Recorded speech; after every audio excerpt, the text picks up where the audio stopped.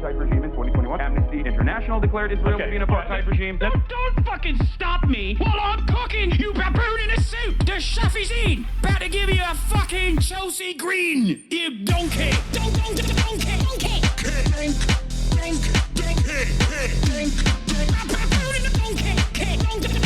Listen to what I'm saying, and you will understand, perhaps, what I'm trying to imply. Patronizing.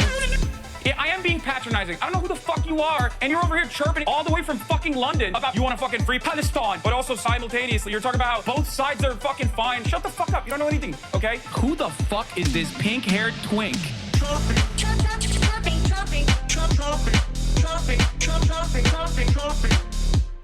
Dissolve the apartheid So what would you like to allow see happen, Palestinians. Hasan? Do you not understand the English language? What's going on, everybody? I hope everyone's having a fantastic evening, afternoon, pre-noon, no matter where you are in the world. I'm Hasan Piker, and this is HasanAbi broadcast coming to you live from rainy California, Los Angeles. And you might already know it's rainy California, Los Angeles because I've been effing already. That's right. I just got started, and I'm already effing. So you already know it's rainy California, Los Angeles. It's pouring out here, but the soundboard is still alive. And well, we're live, we're alive. It's Monday News Day. I'm gonna get right into it, but before I get into it, this is part of the broadcast where I tell you about my personal news about what's going on in the world of HasanAbi Piker in between the time period where I press the start streaming button and press the stop streaming button. So help me God, that's what I'm gonna do. I know it's been effing so hard. Your hair looks good today, big dog. Thank you. Anyway, it's Monday News Day. You already know what it is. I ended the broadcast last night and I did virtually nothing. Absolutely nothing. Okay? Nothing at all. No reading, just on Twitter. Hung out with my brother and my brother's wife. A little bit, but that's pretty much it. Outside of that,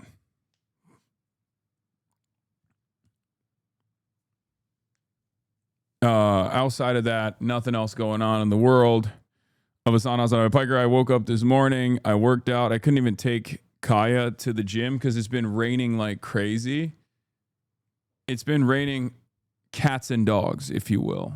Okay, raining absolute cats and dogs. Calm down. The data centers have rights too. Don't even get me started on what I think data centers deserve. Okay? I just don't get me started. Is it effing again? Oh my God, it's already effing. It's effing so much. It's going to be so annoying today. The entire day, I feel like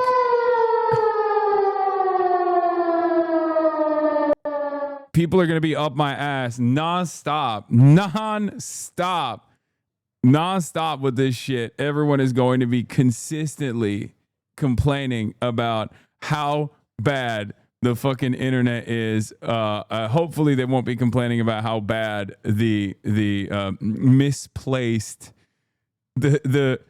stupid misplaced soundboard is, because let's be real, I'm going to be doing that quite a bit. Okay.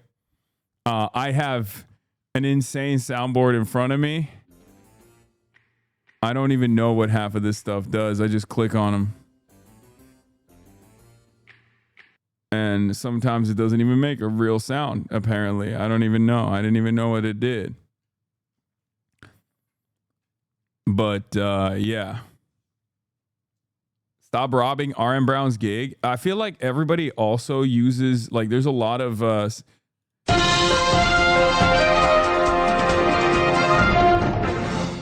Breaking news.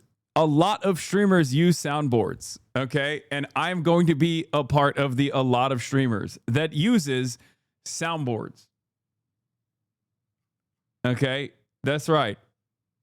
Will you be going to the Bernie rally on Wednesday? Yes, I am going to be going to the Bernie rally on Wednesday. Trying to secure an interview with Bernie right now at the Bernie rally. And I might even go to the Rokana Bernie rally in Stanford on Friday. So that I might be doing it. I might be doing a twofer. Okay, double Bernie, double the burn. So get excited for that. Obviously. Can you sound balance it though? I have you on whisper quiet because you keep blowing up my eardrums with these clown noises. I feel like Rokana always makes time for you. True, he does. Don't give Bernie a platform, please. Yes, right now in the United States of America, the most successful left flank movement and mobilization that is taking place is people to the left of Bernie Sanders, but obviously under the umbrella of Bernie Sanders. So in a moment of tremendous opportunity, as the Democratic Party is weak, as like the Bernie agenda, vulgar Bernieism is being realized by liberals far and wide, I am going to blow that opportunity to really push for as many left flank candidates as possible to be elected into positions of power over some ideological differences and over differences in general. If you consider me to be someone who is not pragmatic, well, you were wrong. I have always been pragmatic, and this is my method. There's a method to the madness, but as long as there is an opportunity to organize around socialism, as long as there's an opportunity to unlock class consciousness and hopefully the revolutionary potential of the masses, I will be there. I will be doing everything and anything I can.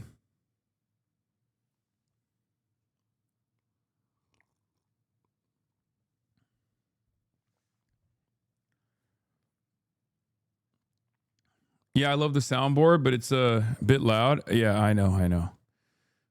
Don't worry. That's not going to be an issue when I have a real soundboard. I don't have... Sunday broadcast became so much better because you were having a great time. Yeah, I was having a fantastic time with the soundboard. Child! Who she almost killed because she refused to get vaccinated! They love your mug. I say to a 19-year-old who abused steroids so fucking hard he became infertile.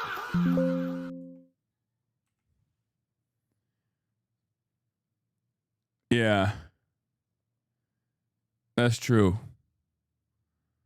They did do that. It's pretty embarrassing, in my opinion. I don't even know where the FA button is. It's kind of crazy. Like, I can't... There are so many goddamn buttons. It's just like... There are so many goddamn FA buttons, and they're all so loud. So I'm trying to... Oh, this is the one.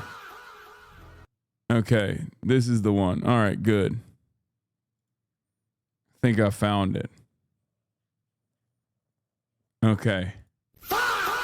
There we go. That's good. All right, you just need the FA.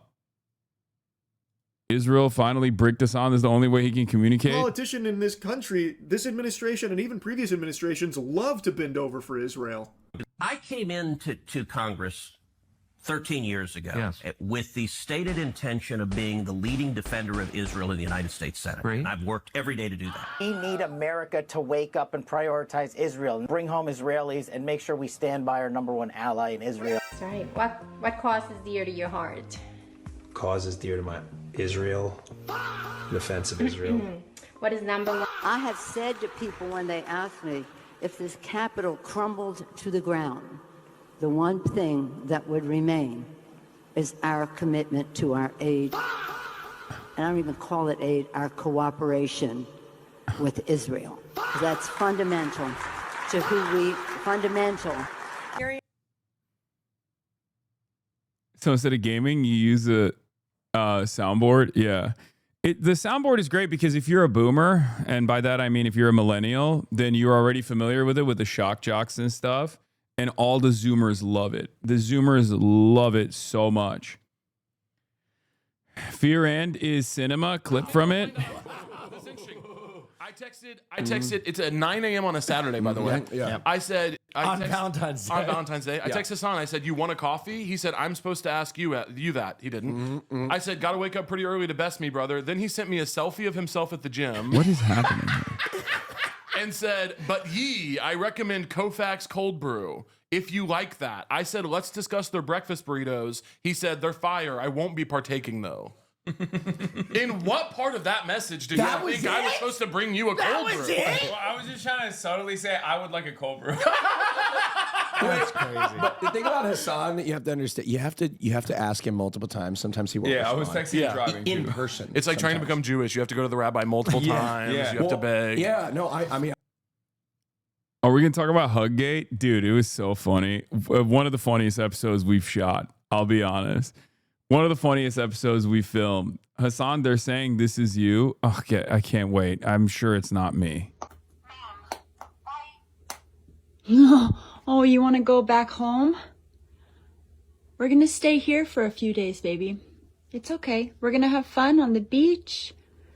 We're gonna go big walk. I love you.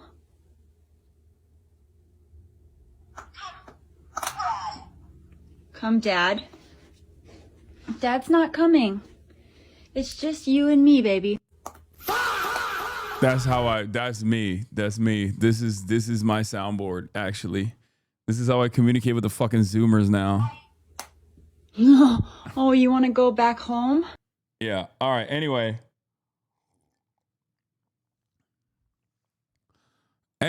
where was I? So, personal news-wise, don't really have anything else going on. Worked out this morning. Hasan, please play the Polska Grom soundbite. Me and Alda of Poland will pledge our undying allegiance to you. I just thought there was a new person in the Hasan industrial complex with a soundboard, but then I went to the official channel and found out it was you. Yeah. No, I'm the one. I'm the one who's doing it. That's why it's not like. That's why it's not exactly timed well. I love this because I can tell you're having fun. Absolutely crucial as you wade through this chat. I agree. It makes it so much more fun for me. So I'm actually excited. The Yahoo reaction popped off. Did it? Yeah, I can make it over there. Like I said, I've never been over there, but I've heard nothing but great things, and I appreciate the question. That's crazy. That's crazy. That's crazy. What the fuck? He has internet. It's just like 4 years out of date. He hasn't gotten to the genocide yet. Hopefully someday I can make it over there. Oh my God. Hebron James. Likud. Likud James. Will you finally condemn the genocide? I mean, I have been. Let's be real. I have been. Okay. It took a lot for me to get here, but there is like, I have to have some kind of red line, man. I have to have some kind of red line. Yeah, you got KDF, okay? You got Likud James, and you got Stefan Yahoo. It's just, it is what it is. Oh my God, I just got a National Weather Service flash flood warning. Oh my God.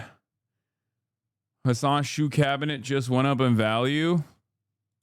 Okay, bro, we get it.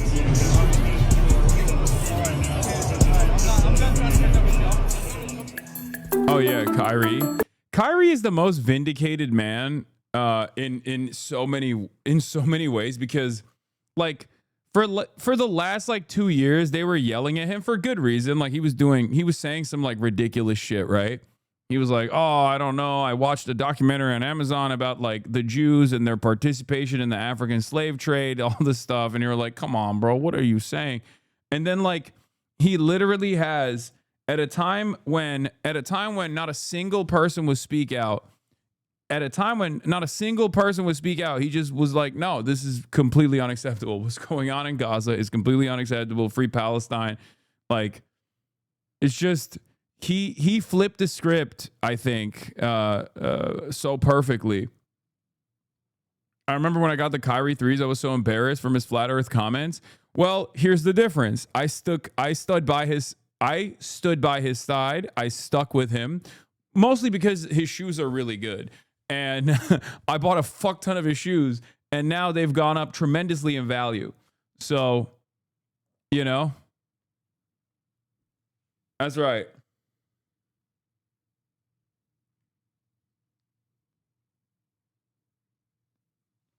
No, that's because they're the ones that fit your ass. I'm just saying I am also vindicated for Kyrie being vindicated. Sometimes it's okay. You have to stick by your guys. You know what I mean? Especially if they have a really good basketball shoe, especially if they know how to, especially if they are just like one of the best ball handlers of all time. You got to stick by him a little bit. But yeah, your GOAT Lazinus' watch though. Don't even get me started on that, bro. Please. I already talked about it, bro. His petite Shurjoisie gets. I don't even know how to. Okay, hit the biggest shot in NBA history, brother. How is LeBron doing? It was a devastating day yesterday. Yesterday was a devastating day for like the GOAT conversation in general, because like people were talking about like MJ versus LeBron, right? That's always been the method. It was NBA 9/11 basically. This time definitely, not like I'm not doing some like, oh, was 9/11 caused by Israel? Like I'm not doing any of that. This was Israel related 9/11 for sure. Like 100%. This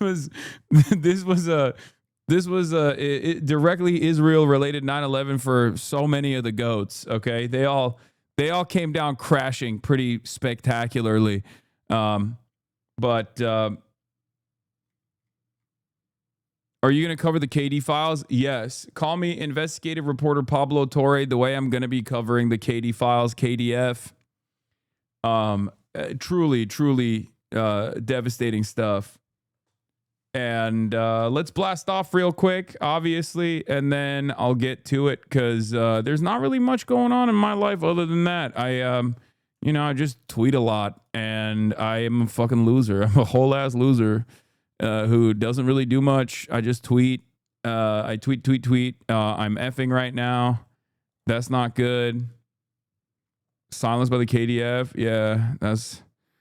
Hopefully you guys can see me or hear me. I'm in the F right now, but I think I'm.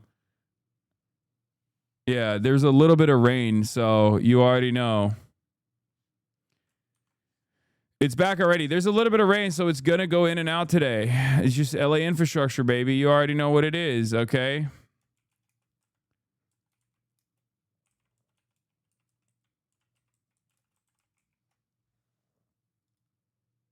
God.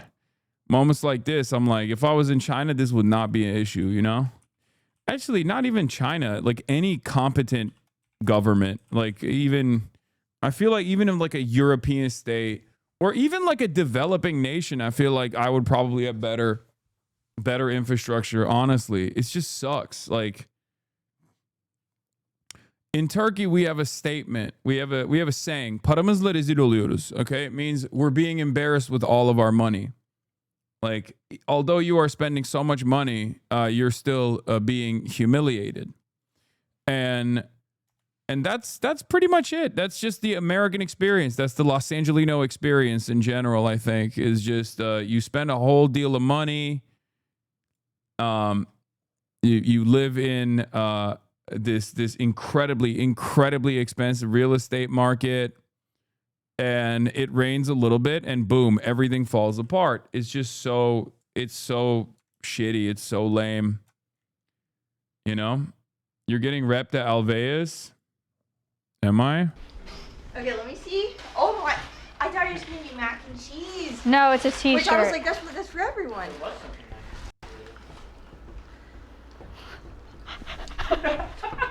What is it? Are you kidding? This is the best. Yay! Gift and then I got this one. This is the best gift ever. That's crazy. That's crazy. Dude, who sent this? Dope dog.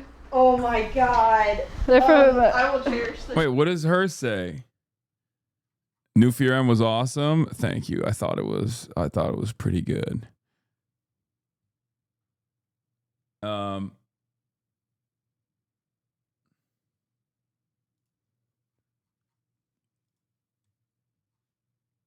This is like, the best unsanctioned, unofficial merch out there. One of the best. It's so funny. I'm prepping to attend Students for Justice in Palestine at my school in half an hour. Just learned at school. Also scheduled a pro ice showing at the same time. Nice.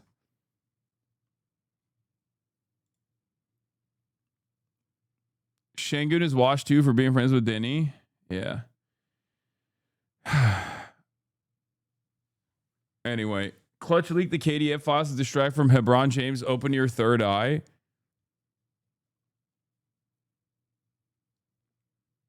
The Chad Palestine supporter Spike Lee versus the Virgin Zionist LeBron James. Yeah, it's really awesome. Everyone is like yelling at Spike Lee.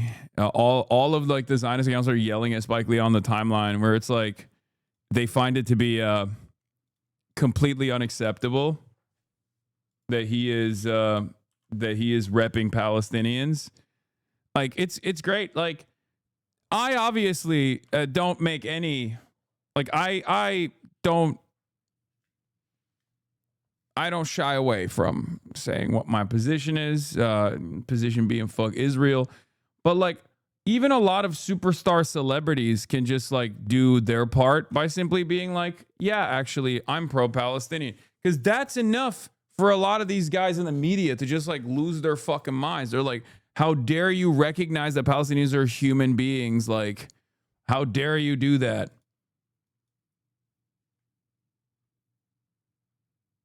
How dare you? And if that's your attitude overall, if that's like what you're going to be freaking out about, yeah, you're not going to win any favors here, you know? So, have you seen the insane Randy Fine tweet? When has Randy Fine not tweeted insane style? Let's be fucking real. I know, but I have seen it. Celebrities get blacklisted for being pro-Palestine. I know, but it's nowhere near as consequential as it once was. Let's be real, right? Like there was definitely a point in time when if you were pro-Palestine, you got punished. You got punished pretty aggressively, and now I feel like it's not as costly, which is a good thing. Joel Embiid, no Israeli ties, no drama, no arrests, no DUIs, no allegations. Inspiring story. Family man, just business, and some good basketball.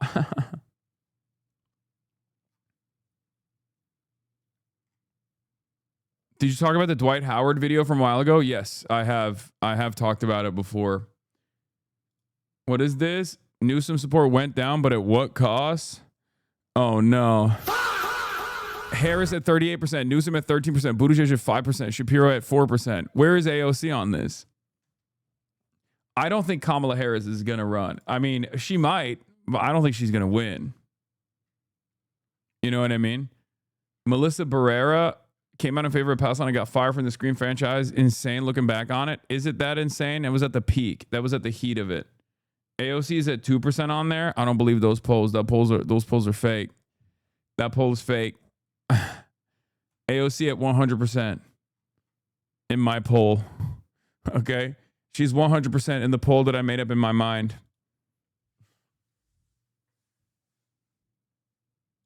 They really weren't joking about blue no matter who. What is this?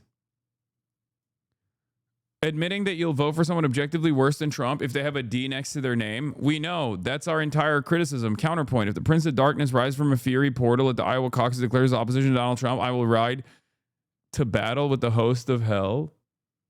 When asked if we vote for Gavin Newsom or J.D. Vance for president, Hasan said he'd vote third party. Counterpoint. If the Prince of Darkness. Admitting that you'll vote for someone objectively worse than Trump if they have a D next to their name. We know. That's our entire criticism. This is funny because if someone says they are vote blue no matter who, we can safely ignore their demands in the primary. Sit down and wait. We'll give you the exciting candidate that you have to support. Yeah, I get it. Like, I get why they say this stuff. And it's like, we know you will literally vote. You will vote for whoever, right? We got it. That's great. I'm glad to have your support. Now we should work. This is why I always say a lot of the vote blue no matter who guys do not actually have a real ideological position They don't have any sort of like real investment, real interest in winning. They will ride for whoever. And Zoran perfectly demonstrated that. Like, there are some who will offer setbacks. There are some who, in the establishment Democratic side, will fight back tooth and nail and fight back hard. But once Zoran is the Democratic mayor, they become regime pilled. Like, that lady Stacey K is a perfect example of this. Like, she will literally yell at me if I as much as have like a minor disagreement with Zoran on one of the things that he has done.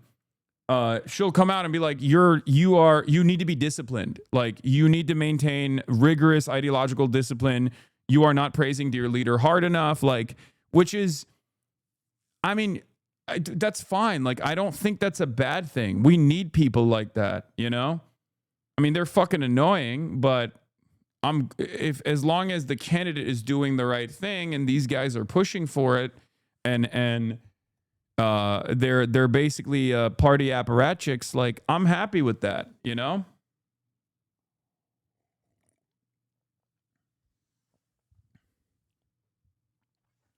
Hasan, what do you think about Professor Chiang interview with Sneeko? I think that guy is a little bit of a, I don't know. Okay. That guy's a little bit of a, I don't know about that. So it's not surprising to me that he's doing a collab with Sneeko. I've mentioned this before. He's got some weird takes in general. Fuck no, I'm not. Paint your ideal candidate. Let's manifest them together. His name is Vladimir Ilyich Lenin. Okay. Doesn't have to be bald. At least in this day and age, you can have like finasteride, make up for that.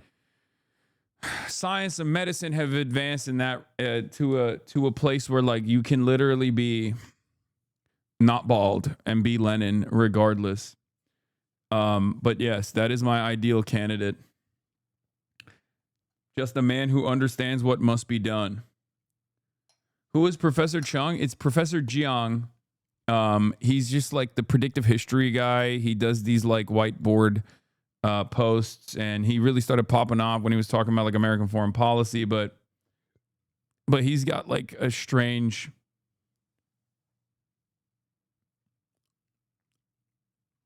I don't know. A Lenin with hair is Stalin. The hair is what makes the ideological divide. Okay, that's a good point. Maybe we can keep him bald.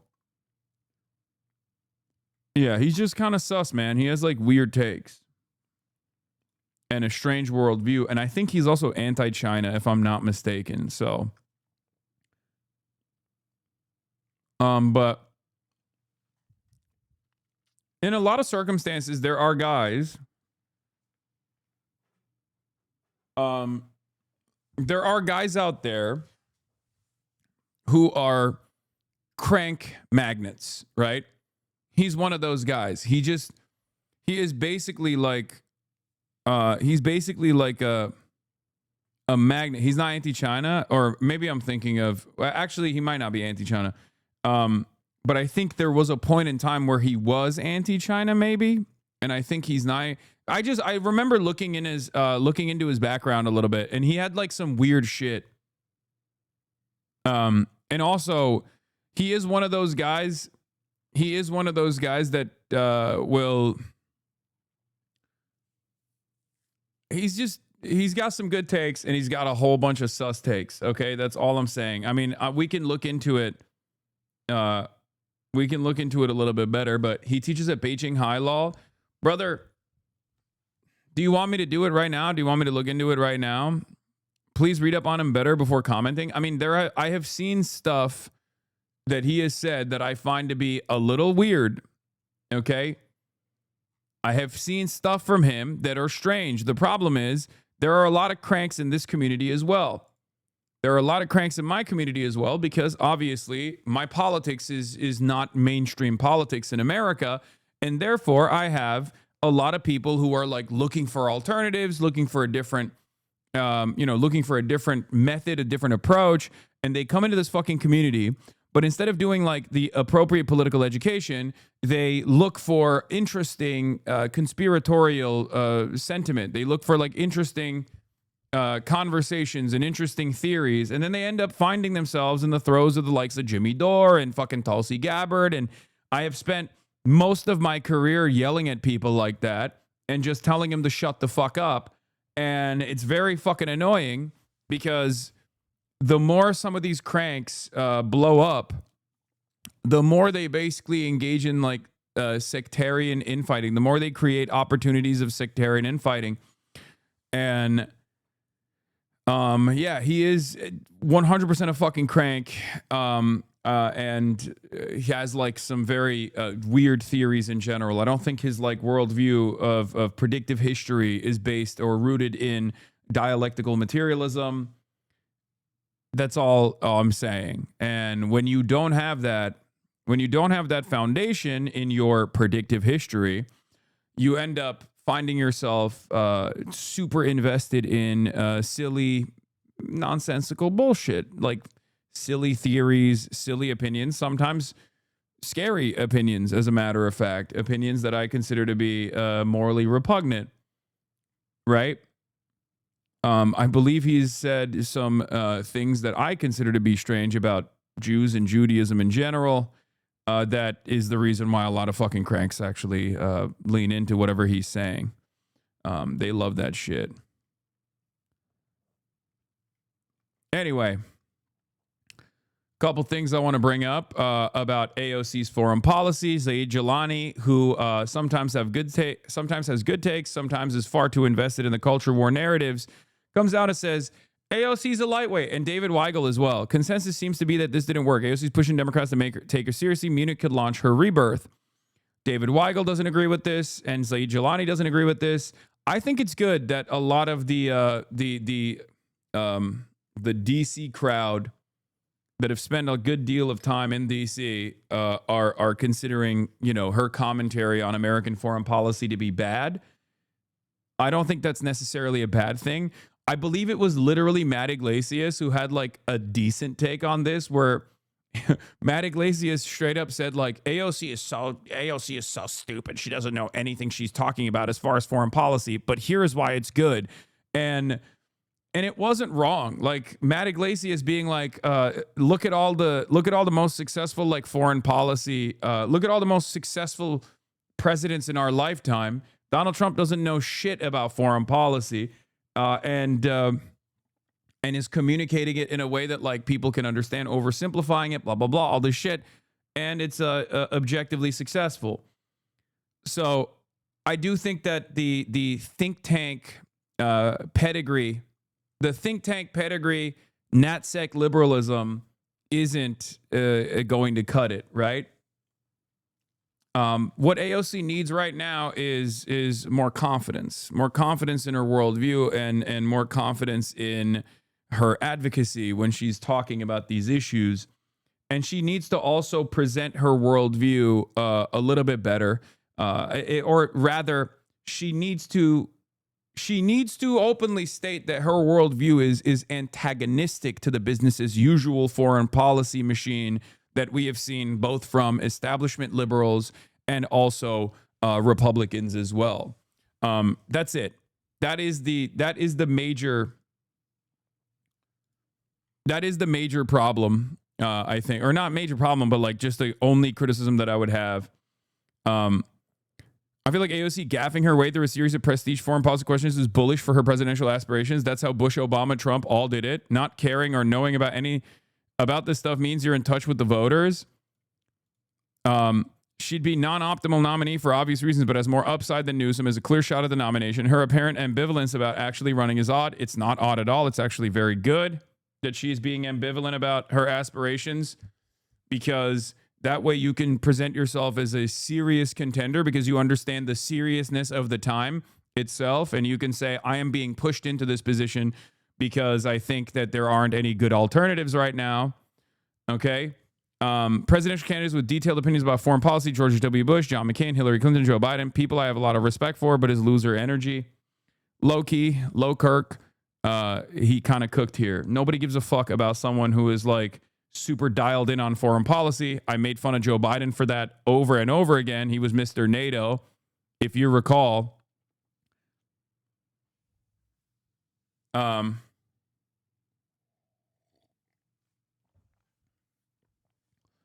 If you recall, one of the things that I kept making fun of with respect to Joe Biden was like how hyper focused he was on foreign policy. And I obviously made fun of it for two different reasons. One, because like his vision of foreign policy was dog shit. His vision of foreign policy was dog shit. And two, most Americans don't vote on foreign policy, no matter how much I would like them to vote on foreign policy. No one has actually been able to talk about how foreign policy actually impacts domestic issues in ways that many people do not understand. A candidate that will successfully connect these two, and one of the most famous lines that I always think about, I believe it was Eisenhower who said this: every dollar spent on bombs is a dollar that could be spent on books, is a dollar that could be spent on a brick that you lay to build homes in the United States of America. Every dollar spent on a bullet could be instead spent on roads. Something along those lines. Like, that is a perfect way to tie this back and bring this issue to the forefront of the conversation, bring this issue back to Americans in general. It's something that I do all the time. You know, every bomber is a hospital, every fighter jet is a school, something along those lines. Talking about how all of these forced instabilities that take place at the hands of the American military are done not at the behest of the working class here in the United States of America. How many more decades of failed regime change wars do we have to engage in? That kind of thing, right?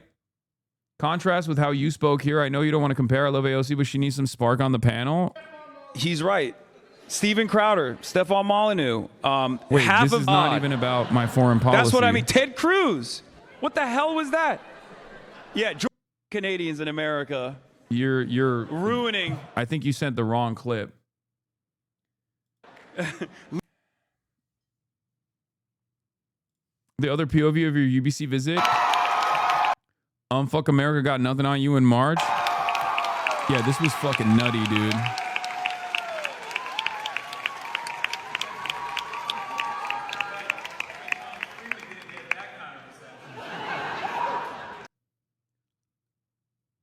Every gun that is made, every warship launched, every rocket fired signifies, in the final sense, a theft from those who hunger and are not fed, those who are cold and not clothed.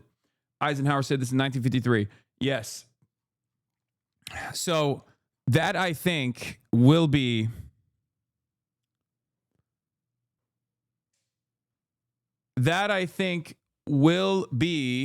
the defining trait of a new way of doing politics.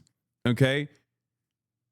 The candidate that arrives at the proper way of communicating that the military-industrial complex is designed in a way to take your wealth away, take your surplus value away from you and away from things you care about, away from improving your material conditions, and dump it in the hands of endless militarism overseas at the behest of parasitic global capital. That anyone who can take that and explain it in a way where the layman can understand will be able to design a new foreign policy vision where Americans can understand that. And what is this? Why are you guys spamming? We love the soundboard. Keep it up. Oh, Michael from Pennsylvania doesn't like the soundboard. Yeah, you're old, Unk. That's why you're chopped Unk. I'm not chopped Unk. Okay. Hey, shouts out to the Michael from Pennsylvania viewers. Thank you for the raid. Hope you had a good stream. This is the number one soundboard having broadcast in the United States of America. Okay, what the fuck? Is it effing again? Is that what's going on? because I just dropped. I just fucking dropped again. God damn it. Fuck me. Yes, we're still here. It's rainy. It's rainy in Los Angeles, so you already know what it is. You already know what it is.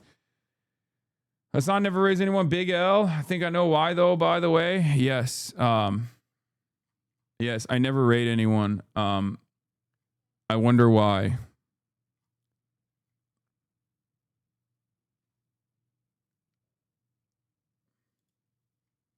The soundboard destroyed the stream. Yeah, I think it's not the soundboard. I think it's just the dog shit LA infrastructure. So, where was I?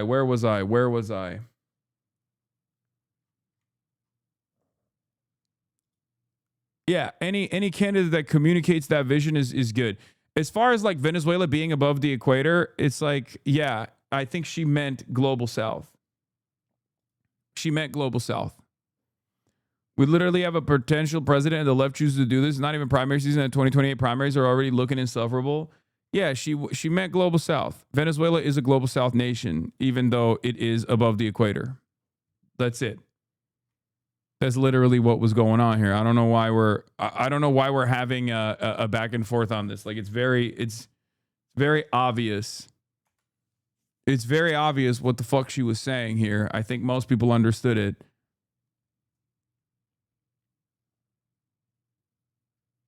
Right? Am I crazy?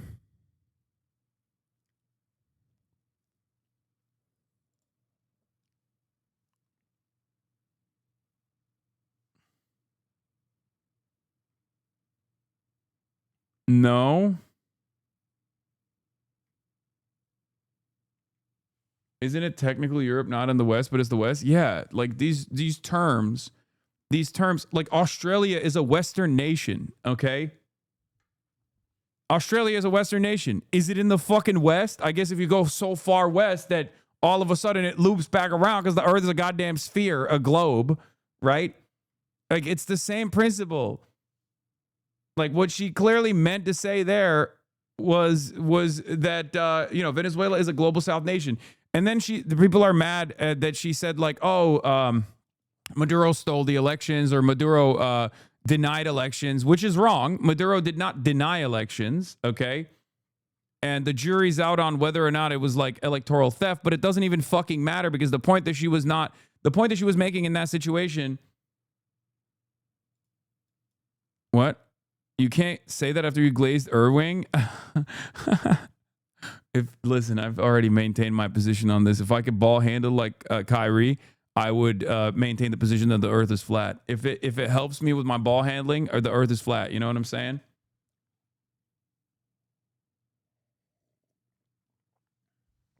Venezuela is like 40 miles north of the equator, Lamau.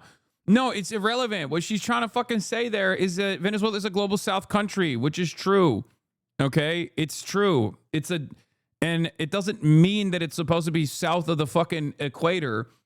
A global South country is a political designation, just like a Western country is a political designation. I cannot believe we're having this fucking nitpicky ass, pedantic ass, goddamn conversation right now. Everybody understands exactly what she was fucking saying. Now, do I wish that AOC had the capabilities of delivering a speech in a convincing way that like appeals to everybody in the way that like, Pete Buttigieg does or something? Sure, maybe. I mean, she needs more confidence in her in her speeches. Like she does need that. But Pete Buttigieg's speech is filled to the brim with nothing, okay? It's a fucking it's neoliberal trite for the most part. So just because he's confident when he is doing public speaking doesn't mean that he has anything new to say. Okay, so that's it. It's very silly, right? I'd rather have someone be wordy, but try to communicate an alternative vision, than have someone be concise and clear and confident, but also have the absolute fucking idiocy of repackaging neoliberal hegemony that has been a disaster so far. The Rosetta Stone for AOC's foreign policy right here. Economic elites are taking the lion's share of growth for themselves and leaving crumbs for the working class. This is an injustice. You are being screwed. And that story is not a cultural one, but a class one. Exactly. That's it. Boom, boom, boom. Clear, concise. And I think eventually she will start chopping this shit down and start nailing it. I am an ideas man, as you guys know. I care more about getting this message across. No matter who's doing it, okay? No matter who's getting the message across, I'm with you. I think there is something to be excited about here. And it's certainly better than someone who is charismatic, but is telling everybody that he is going to, he is going to Brandonize. He's going to do vulgar Brandonism. The more AOC cuts away from the previous old guard method of like NatSec, NATO liberalism, NATO Atlanticism, the faster we can make these designations. The better she can actually tie back endless militarism as a burdensome process that has directly played a role in ruining the material conditions of the American working class and the working class all around the fucking world, the better this will be. Okay? Anyone who believes that class conflicts at the heart of our problems will not be militarist, will not sim for global primacy, and will not simply copy and paste ban fanaticism of the Biden administration. That's it. Ultras are already smearing AOC and the left. It doesn't matter. It doesn't matter. It doesn't matter. It doesn't matter. It's just sometimes, like I said, you got to work with what you have. All right. You got to work with what you have. You have to be pragmatic. That's always been my method. That's always been my attitude. A lot of people yell at me for this reason. A lot of people say I'm a betrayer of class revolution for this reason. It doesn't matter.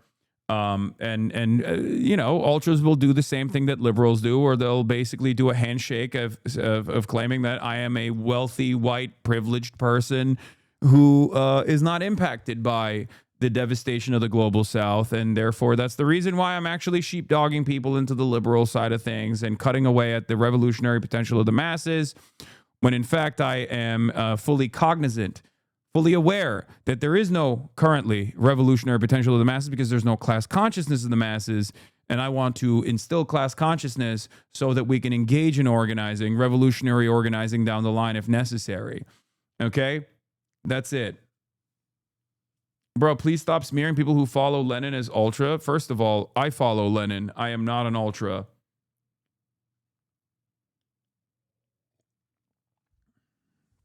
How dare you?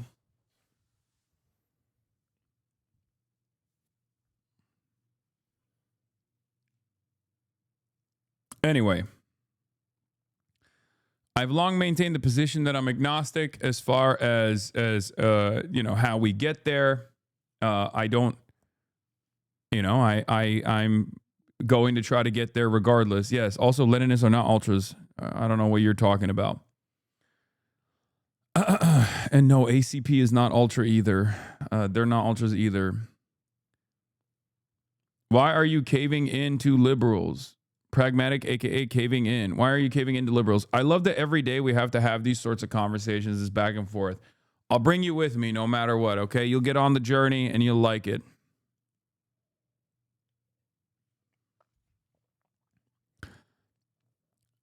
Everyone says how this app is a right-wing echo chamber now, but it's usually only in the context of how pro-Trump it is. When I think the way it is lagged in reflecting how popular AOC has become with rank-and-file Dem voters is going to be way more relevant in the coming years. Take the anarchist pill, read Bakunin. Yeah, I'll take the cyanide. Dude, I'm over here trying to find the most pragmatic approach to unlocking the revolutionary potential of the masses, instilling class consciousness in the United States of America at the heart of empire, okay? Against all odds, against the direct material benefits that the American working class experiences as a consequence of being a part of the labor aristocracy. And you're over here being like, you should become an anarchist. Like, please stop. That's crazy. Please. Please. Like, anyway, chat in 10 years' time, there will be an illiterate peasant class again. If you want to be Maoist, just give it a sec. True. That is true. We're nearing that boundary already.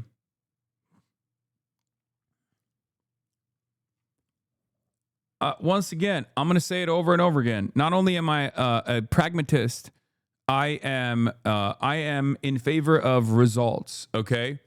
One of the greatest examples of this is the obvious revisionist nature of modern day China, the People's Republic of China. Why do I still celebrate the developmentary accomplishments of the People's Republic of China, regardless of the fact that it's very clearly not a full communist or barely a transitional socialist state in the way that you would expect it, especially in comparison to historic examples or even contemporary examples of like existing socialism. The reason why I don't care about it is because as long as they remain a nation state that is run by a communist party that is still controlling the flows of capital and also doing development at the behest of the working class rather than developing at the behest of capital, I'm fucking on board with it. You know what I mean? It's not perfect, but it doesn't matter, right? That's it. That's it. And there are lessons you can learn. There are lessons you can learn from said development, said project that is antagonistic to the capitalist design. Anyway, where was I? What was I talking about? There was another thing that I was saying. Lenin was against reformists and told us that reformists will make us lose, and AOC is 100% of reformists. There's nothing ultra about that. Brother, do you consider the current modern day material conditions in the imperial core to be identical to the conditions that Lenin was organizing in? Are you fucking insane? This is what I mean. We are literally in the heart of empire. The best, if you believe that the revolutionary potential exists in the third world and nowhere else, for example, right? If you feel as though the dispossessed masses of the global south are the only people who can rise up against colonialism or the existing version of colonialism, imperialism, economic imperialism, and militarism, then the best you could do as an American is to force the American government to step out of the way and not be so aggressive in its destabilizing initiatives in an effort to make sure that there is no such movement in the direction of revolution in the global south. So even from that perspective, it's like the best you can do is chip away at the process, chip away at the problem. And you're, yes, of course, there is a point where you try to the best of your ability, push back against reformists and liberals and anarchists and everybody else. That is a conversation for the future. That is not where we're at right now. You're talking about a nation state in the imperial core comprised of lumpen proles, petite bourgeois, small business owners who are literal fucking tyrants in their own right, and a nation state that has no fucking class consciousness whatsoever for the proletariat. So in that situation, you have to organize where the masses are, something that Lenin also talked about as well. You have to organize where the masses are. You have to figure out what their needs are, what their interests are, and you have to communicate to them in terms that they understand. Okay? It's ridiculous.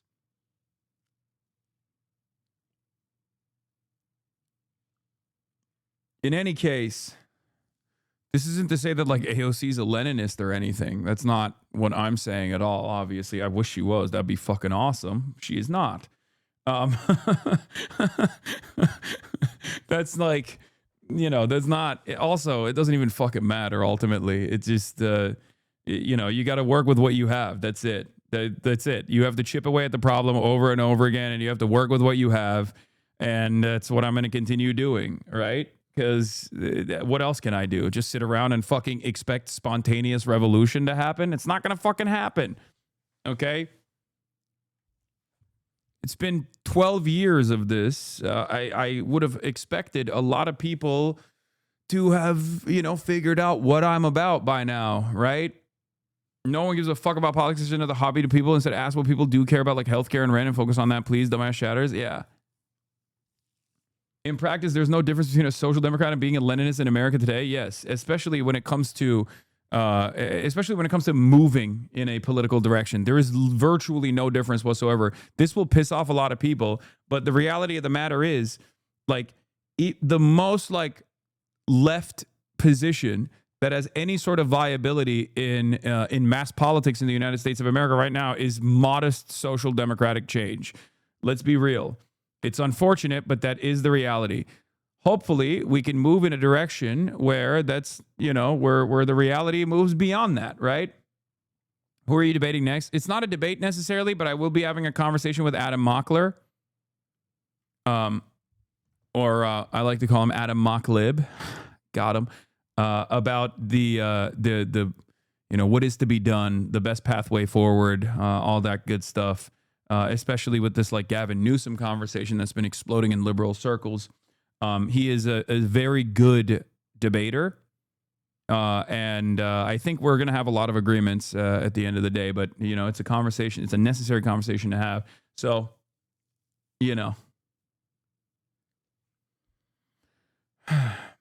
Why don't you like him? Wait, what? No, I love Adam. I am actually a big fan of Adam and what he has done so far. I think he's doing a great job. He's interviewed me before for Midas Touch at the DNC and stuff like that, and he's grown his profile over the years. So I think he's good. Obviously, I'd much prefer him over Sex Pestany, right? Like if there's going to be a liberal out there. I would much rather have a liberal out there who is not fucking compromised because of their like weird, gross sex pest behavior, and also on top of that is way more open-minded towards like the Bernie Crat wing of the party, rather than one that is just personally living out his individual agenda and individual hatred for content creators, right? Like I have no issues with someone like that. Before We're Adam gonna start by Mockler- watching Debating Trump Fans in person. this was his first big video that he did that I really liked. It was him debating Trump stands like at a MAGA rally, and it was pretty good. Okay, hear me out. AOC so disappointing though. Make Adam Friedland president. Okay, dude, calm the fuck down. All right, anyway, let's talk about ICE for a second, and then we'll get back to foreign policy in a little bit. ICE to spend nearly $40 billion on detention centers. New The Department of documents Homeland show. Security is planning I to gotta spend go nearly pee. $40 billion on new immigration detention centers. Documents show God ICE is aiming damn to us acquire ass. and renovate 8 large-scale facilities to meet the growing demand and streamline the detention and removal process. Now, some Republicans are speaking out against the plan. ABC News Justice and Homeland Security reporter Luke Barr has the latest on that story. Yeah, Diane. So the Department of Homeland Security says they look to implement a new detention model around the country. New Hampshire Governor, a Republican, Kelly Ayotte, released documents last week that outlines ICE's large-scale plan to build facilities across the country, including in Merrimack, New Hampshire. They say, quote, this effort aims to meet the growing demand for bed space and streamline the detention and removal process, focusing on non-traditional facilities built specifically to support ICE's needs, according to the document that they released. Quote, this model includes the acquisition and renovation of 8 large-scale detention centers and processing sites, as well as the acquisition of 10 existing, quote, turnkey facilities where ICE ERO already operates. Now, the model is expected to cost about $40 billion, but Republicans, including Mississippi Senator Roger Wicker, have already come out in opposition of a warehouse, turned into a detention facility in Mississippi. So it remains to be seen what happens and what other senators and other lawmakers say about this model going forward, Diane. All right, Luke Barr, thank you. Now to the partial. We need more of that. That's what we need. Fuck hospitals, dude. Who needs a hospital? Fuck education. Who needs public schools? What we need is another $40 billion to ICE Real, United States of ICE Real. Let's fucking go.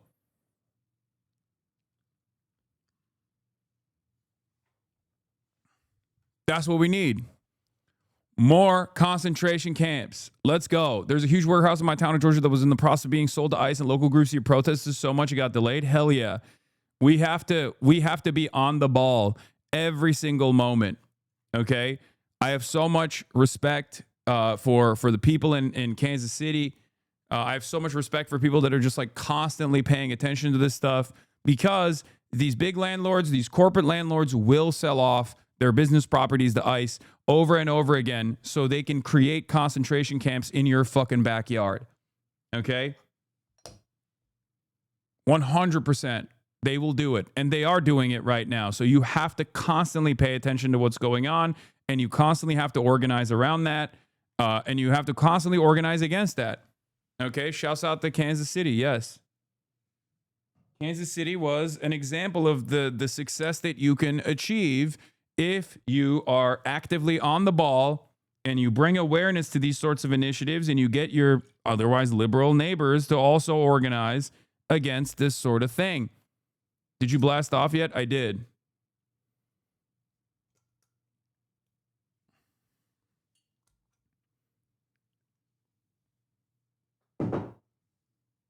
That would not have happened with the Democrats, right?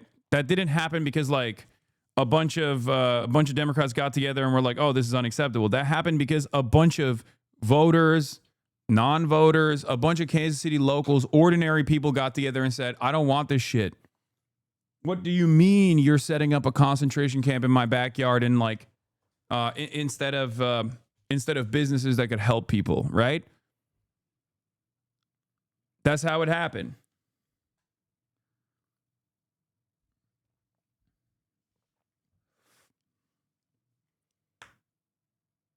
Carney making moves, middle powers unite. Yeah, I saw that. It's pretty funny. Dude, you think Marks Carney saw the UBC speech and was like, "It's time"? Marks Carney saw the UBC speech and was like, "That's right, Hasan. I will be the Marxist-Leninist that you wanted. I will organize the middle powers against America." Lol, no, I'm fucking joking, dude. I don't think the Oxford-educated central banker is in any way, shape, or form invested in destroying the neoliberal hegemony. I think he's just looking at what's going on. I think he is looking at what's going on right now and realizing that Canada is going to get fucking cooked because Europe is getting cooked. That's what's so funny about all of these disgusting European politicians and leaders standing up and giving a standing ovation to Margot Rubio's idiotic speech about how, like, oh, we're going to fucking build Western supremacy. Like, we're going to be way more aggressive and dominating everywhere. Like, this is a new frontier, all this shit. Like when the European dumbasses were clapping for that like a bunch of fucking seals, what they didn't realize is that they're cooked. They're destroyed. Okay? They are absolutely destroyed in the process. And yes, by the way, shouts out to Donald Trump, because Donald Trump single-handedly got an Oxford-educated economist elected as Prime Minister of Canada at just the perfect time for him to crest the tsunami of anti-American sentiment. Probably the funniest, stupidest own goal in international geopolitical history. Just genuinely no reason for it. Dropped an orbital nuke on a surefire sycophant conservative victory just so he could make a bunch of 51st state memes. Literally. What is this? Hasan has more motion than he thinks. Carney is so online now, he needs to give himself more credit. He is aware of all the memes and shit too. To be fair, so many other people did it too. I literally thought Hasan was racist. I honestly thought he was transphobic for a small amount of time. To be fair, what are you guys talking about in here? What the hell's happening in these logs? To be fair, he had the aura of every bigoted ass annoying dude I ever saw, which like obviously was good for him to gain an audience, but I found so repulsive. Yeah, Marks Carney is not a HasanAbi head, and Marks Carney is a banker. Okay, stop sharing notes. If you're going to share notes in the class, you got to share it with the whole class, okay? Anyway, Shutdown raises travel concerns. We're going to fucking obviously take a look at that as well, because this is the only Department of Homeland Security. The Department of Homeland Security is shut down, but it's fake. It's not a real shutdown. It doesn't actually compromise ICE's activities even a little bit, unfortunately. And the only thing it will compromise, once again, is domestic travel for the average American. Isn't that wonderful? Let's take a look. Federal government shutdown taking effect over the weekend after lawmakers failed to reach a deal to fund the Department of Homeland Security. Now, if the shutdown goes on, it could impact your upcoming spring break air travel. Transportation correspondent Gio Benitez is here now with more. Hey, Gio, good morning. Hey, Mary, guys, good morning. Yeah, the biggest concern right now is for spring break, because that's when TSA workers will start to go without pay if the shutdown continues. So we all remember that last shutdown all too well. It was just a few months ago, lasted 43 days. TSA workers are deemed essential, so they have to work without pay before getting back pay. But many TSA workers called out sick, and that's the concern here. TSA workers got paid this past week. They'll get another check in 2 weeks, and then it would be another 2 weeks after that when they would get their first zero check. So that puts us right up against peak spring break travel. So many TSA people are HasanAbi has too. Like, Shout out to TSA. I used to talk a lot of shit. I don't anymore, because y'all motherfuckers are all HasanAbi heads. It's crazy. I don't even know why. But yeah, get prepared, chat. Here comes the soundboard spammer. Okay, bro. Fucking calm down, all right? Every now and then there's going to be a little bit of fun, okay? We're going to have a little bit of fun. Air traffic controllers, they're not affected by this, but airlines could still delay flights if they're waiting on too many passengers to clear security. The acting TSA administrator says that these workers are just recovering from the last shutdown and, quote, "We cannot put them through another such experience. It would be unconscionable." They're calling on Congress, of course, to act now. So you don't need to change anything about your travels just yet, but if workers do start calling out sick, well, that's when you want to start getting to the airport very, very early. Yeah, you hope they can figure this out, because it isn't fair to have them. We can't get fucking ready. Get fucking ready for travel. Get ready for any domestic travel coming up. If you thought this Department of Homeland Security setback was going to actually stop ICE activities, you thought wrong. The only thing that it's actually going to cook is domestic travel once again. Thank you so much. Turning now to Capitol Hill this morning, no deal is in sight to end the partial government shutdown. Congress is on recess after failing to approve more funding for the Department of Homeland Security. The parties are fighting over immigration enforcement. Willie James Inman is in West Palm Beach traveling with the president. Willie James, good morning. Eva, good morning to you. That partial government shutdown that took effect over the weekend impacts more than 260,000 government employees. And that means some, like TSA officers, may be forced to work without a paycheck until President Trump and congressional Democrats strike a deal. President Trump says he knows how to end the latest funding fight with Democrats. I know what they want. I know what they can live with. But the president and key Democratic leaders still won't say what they can live with. We're willing to have a good faith conversation about everything, but fundamentally we need change that is dramatic, that is bold, that is meaningful, and that is transformational. Democrats are... God, he's so fucking hot. He's so hot. I mean, come on, dude. He is so fucking hot. Can you blame me for this? I mean, what a sexual dynamo he is, dude. Hakeem Jeffries, you are the man. You are the GOAT, dude. Hakeem Jeffries, every time I see you speak on television, my panties are wet. Every single time, dude. Oh my God. I hate the soundboard with the power of 1,000,000 suns. Okay, well, you're just a fucking hater. I don't know why. I don't know why you're hating. I don't know why you're a hating ass bitch. Because there's a lot of good that's coming out of the soundboard, okay? You got to use some other sounds with the soundboard, Unk.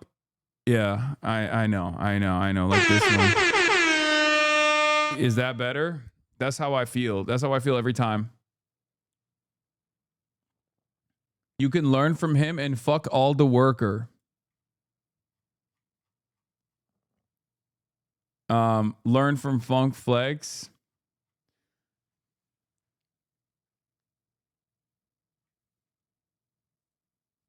Soundboard feels like you're turning your stream into a slot machine engagement bullshit exploiting human weakness on the most fundamental level.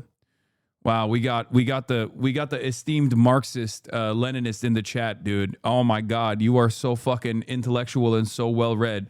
I don't know if you know this, but I'm a fucking Twitch streamer, dumbass. Do you understand? Do you understand that? Like stop looking for something more intellectual here, okay? Do you understand? Wee woo is the fucking fun police up in this bitch. Jesus Christ.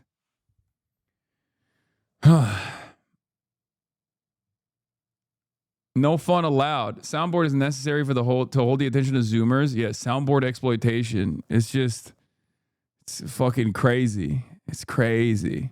Here's what I have to say to you. You are an idiot. Yeah, there you go. I'm gonna have fun. I'm gonna have some fucking fun while I'm also, live streaming. Okay. No. Democrats are demanding changes after scenes like these in Minnesota, where immigration officers shot and killed Renee Good and Alex Preddy. They need to be reined in. They need to stop the violence. Democrats want immigration officers to unmask, wear body cameras, and get warrants to enter private property. Some of the asks are just, I think they're unreasonable. But Trump administration officials have not specified which changes are reasonable. And while TSA officers are now working without pay, immigration enforcement operations are not currently impacted. Meanwhile, new fallout from a racist image of the Obamas depicted as apes that appeared in a video Trump posted online and then deleted 10 days ago. Trump maintains he didn't make a mistake because he never saw the image of the Obamas. The White House blamed a staffer for posting the video. This weekend, former President Obama responded to the post. The majority of the American people find this behavior deeply troubling. There doesn't seem to be any shame about this among people who used to feel like you had to have some sort of decorum. And because Congress remains in recess all week, funding for the full federal government may not be in place by the time President Trump gives his annual State of the Union address next week on Tuesday, Vlad. Former President Barack Obama breaking his silence after President Trump's blatantly racist post earlier this month depicting him and... Did you hear Obama confirm aliens? I did, dude. I don't care. Okay. You know how I feel about this. I have talked about how the UAP stuff and all this like alien shit is, I think, being mass distributed to get the conspiracy cranks to pay attention to like not the real pedophilic elite that are conspiring to ruin your lives, but instead on like some other stuff. It's trying to hold people's attention. Also, he walked it back anyway. He came out and was like, oh, actually, what I meant is that there's definitely a likelihood that there's aliens. That's, it's very different. That's very different than like, saying I'm the president and I saw aliens in the files. Okay. And the former First Lady Michelle Obama. He just meant like logically speaking, he said what I say all the time about aliens, that it's like, I'm a believer that aliens do exist in the way that we understand it. Probably not. But the universe is infinite, and therefore there are, there is a infinite amount of opportunities for aliens to exist. Of course, there's going to be aliens. Of course, there's going to be life forms out there. It's just like, they're not.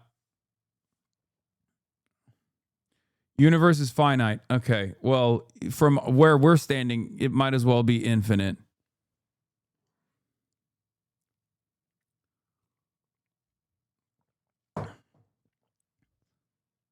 Apes. I think it's important to recognize that the majority of the American people find this behavior deeply troubling. Obama over the weekend calling the Trump administration shameless, saying they don't respect the presidency. There's this sort of clown show that's happening in social media and on television.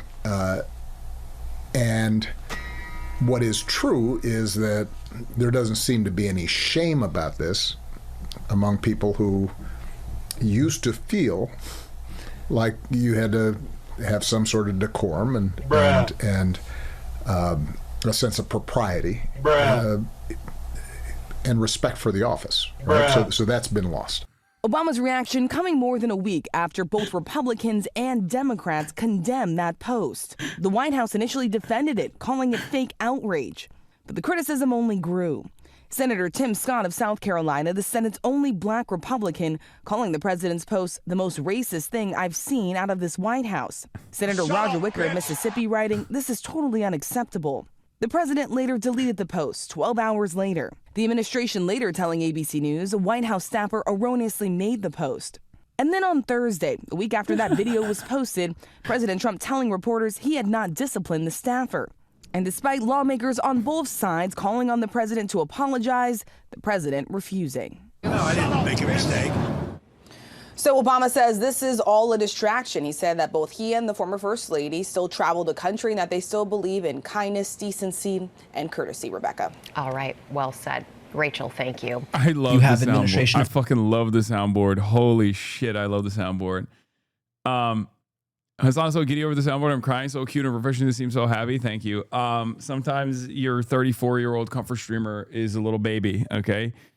Is a little baby and has likes to have fun. It's a listen. We're led by clowns, so enjoy the circus. Okay. I mean, how are you gonna hate? How are you gonna hate? It's just we have clowns. We have clowns running the fucking show. Enjoy the circus, okay? I'm Jester Maxing.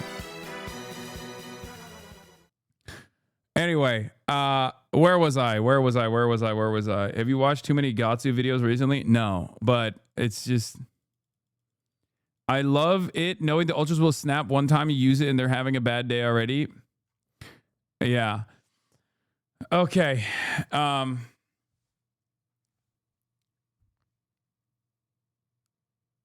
Think about the audio files. Please don't. I never think about the audio files. Come on now. This is Hasan right now. Yeah, except I'm actually far superior to this silly ass sound machine. Okay. Anyway, there's a couple different things that I was going to talk about before we continue along with the Obama situation. One of them is this guy, I Am Wildcat, who got mad that I made a joke about fucking Israel's #1 streamer, Burnt Peanut, saying that he's just like, he's just dog shit. I love that whenever these guys who are noticeably absent for the conversation of Israel's genocide, whenever Israel is brought up, whenever Israel's brought up in a negative light, they'll be like, whoa, dude, I don't really like this kind of joke, this kind of humor. Okay, I don't really like this kind of humor. This dude stubs his toe and blames Israel. I said, is this your first tweet about Israel? Nice, man. Okay. Yeah. Burnt Peanut from Tel Aviv. Sorry, but who is this guy? A new hater? I have no idea. I have no idea who this guy is, but I suspect he's like a big streamer or something. And a bunch of people got very mad at my Burnt Peanut is doing coworker humor. He's an OG YouTuber. Okay. Yeah. Like, no Israel slander on my watch, sir. No Israel slander on my watch. How dare you? He streams a ninja, I think.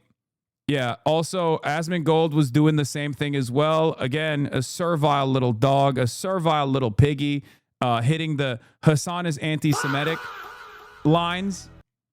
I saw that one too. That was really funny. I said, all these right-wingers are straight up dogs, by the way. This one loves Nick Fuentes, but cries like a bitch anytime Israel gets brought up, even as a joke. And then he put this as a reaction. It's like, yeah, dude. Yeah, you got that. Israel's got that fucking collar on you, little man. It's so awesome. It's so awesome that these guys will straight up be like, oh, yeah, Nick Fuentes is base because he's like blaming the Jews for everything. Also, when Hasan is actually making a joke about like someone being shitty and associating it with Israel, well, that's a bridge too far for me, sir. That's really anti-Semitic. The weird thing where you're calling everything bad Israeli, I mean, I feel like this is just calling it Jewish with extra steps, right? I mean, like, what is the difference between calling something Israeli and calling something Jewish? Because, like, a lot of times... What do you mean? What is the difference between calling something Israeli and calling something Jewish? That's the whole point. The entire point is that there is a major difference between the two. There is a huge difference. You can't just directly associate these two things with one another. The entire point that I'm making is that Israel is a totally separate nation state that you cannot conflate, and you must not conflate with the entire Jewish population around the world. Is Asman shrewd enough to know the difference? I suspect that that's possible. He just likes to sow division. No, he is a fucking pure grifter through and through. That is the whole point. He will literally, in between this conversation where he's like, Hasan is being quite anti-Semitic, he will turn around and watch a Nick Fuentes video where Nick Fuentes is talking about how Hitler is based or whatever. I mean, send me the clips. Give me the clip where he's watching Nick Fuentes and going, yeah, this is based. Okay? Motherfucker, what do you mean? This is a little anti-Semitic for my taste. It's fucking like, ridiculous. He was like saying that like Ethan was like the most Israeli thing to do, or spiritually Israeli, with like suing people, and like that's a no, that's not the point. The point is actively trying to undermine criticism and silence criticism. That is exactly what the Israeli state does. That is the point that I was making. Not like, oh, Ethan is so litigious because he's a Jew and that's how Jews are. Also, anyway, look at the, again, purposely misunderstanding the point that I'm making there and then turning around and being like, yeah, this is kind of anti-Semitic. Yeah. very, very common Jewish stereotype. So like whenever the, Venn diagram of being spiritually Israeli and, being a dirty Jew, right, for the South Park thing, are a circle, right? I mean, like, well, how is this not just anti-Semitism? Yeah, Mr. Based anti-Semitism defender, by the way. Let's take a look. Let's take a look at Mr. Defender of Jews. You think Hitler was very fucking cool? Yes, I do. You think Hitler was very fucking cool? Yes, I do. One of them. And I'm tired of pretending he's not. Well, to be honest. This is the problem, you see. It's a bit like when you just say, I'm a racist. You're a racist who thinks Hitler's cool, but you're not anti-Semitic. If you're a Jewish person watching this, what are they thinking? You think...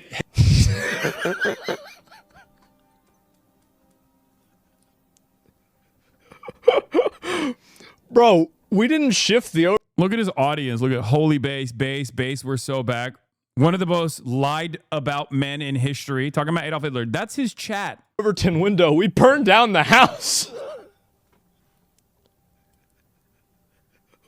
We burned down the whole motherfucking... Yeah, they're all posting Wang Half, which is Nick Fuentes' rallying cry. It's like white ass N-word, I think. Going hard as fuck. That's what it stands for. Neighborhood. Oh my god. This is crazy. Yeah, this is nuts. I saw another clip about this too, with no insurance. Yes, and no survivors. And all or nothing. No, there's another clip about this too. Here we go. This is where you talk about Jews, women, and blacks. I've seen it. You've seen it. We've all seen it. Just take a listen. They're always coming up with, no, it's not the Jews. No, it's not women. No, it's not blacks. It's actually really complicated. No, it fucking isn't at all. Jews are running society. Women need to shut the fuck up. Blacks need to be imprisoned for the most part. Mm-hmm. And we would live in paradise. It's that simple. Man.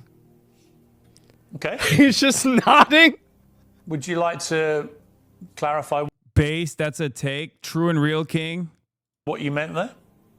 That's all true.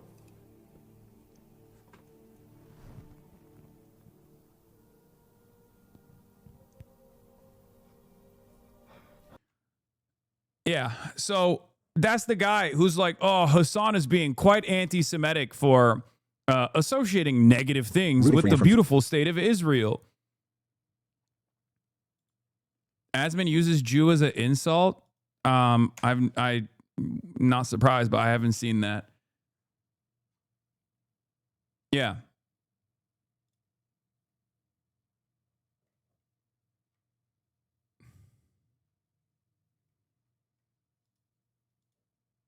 I got a mini F again, but I think we're back. A tiny F, but it's not even loading. No way. Asmongold reacts to the Jewish stereotypes in Epstein emails. This is not me saying it. It's not Nick Fuentes or Cinco saying it. It's Jeffrey Epstein. How is Nick going to react? I can't wait to find out. Like, again, the entire point is they know that it's not anti-Semitic. They want to be able to use it as a talking point against a commentator on the left. That's it. They want to use what remains of the appetite for censorship while simultaneously constantly decrying Jewish censorship and Jews are organized and Jews this, Jew that, while consistently actually engaging in trafficking in anti-Semitism. They also utilize the appetite for a lot of Jewish advocacy organizations that are actually secretly Israeli advocacy organizations to go after people like myself. They will do that over and over again. That's precisely what's happening here. That's exactly what's going on here. It's maximum hypocrisy, if that's what you care about. I know some people care about hypocrisy more than like actual good and bad dynamics.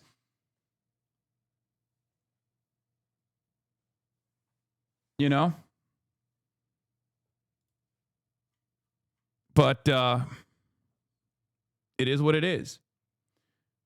Is the context on burnt peanut on your YouTube? No, because it was like a fucking minor joke that I was making. It's not like something significant enough to like post an entire fucking Jesus Christ. What is happening to my fucking internet? Jesus Christ. Oh my God. Oh my God. Oh my Lordy Lord. It is so ass cheeks up in here.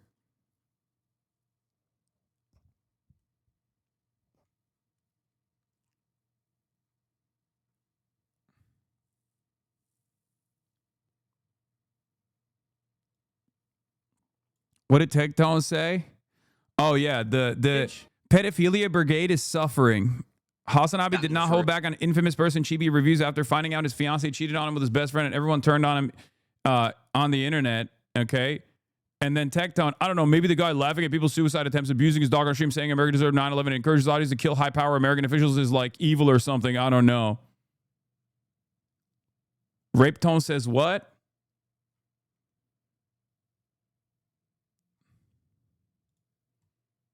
Generational rapist. It's the rain. I know it's the fucking stupid ass rain. It's so frustrating, but it is what it is. We're going to pull through, boys. It's going to be all right, hopefully. And if it's not all right, it's not all right, you know?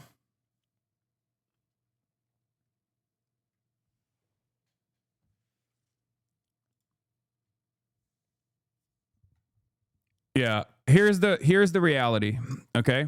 Here's the reality of Asmongold's hypocrisy, Asmongold's like consistent dick riding of Nick Fuentes. If he actually thought I was sincerely anti-Semitic, he would literally be glazing me, okay? Finland. Yeah, Asmongold has been. We got to do a stream. Does he want me to reach out to him? I think that we might have to wait till next year for that one. I don't know if Twitch is ready for that one yet. Now, I will say it's not a matter of if, it's a matter of when. But I don't know if when is sooner than later. I know the position that I'm in. Yeah. That's it. That's it. That's it. Like, if he actually thought I was anti-Semitic, he'd be dick riding me Just like he dick rides Nick Fuentes, who is an avowed anti-Semite.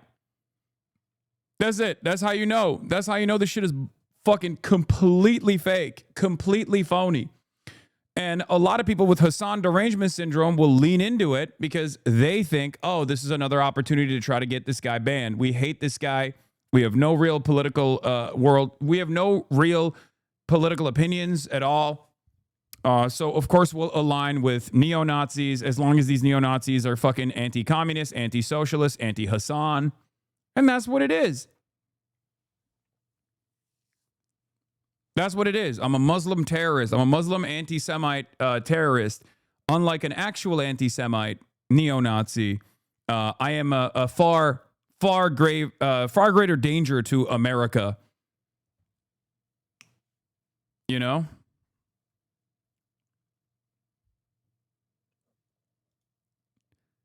Wonder why he's totally on board with having a collaborative stream with a neo-Nazi, but he's utterly terrified of actually having his opinions be contested by someone like myself. You know?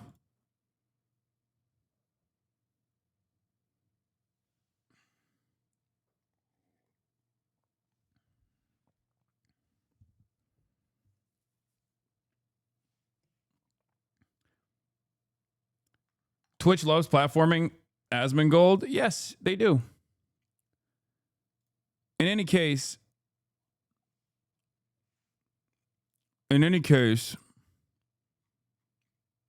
no matter what happens, I'll keep pushing. Because I know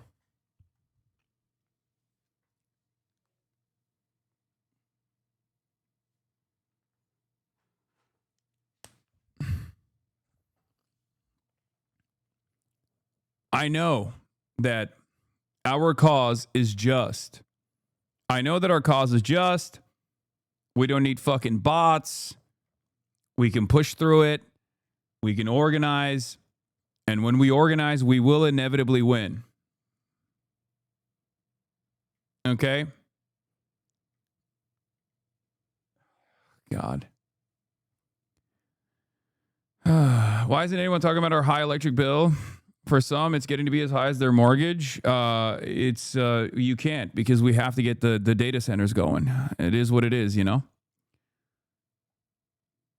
EU Fuentes, Nick Fuentes apologized for his words? No, he didn't. What the fuck are you talking about? What are you talking about? Nick Fuentes has never apologized for his words. What? He famously does not apologize at all. We just watched him literally double down on the Piers Morgan show.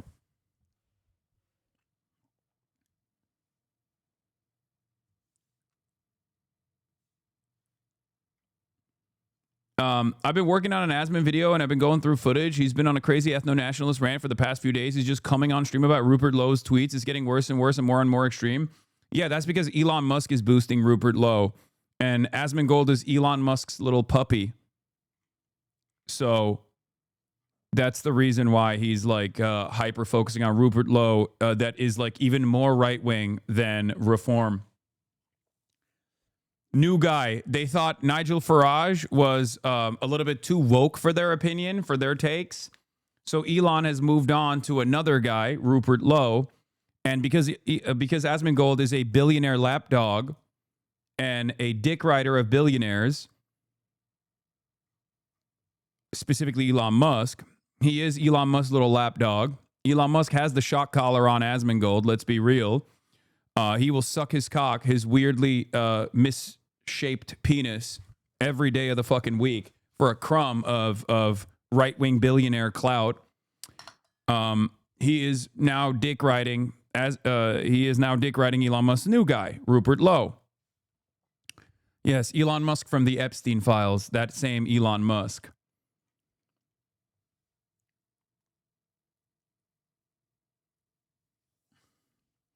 Rupert Lowe himself is also an Israeli asset, obviously, as all of these fucking weird right-wing ethno-nationalist fascists are.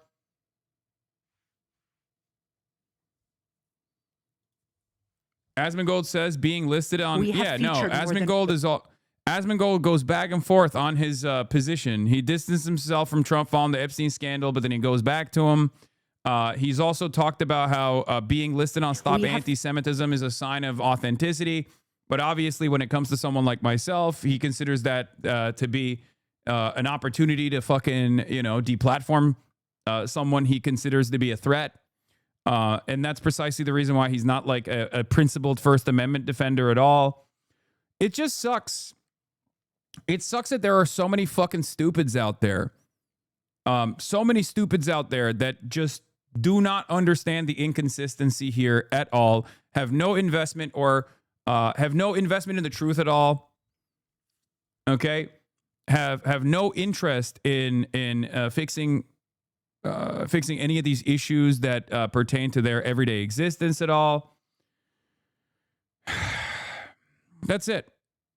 It is what it is. Meanwhile, I can't even fucking stream normally with the unimaginable amount of infrastructure hurdles that I have to overcome, because if it rains even a little bit in Los Angeles, the entire internet fucking collapses out here. What a dog shit reality we live in. I know I'm effing, guys. I know. There's not really much I can do about it, unfortunately. In any case, zero contradiction being recognized? Yes. The terrorist and anti-American narrative about you online is so fucking strong. I don't even know how. People who have no clue about you will still think you are those things because at one point some twisted clip of you they have seen or someone they'll watch talk negatively about you. Yes, I know. It is a very easy way. It is an incredibly easy way to disparage someone's perspective by just going and saying this guy's a fucking terrorist. Okay? Just as it used to be a much easier way to summarize a person's positions by being like they're a white supremacist, they're a racist, they're a Nazi. The opposing vision of that is to simply say this guy is a fucking terrorist. He's a champagne socialist. He's a terrorist. He's a Muslim fundamentalist. He's infiltrating American politics so he can actually do Sharia law here, things like that. There are a multitude of different factors at play here, obviously. One of my least favorite things that people do is obviously when there's an oppositional figure, they act as though the oppositional figure has no capacity to do jokes or humor. A lot of people on the left do it as well, to the right, and they even do it to me sometimes because they just like genuinely don't understand when I'm making a joke. It is what it is. I mean, that's why like one of the most common questions I receive even from friendly, non-hostile interviewers is, do you sometimes feel like you're going too far with your commentary or with your brand of humor that that dilutes the message itself? And I'm like, no, I don't. And the reason why I don't think I'm going too far is because I think like humor is a pretty appropriate vehicle that makes all this the gruesome imagery that we're consuming on a daily basis more palatable. So yeah, instead of having this like super academic approach to my analysis, yeah, I think it's better to just like keep cracking fucking jokes, and that's precisely the reason why I'm gonna keep doing the soundboard as well.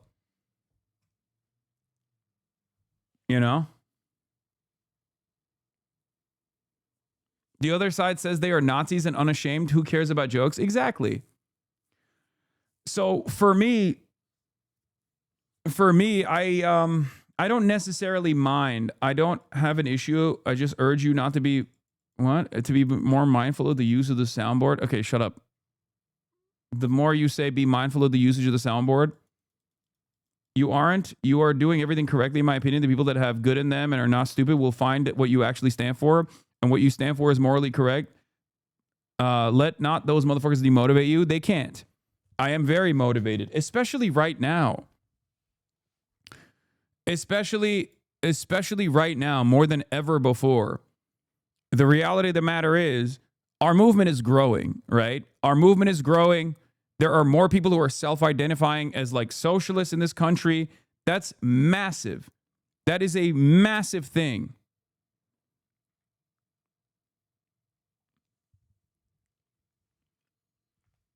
I mean, this is the heart of empire. This is the most like militantly anti-communist country on the fucking planet. And now you have 33% of the Democratic Party's base openly self-identifying as democratic socialists. I'd say that's a spectacular success. And that's precisely the reason why establishment liberals are also aggressively fucking coming after people like myself. And that's precisely the reason why the right is even more militant in its approach and is even more invested in deplatforming people like myself. That's it. And it's not just me, it's all of us. You have played a role in this. You have played a major role in this. Things are changing. The material conditions in America are worsening so much that the contradictions are impossible not to notice. And at a time when the contradictions become glaringly obvious, people inevitably arrive at these conclusions that business as usual politics and liberalism has failed them, and that if out of the crumbling of the old guard, the old system, the system of hegemonic neoliberalism, if there are only two options out of that, and one option is fascism, and you're not a fucking racist person, and the other option is socialism, you will see more and more people lean in that direction, hopefully. And that is my goal. My goal is to obviously expose these contradictions to people who don't have the capacity to see them. My goal is to explain to people that these systems are designed in this cruel way, and that the real reasons as to why they're experiencing this harm is not because of some like undocumented migrant or some vulnerable population, but instead it is because of the parasitic international conglomerate of capital. That is the reason why they feel the way that they do. That is the reason why their rent keeps going up. That's the reason why cost of living is impossible to contend with.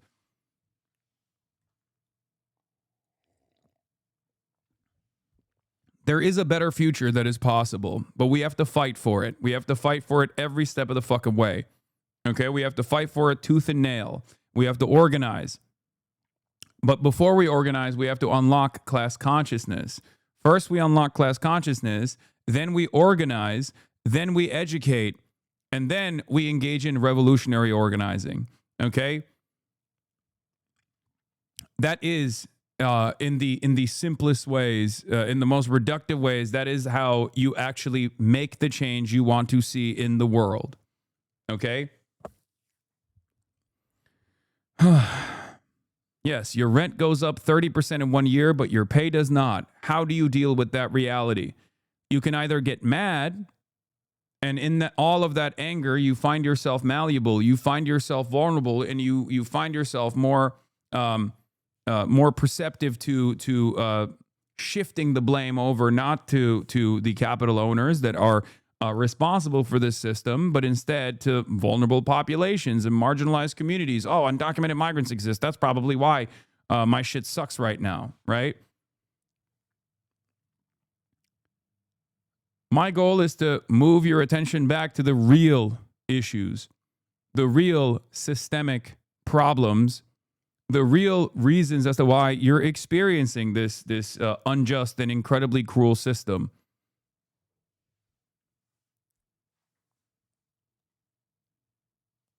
Okay?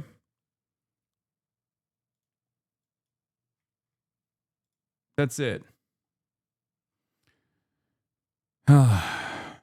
Also, here's another funny thing that I wanted to show you guys. Another instance where like a right winger is just straight up a fucking dog. Another instance where like the same right winger who once openly was fantasizing about having sex with me because of my outfit and my perfectly chiseled jawline from that photo that I took with Omar Fateh at the protests in Minneapolis, Minnesota. He's back at it again. And he's a gun guy, too. Firearms guy. DZ enthusiast. British opinion on gun control stopped being relevant in 1776. Trigger warning. I have opinions on other things other than guns, too. Right? This guy has gun in his name. Louisville Le Gun. He has a gun in his fucking PFP. Anyway, I posted this photo with Brandon Johnson, a mayor of Chicago, and also jokingly said Caleb is the other mayor. Right? And he goes, that's a Daniel defense rifle. It was either a pistol with a brace and he switched it for a buttstock in violation of NFA 34, or it's a registered SBR somehow in California, which prohibits them. How? Gavin Newsom just lets leftists break California laws about 30-round magazines and SBRs. California Penal Code 33215 is quite clear on SBRs. California PC 323110 or 310 bans all large capacity mags. No one is above the law, right? And then everybody starts dunking on him for being a fucking bitch-ass snitch, right? I also retweeted it. I said, do you guys believe in a single fucking thing? Because, like, if you're a gun guy and that's your entire output and you think this is a real gun, right? Why the fuck would you snitch? You should be saying, I'm actually doing, you know, the bravest thing possible. I'm a Second Amendment auditor, right? And then he goes, people are saying that's an airsoft rifle. If so, LOL, like I said last week, this dude is the most inauthentic person I've ever seen. Fake rifle, empty plate carrier, giant lift boots, appearance over substance, perfect commentary on the average champagne socialist dipshit. It's like, oh, I was wrong in a way that actually betrays all of my, first principles and my values. Well, guess what? He's still the reason why I was wrong. I can't believe you'd snitch on Hasan Piker. Yeah, unironically, fuck him. I'm perfectly fine with making him obey the same laws he demanded get enacted by the politicians he slobbers all over. He's pictured with Brandon Johnson, who's actively suing Glock and has supported red flag laws, among others. Considering the unhinged shit Piker says on stream regularly, it'd be a shame if he got 5150 and got a taste of the government he demands we be subjected to.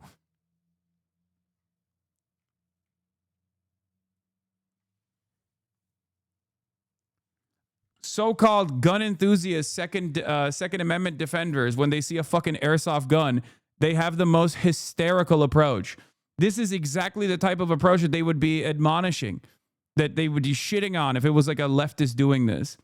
Where's the septum piercing, Louisville gun? Where is the blue hair?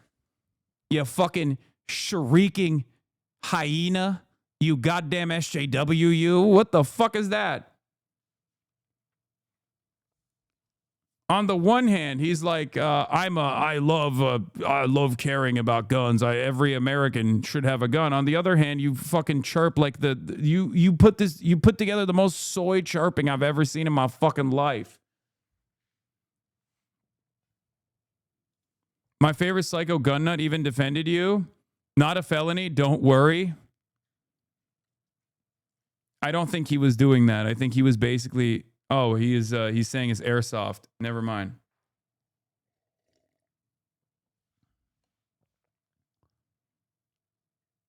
Yeah.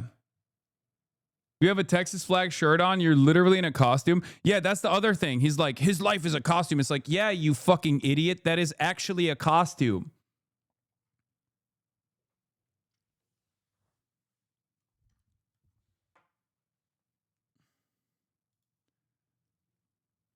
How does he not delete this post in shame? Because back in the day, there was the capacity to feel shame. Okay? There was the capacity to feel shame for a lot of these people. Nowadays, they don't have the capacity to feel shame. Shame doesn't exist.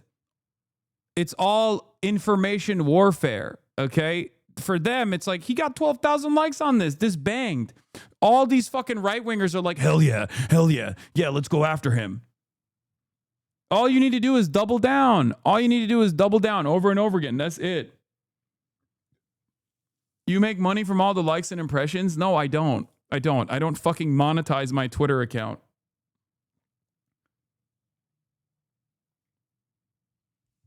I don't make money from these impressions. I would much rather have these guys not exist or not notice who I am.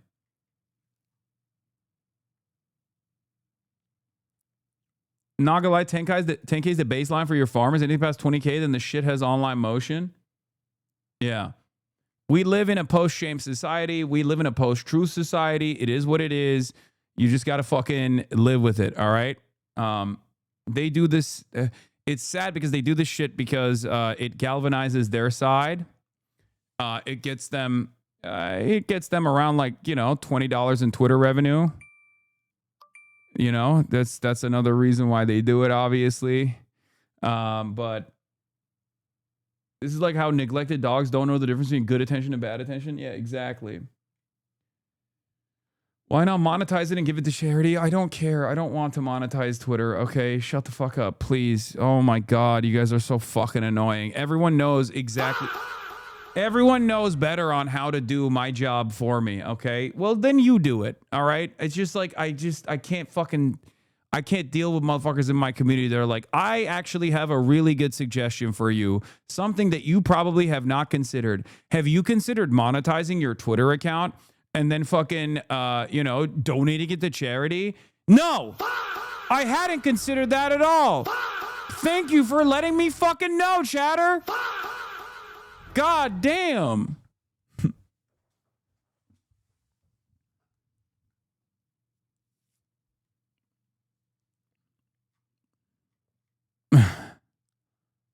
Officials saying that the victims of ISIS aggression are domestic terrorists. You have J.D. Vance coming out and saying that it's okay. You don't have to apologize for being white.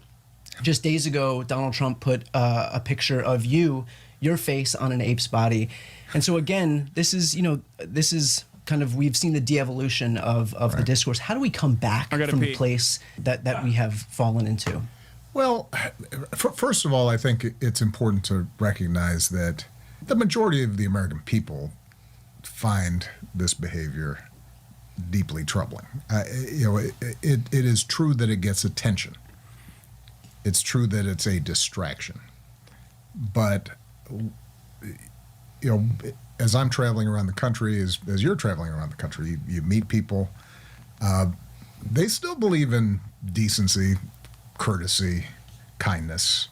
And there's this sort of clown show that's happening in social media and on television. And what is true is that there doesn't seem to be any shame about this among people who used to feel like you had to have some sort of decorum and a sense of propriety and respect for the office, right? So that's been lost. But the reason I point out that I don't think the majority of the American people approve of this is because ultimately the answer is going to come from the American people. And we just saw this in Minnesota, in Minneapolis. It is important for us to recognize the unprecedented nature of what ICE was doing in Minneapolis, St. Paul.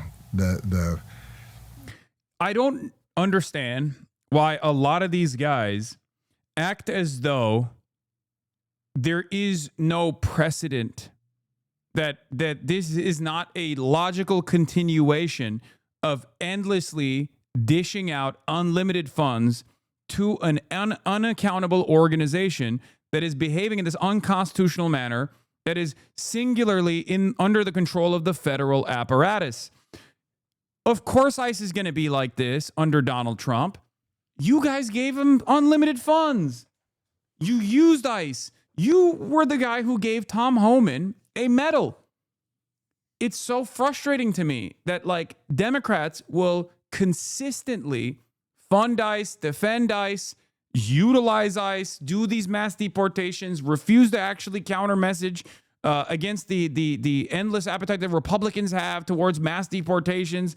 And then when a guy runs on mass deportations and utilizes ICE in the most logical ways possible, because why the fuck wouldn't you use this unaccountable federal law enforcement apparatus that you can use to occupy cities and whatnot? They go, oh, this is unprecedented. No, it's not. It is very much precedented. Okay? It is.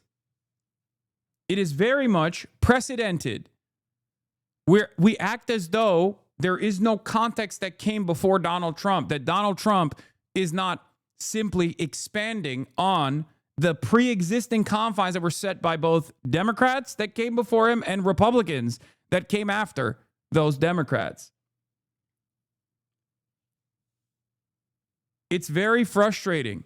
And that's why I hate this conversation that's taking place right now with Democrats saying, oh, we just got to reform ICE. We just got to reform ICE. This is what I have to say to them. Shut up, bitch. The reason why this we got to reform ICE conversation is so stupid is that Even if reform is the ultimate goal, you should never actually say you want to reform ICE. You should say we should abolish ICE, and then you'll be happy if it only gets reformed, right? But the problem is the Democrats don't even want to fucking reform ICE.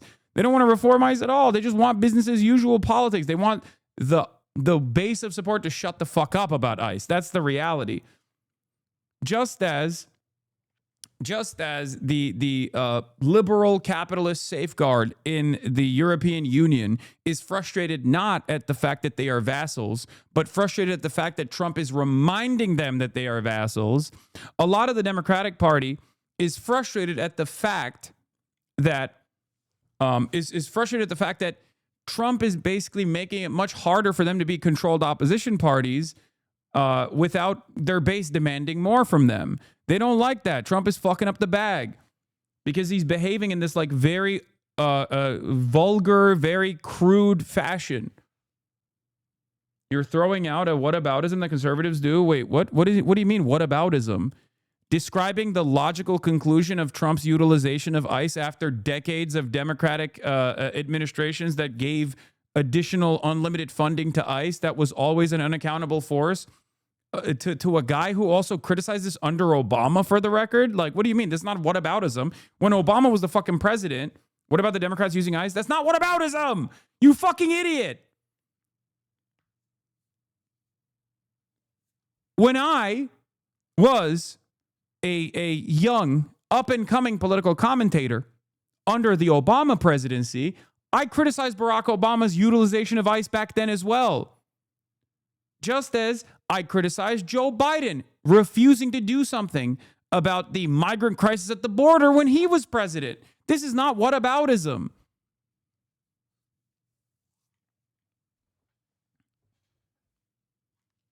What the fuck? Perfect F. I never knew those existed. Do you think Democrats are operating on a separate plane of existence? Are Democrats actually in control of a separate country? Is that what you think? Because this would be whataboutism if I was turning around and going, what about like China's immigration policy or something? That would be whataboutism. It is utterly irrelevant in this conversation. You just heard the words what and about, I guess, and you immediately lasered in on it. ICE would not have the capacity to do this much unlimited cruelty if previous Democrats had put in safeguards. Okay? Do you understand, chatter? Democrats are not in control of a separate country. Democrats, when they are in power, are in control of this country. I'm explaining how we got here. And when they were in charge, they didn't do anything to rein ICE in at all. As a matter of fact, they funded it. They continued to fund it. They continued to expand the budgets. And even when Democrats were in charge, ICE was still operating within the Constitution-free zones, as the ACLU used to call it. Okay, now that Constitution-free zone is expanded to the entirety of the nation state. But back then, it was a legal gray area, 100 miles in on any fucking border or any international airport was a place that ICE could technically operate. That was happening under the Obama administration as well. And when they didn't do anything about it, when they were in charge, it obviously was inevitable. It obviously was inevitable that this would turn into a major problem. And the very fact that the Democrats refuse to say abolish ICE right now, like cut it apart, cut the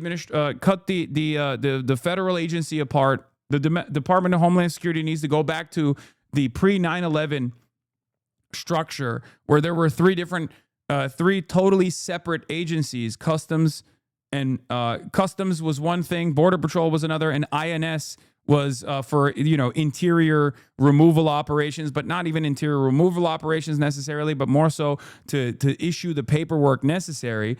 When they don't want to do that, when they refuse to do that, even now, it's very obvious that they are not exactly upset with, what ICE is doing. They just have to say that they're upset with it because Donald Trump is actually greatly over using and abusing the control that he has over this agency that is unaccountable. Don't worry, I speak lib. The Dems left a loaded gun on the kitchen table and are now acting surprised that little Donnie is taking pot shots at passing cars. Yes. And to expand on the kitchen table analogy for liberals to understand, the Democrats actually put bullets in the gun and have used the gun in the past when people were saying, hey, maybe you shouldn't use this gun. Maybe there's an alternative solution here. Maybe we should get rid of the gun. And the Democrats are like, nah, it's fine. And they kept waving the gun around over and over again when they were in charge. And they kept putting more bullets in the gun. And now Trump has taken the gun and he's fucking swinging it wildly and shooting at everybody.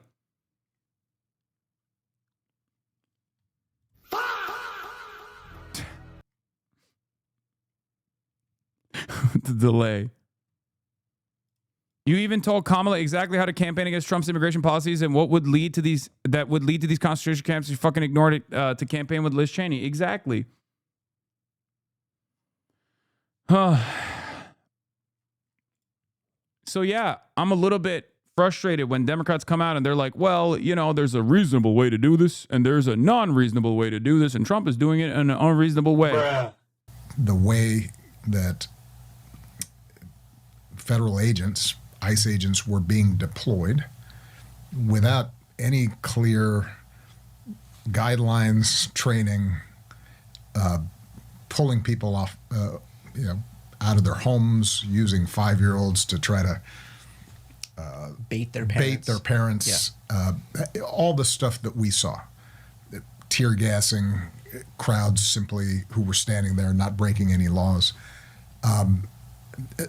So the rogue behavior of agents of the federal government is deeply concerning and dangerous. It is important for us to recognize the unprecedented nature of what ICE was doing in Minneapolis, St. Paul, the way that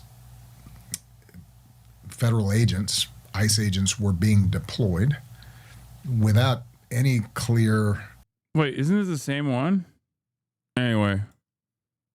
Let's take a look at another president, though. President Donald John Trump. Look at this. I got 4 numbers across for you on this screen here. They are... Holy Toledo, ladies and gentlemen. Donald Trump's approval ratings are in the dumpster. It's a dumpster fire. I'm Harry Emden. Are all second-term lows for the given pollster. What are we talking about? AP Newark, 26 points below water. NBC, 22 points below water. Yahoo YouGov, 20 points below water. Quinnipiac, 19 points below water. So we're ranging from negative 19 points all the way to negative 26 points. You know, Kate, there's this question that folks keep asking, where is the floor for Donald Trump? And I'm not sure there is a floor, because if there is one, Donald Trump, at least in term number 2, has just fallen through it to another low level. How does this compare to this first term, and how does this compare with Joe Biden? Okay, so we look at these numbers right here. One of the things that Donald Trump had been arguing, his proponents have been arguing, oh, you know what, he's doing better than he was doing in term number 1. No longer is that the case. What are we talking about here? Okay, net approval rating at this point in the term. Look at this. 22 points below water on average when you average all the polls. Please stop, bro. Jesus Christ, shut up. Gallup stopped measuring the COVID strat. I know. That is pretty fantastic, by the way. Gallup, after 88 years, has decided to no longer poll. I see.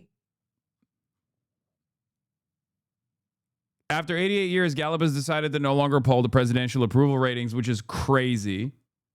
Okay. And there's a reason for that, because, dear leader, we are basically taking on all of the excesses of our ideological enemies. Straight up. People that we have, things that countries that we have long considered to be enemies of the United States of America, and some of their excesses we have now adopted. Things that we suspect them of doing, we have started doing here in the United States of America. Straight up. Okay?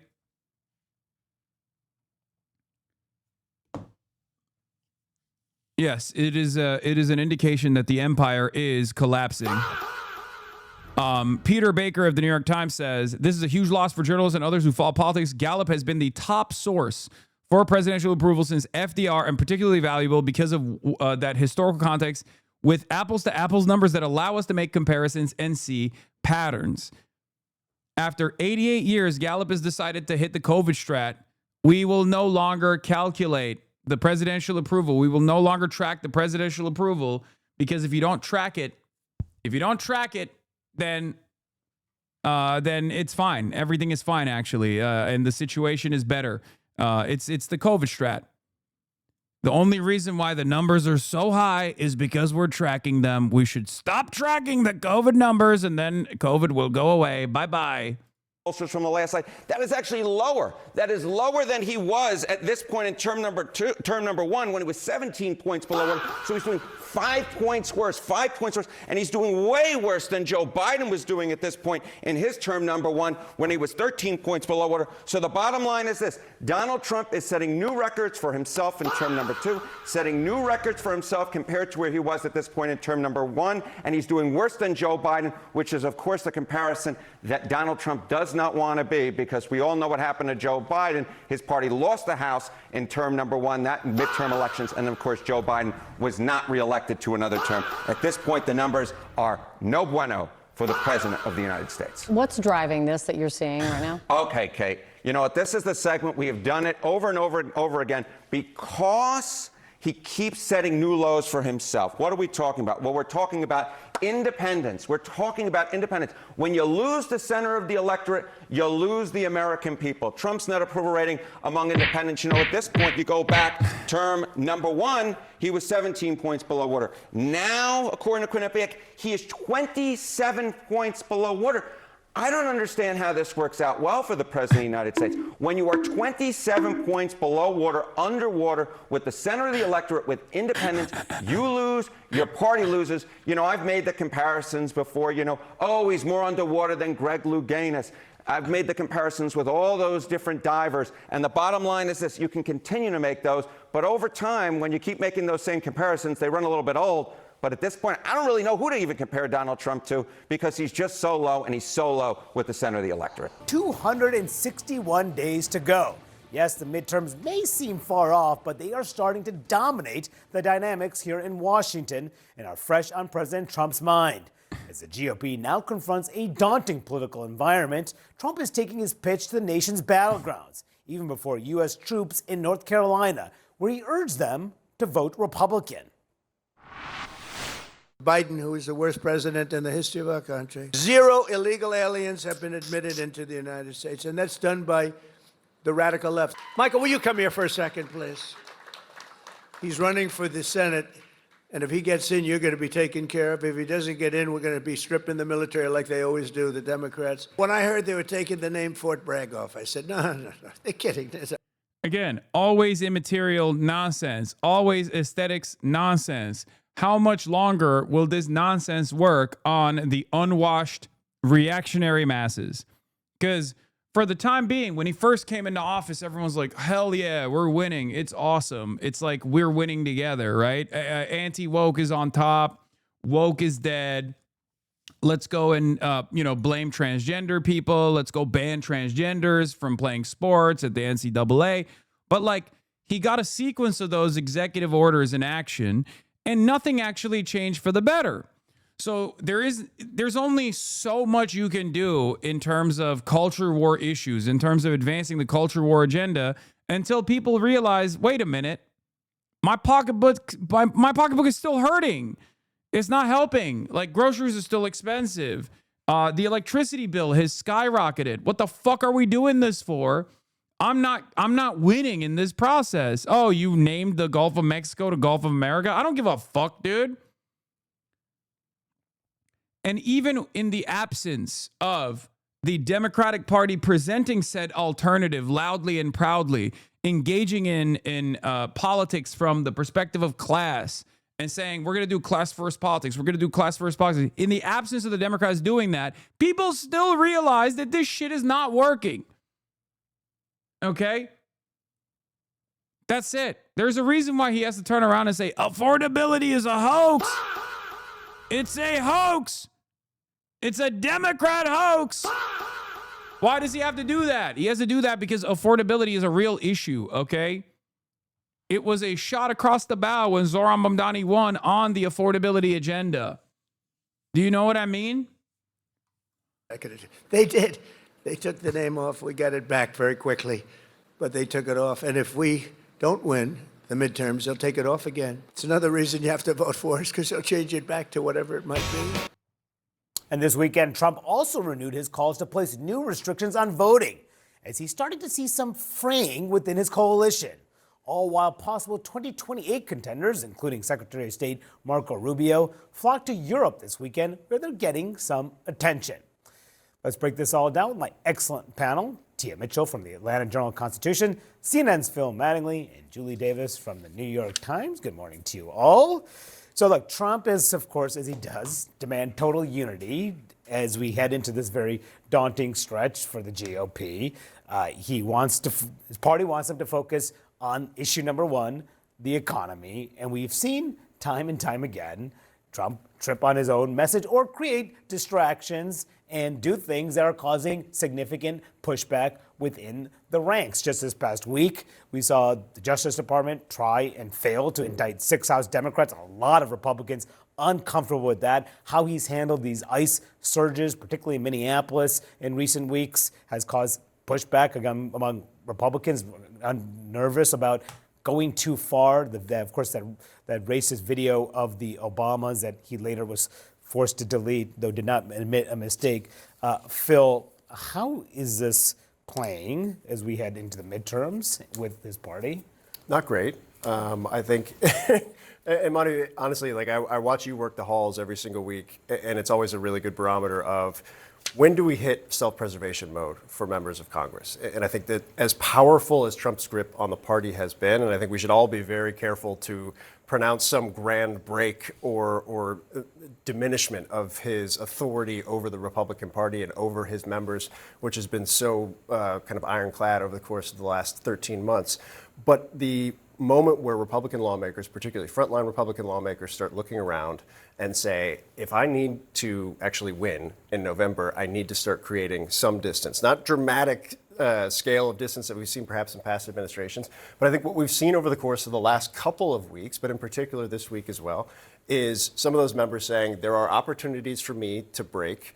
The repercussions of that from Trump's Truth Social posts are not in the kind of cost-benefit analysis, bad enough for me to not want to risk this, and therefore I'm going to move forward. Is it a grand kind of fracturing of the party?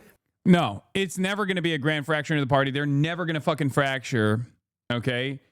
They have to hold on to Donald Trump. Donald Trump is a connective tissue, okay? Without Donald Trump, they are absolutely cooked.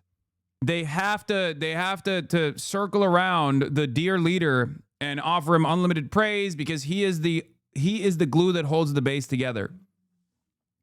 The problem is there's nothing that they can do in the absence of a totally unique and different vision that looks at this system of unlimited exploitation that is fucking over the working class and say, we have to find something entirely different to do here. We have to build a robust industrial base.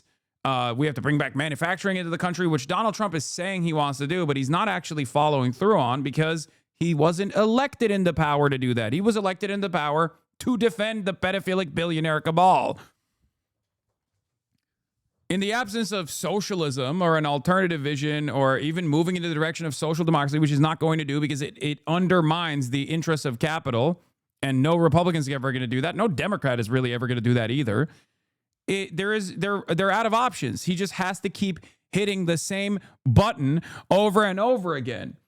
He has to keep hitting the same culture war buttons over and over again. Oh, this, that, Jeffrey Epstein. We're going to invade a city. We're going to invade a fucking city with ICE. We're just going to do more deportations. That's it. That's all we got. We don't have anything else. All it peters out into is this. That was so nasty that it literally, I felt like I could smell it. Like, that's one of those things that's I'm never gonna hit that button ever again. Yeah, that was unacceptable, and I apologize for that one. Absolutely not. And typically in a normal, what's normal anymore, but like in his previous administration, the president would be like, okay, break with Every other president says, like, I get it. Like, Yeah. this is what you have to do. Trump is not that president, and how that dynamic plays out in the coming weeks, we're going to see more of this, is going to be really, really telling. Yeah. Right, and I think that that's why it's been as limited as it's been, right? We saw that tariff vote last week. You had 6 Republicans. That's not anywhere close to the universe of Republicans that if they wanted to, protect their political flank and guarantee success in their races, would have wanted to vote yes on that Yeah. to cancel the Canada tariffs. There'd But probably be a lot more. Probably there are a lot. dozens. There are a couple in there who are retiring. Yeah. There's one in there who's redistricted into a bad position anyway. So this is not as dramatic of a shift as we normally see at this point in the cycle, where you have a party that realizes they need to get some distance from the sitting president. But part of that dynamic is because this particular president will not brook any kind of break whatsoever, even if he knows. He probably doesn't think about this, but that it's for his own political good, the good of his own people in Congress and keeping the majority. And we're starting to see his messaging too, focusing, as he does, about voting, voter ID, which of course, voter ID is an issue that unites Republicans generally. There's no question about it. But Trump is going much further than most Republicans are, particularly when he talks about what he mentioned on Truth Social just over the weekend. He said there will be voter ID. Yeah, this is the other side of the story where he knows that his popularity is waning and they have to maintain the appearances that they still have this mandate. And obviously, if the midterms are coming around and he's going to fucking destroy this movement, and Democrats, regardless of how shittily they perform, are still probably going to make significant gains. And I do think that it's not as... my fear still right now in the midterms is that Democrats are going to underperform if they keep up this if they keep up this like bullshit, wishy-washy, business as usual approach, hoping to eat at the gains that they make off of like the overall resentment the population feels towards the Republicans in power. They're not going to do as well as people think they are. Okay. But they probably still will make modest gains. And Trump is fearful of that because it undermines the agenda. It undermines the agenda because Donald Trump has to maintain this idea that he is super popular. Everybody loves him. Things like the Gallup poll no longer, after 88 years, no longer covering the presidential approval ratings is helpful for Trump's ambitions here. And then, of course, the other side of this is to go in and focus on voter ID, SAVE Act, try to maliciously weaponize that against like Democrats in general, purge them from the voter rolls, offer or make it more difficult for them to get like true ID, real ID, or a passport or whatever, and institute some sort of like poll tax, basically. And then also maybe even put ICE at polling stations, right? With the claims that, we got to stop undocumented migrants from going in and voting or whatever, even though these claims are completely unsubstantiated, but unfortunately not pushed back against by Democrats as aggressively as they should be. All of this serves a very important purpose: voter disenfranchisement and electioneering of this sort, trying to make it more difficult, trying to literally put the fear of God in people that want to go out and vote and engage in this civic duty. All of this is to stop people from going out and voting against the administration. And this, paired up with the fact that the Democrats are not giving them something to vote for, even in the fucking midterms, is going to cause issues in the Democratic Party's performance of the midterms. That's why I'm saying they're probably going to have, if they don't change their attitude from this point on until the midterms, you will see something very different than the expectation. For the midterm elections, whether approved by Congress or not. Also, the people of our country are insisting. By the way, Kirsten openly said that too. When it gets to election day, we've been proactive to make sure that we have the right people voting, electing the right leaders, to lead this country. Is another one of those critical infrastructure responsibilities that I have as well. And I would say that many people believe that it may be one of the most important things that we need to make sure we trust is reliable, and that when it gets to election day that we've been proactive to make sure that we have the right people voting, electing the right leaders to lead this country through the days that we have, knowing that people can trust it. And elections is another one of those critical infrastructure responsibilities that I have as well. And I would say that many people believe that. Why is the Department of Homeland, the DHS secretary, worried about the right people voting and what the infrastructure is going to look like around voting? This type of shit is treasonous. Okay? Straight up. Straight up. They're saying it. This is why I say the controlled opposition party, the Democratic Party, is sleepwalking into fascism, okay? It's happening in real time. It's literally a one-to-one. Like, what if you have any understanding of history, the capitulation by liberals and the titans of industry towards the growing Nazi movement in the early days of fascism in Nazi Germany, early days of fascism developing in Italy, you recognize that powerful forces in the country that were servants of capital on the supposedly opposing side engaged in unprecedented appeasement, not just Neville Chamberlain or whatever. I'm talking like internally within the domestic governance of Germany at the time. They did this exact same thing.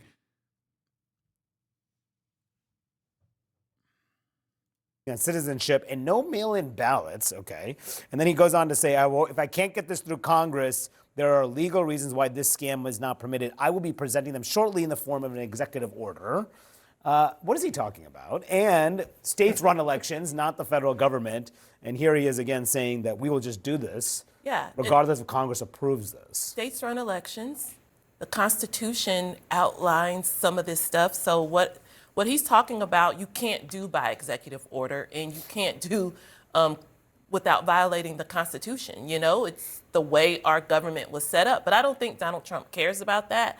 I also just think it's so interesting because I'm old enough to remember when Republicans, state by state, started relaxing the mail-in ballot rules to allow more people to vote by mail. I mean, a lot of Republicans want that to happen. They want that because to happen. They wouldn't have the majority if vote by mail did not exist. Absolutely. Exactly. And they know that the rollbacks of voting by mail could really hurt them in the long run because a lot of rural voters, a lot of voters in far-flung areas like that convenience of voting by mail. So it's just like, it's problematic from a legal standpoint. It's problematic from just a purely political standpoint that he's pushing for things that a lot of Republicans don't agree with, especially, it's one thing to say voter ID at the polls, and that's what a lot of Republican members of Congress are focusing on.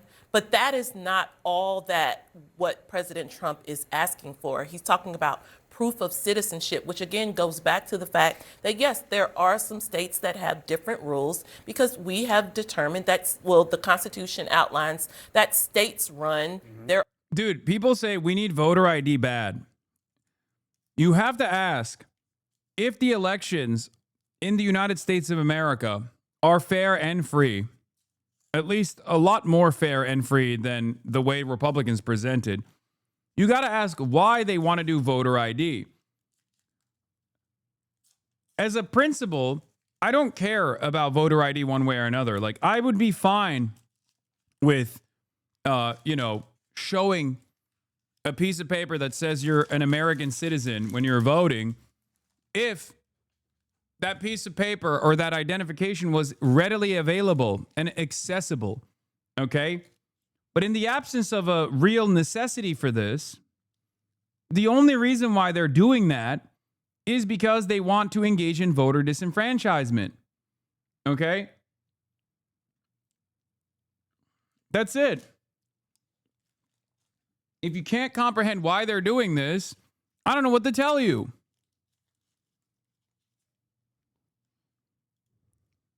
Anyway, let's get yeah. The Department of Justice also in the chaos is decided no more new Epstein files. Okay, you've gotten enough. But yeah, going back to John Oliver, really respect him for doing this. Fantastic. No notes, honestly. I mean, I'd go a little bit harder on like the Democrats not doing enough right now. But fantastic video. I definitely have grown to appreciate what John Oliver does even more so than Jon Stewart, like a lot more than Jon Stewart. Obviously, it's a different format. He has a lot more time to cook stuff up. But I'm really happy that he exists. I'm really happy that he does this kind of commentary because I think like no matter how much I try, no matter how hard I try to get liberals to understand what I'm saying about like these structural inefficiencies, these structural inequalities that are built into the system that is also propped up by the Democrats as well, and the appropriate measures to take against it, that a true opposition party would actually seek out abolition rather than reform. They won't recognize it. They refuse to recognize it until it comes from packaging that they are comfortable with. And I think John Oliver is that package. I think Jennifer is another version of this as well. Okay. It's Jennifer Welsh at the I've Had It podcast and Pumps. Like they're delivering this commentary in a way that liberals respond to positively. I'm a firm and committed believer that everyone has a different role to play here, and they're all playing their own role in this process. So it's fantastic that they're doing that.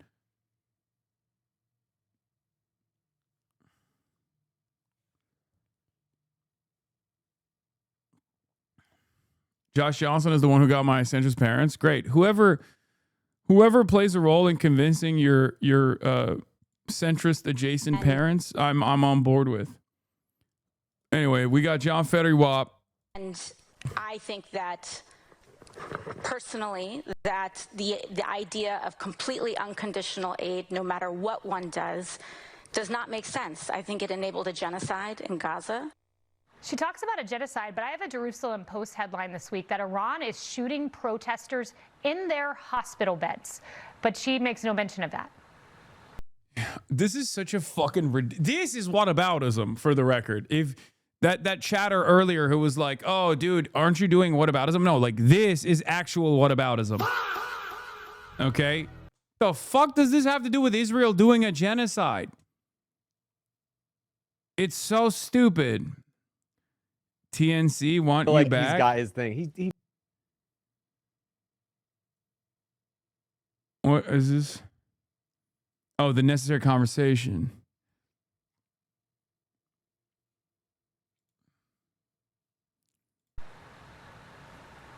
Yeah, I mean, absolutely. Why is she so eager to criticize and find a way to criticize Israel?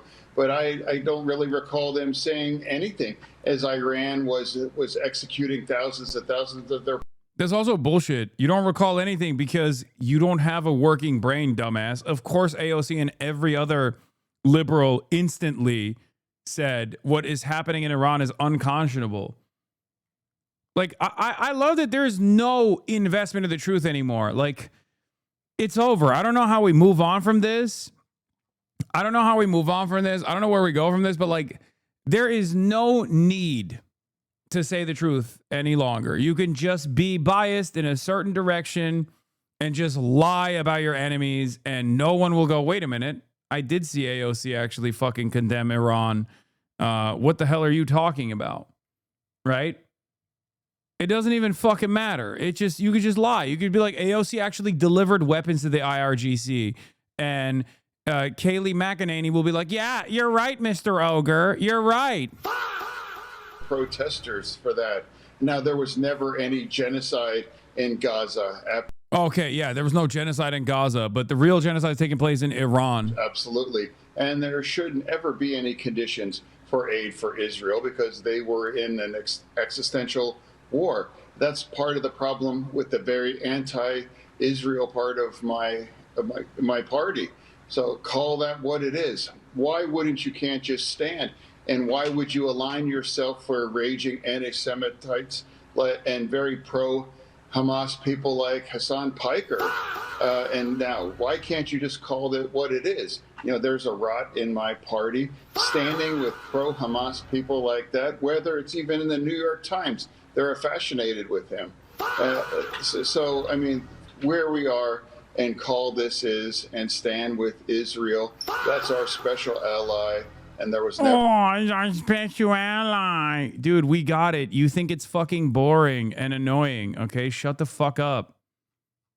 Shut the fuck up. Oh my God. That chatter is like, that chatter since this morning, like timed out before, still coming back after that timeout, being like, I hate the soundboard. Can you please stop? No, dude, I'm not. Okay. For a genocide. And when there is a genocide where you're executing tens of thousands of people in Iran, why? Yeah. Iran is doing the real genocide. What Israel has done, not a genocide. Iran, on the other hand, definitely a genocide. Thank you. Thank you, John Fetty Wap. Not and call that out too. Yeah, this is the ogre. He said this a couple days ago, but I guess it's like being recirculated by Hasan today. I covered this already.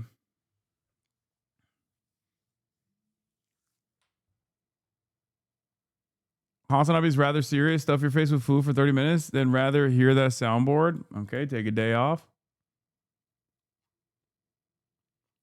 I do think it's great. I love having someone like this as my enemy, right?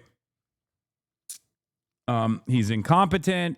He's a moron. He's a stroke victim. He's a pure reactionary. One of the most pro-Israel people in Congress, alongside Randy Fine. I'm happy to call motherfuckers like this my enemy every day. Great. Keep him coming, dumbass. Fuck you. Why are all your ops ogre-shaped? I don't know. Motherfucker said anti-Semitite. Anti-Semitite, brother. Anti-Semitite. Infascinated. Wouldn't be surprised if he switched parties at this point, says Mike, talking about John Fetterman, of course.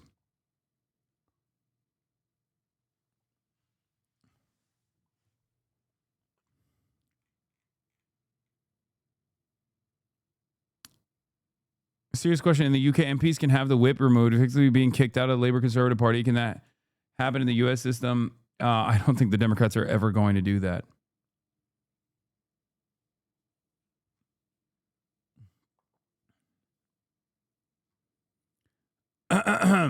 I'm not going to play the John Fetterman song again. I'm going to move on from this because we already saw this. Speaking of Israel First Congresspersons, we obviously have Lindsey Jedediah Graham up in the building. We're going to be talking about that as well.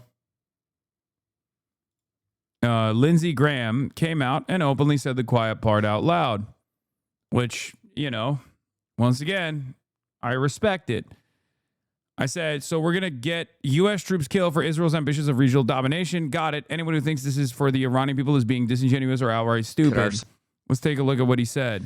Could our soldiers be hit in the region? Absolutely, they could. Can Iran respond if we have an all-out attack? Absolutely, they can. I think the risk associated with that is far less than the risk associated with blinking and pulling the plug and not helping the people as you promised. Could our soldiers be hit in the region? Absolutely. He not only said that, what is this?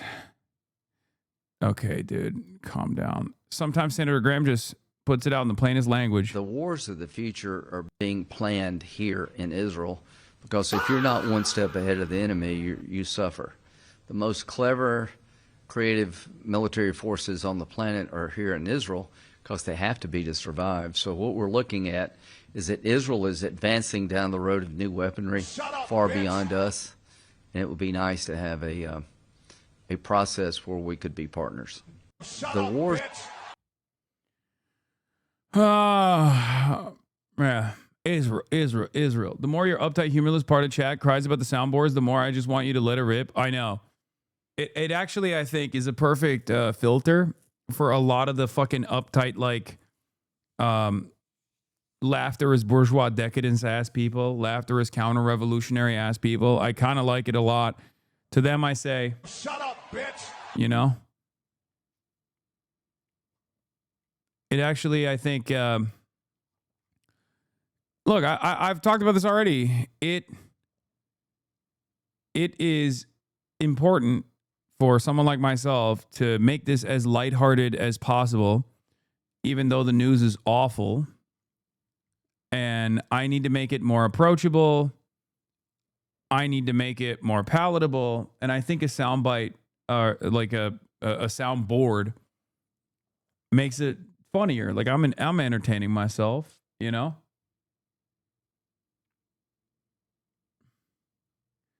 It's not funny though. It's just annoying and distracting. See?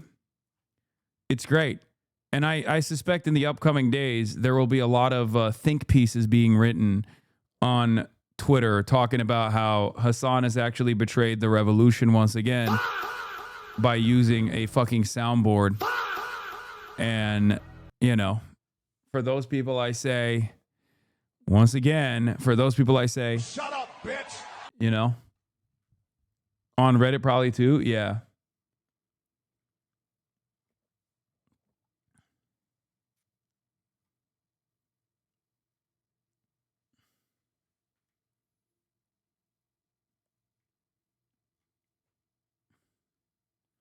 Make a poll? No, I'm not going to make a poll.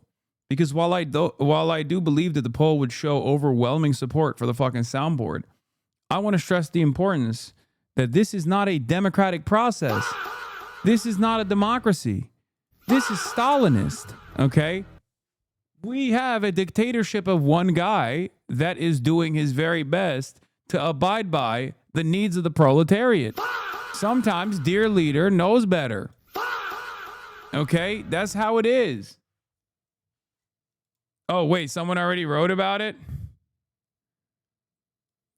Oh, damn you, Hasan. I had a friend get cheated on by his girlfriend of 7 years. He was open up. It's hard to me talking about the memories he spent with her, how he can no longer enjoy same things because it reminds him of her and how he can no longer trust women. My head the entire time. Oh, that's because of the cheapy reviews review that I did.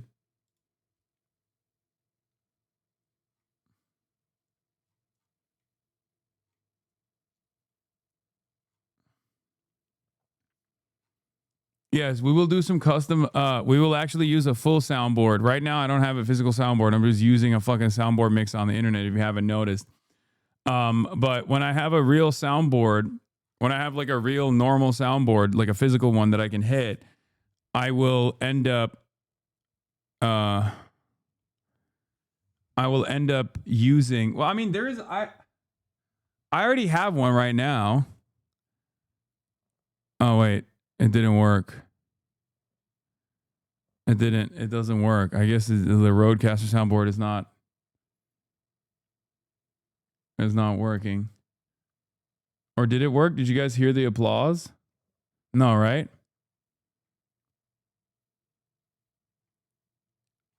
No. Okay, so yeah, it doesn't work. The Rodecaster soundboard doesn't work. Wait, what? Maybe if I do this? Hold on. What does this dial do? Does this dial actually do? Oh, wait, no. Oops. All right. No. Or no, is it working? No, it's not doing anything. Never mind. Let me see. No, never mind. You need to add it in OBS probably. I could kiss whoever gave you the idea to use a soundboard.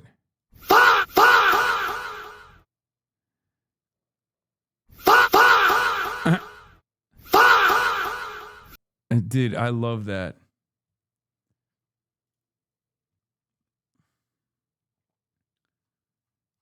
I fucking love that. All right, Crystal Ball and AOC, the deep state apparatus, and being rock solid as president on foreign policy. Let's see what Crystal Ball had. The questions in here, some of them are like, oh, AOC damn momentum, and others are like, oh, she face planted in Munich. I think probably both are kind of true. I do think the Munich, it was bad. It was not great. I mean, both on the content and also she just feels very shaky in foreign policy. And at the same time, you know, I do think she's you can't call her a front runner for 2028, but I do think she's obviously got a base of support. We put up the polling. Young Democrats absolutely love her. So there's, you know, a lot there that she could build from if that's what she decides to do.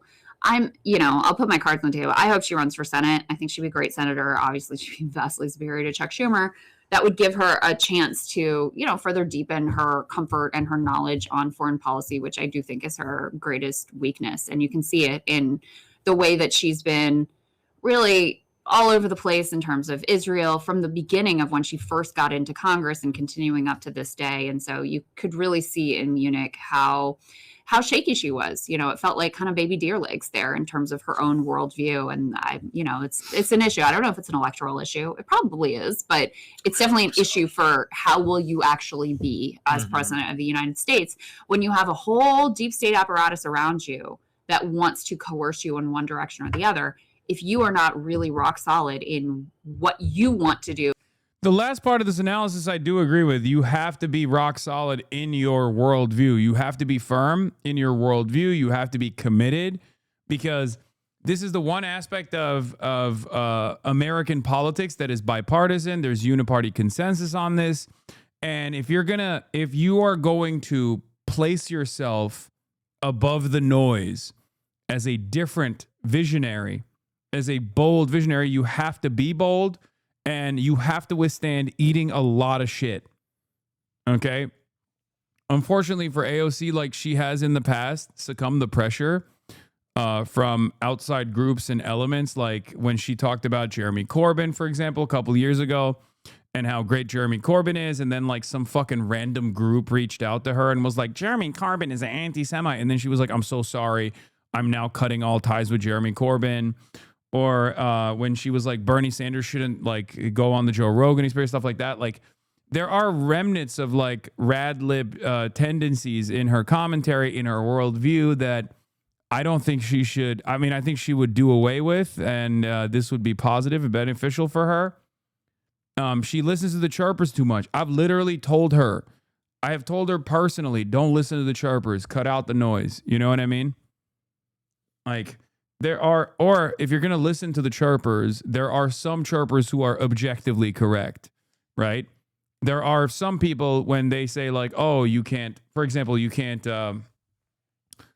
get outflanked, myself included. I've been critical of AOC at times, like when she got outflanked by Marjorie Taylor Greene.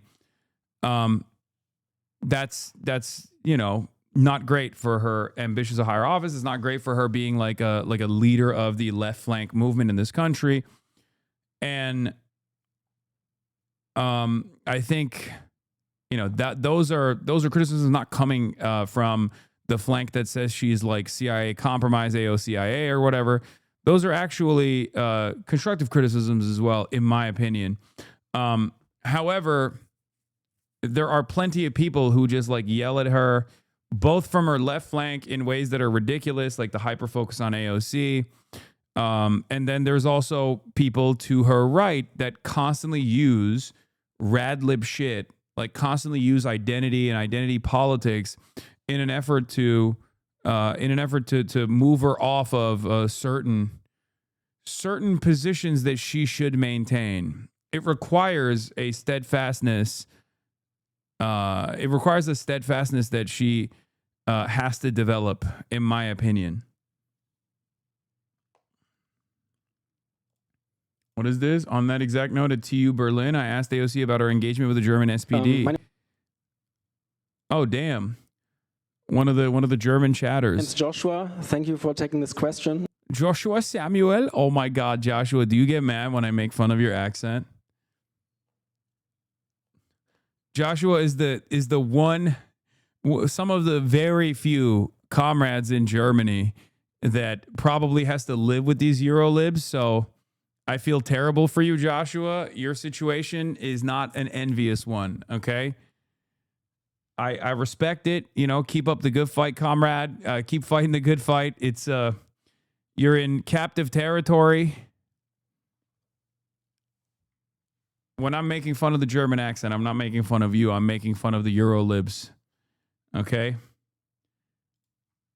We are not the very few. I mean, you're not. That's true. It's just the German government is not listening to your needs or your demands at all. My name is Joshua. Thank you for taking this question, and thank you so much for your work. You've immensely inspired me during the course of my life. You've Okay, Chad.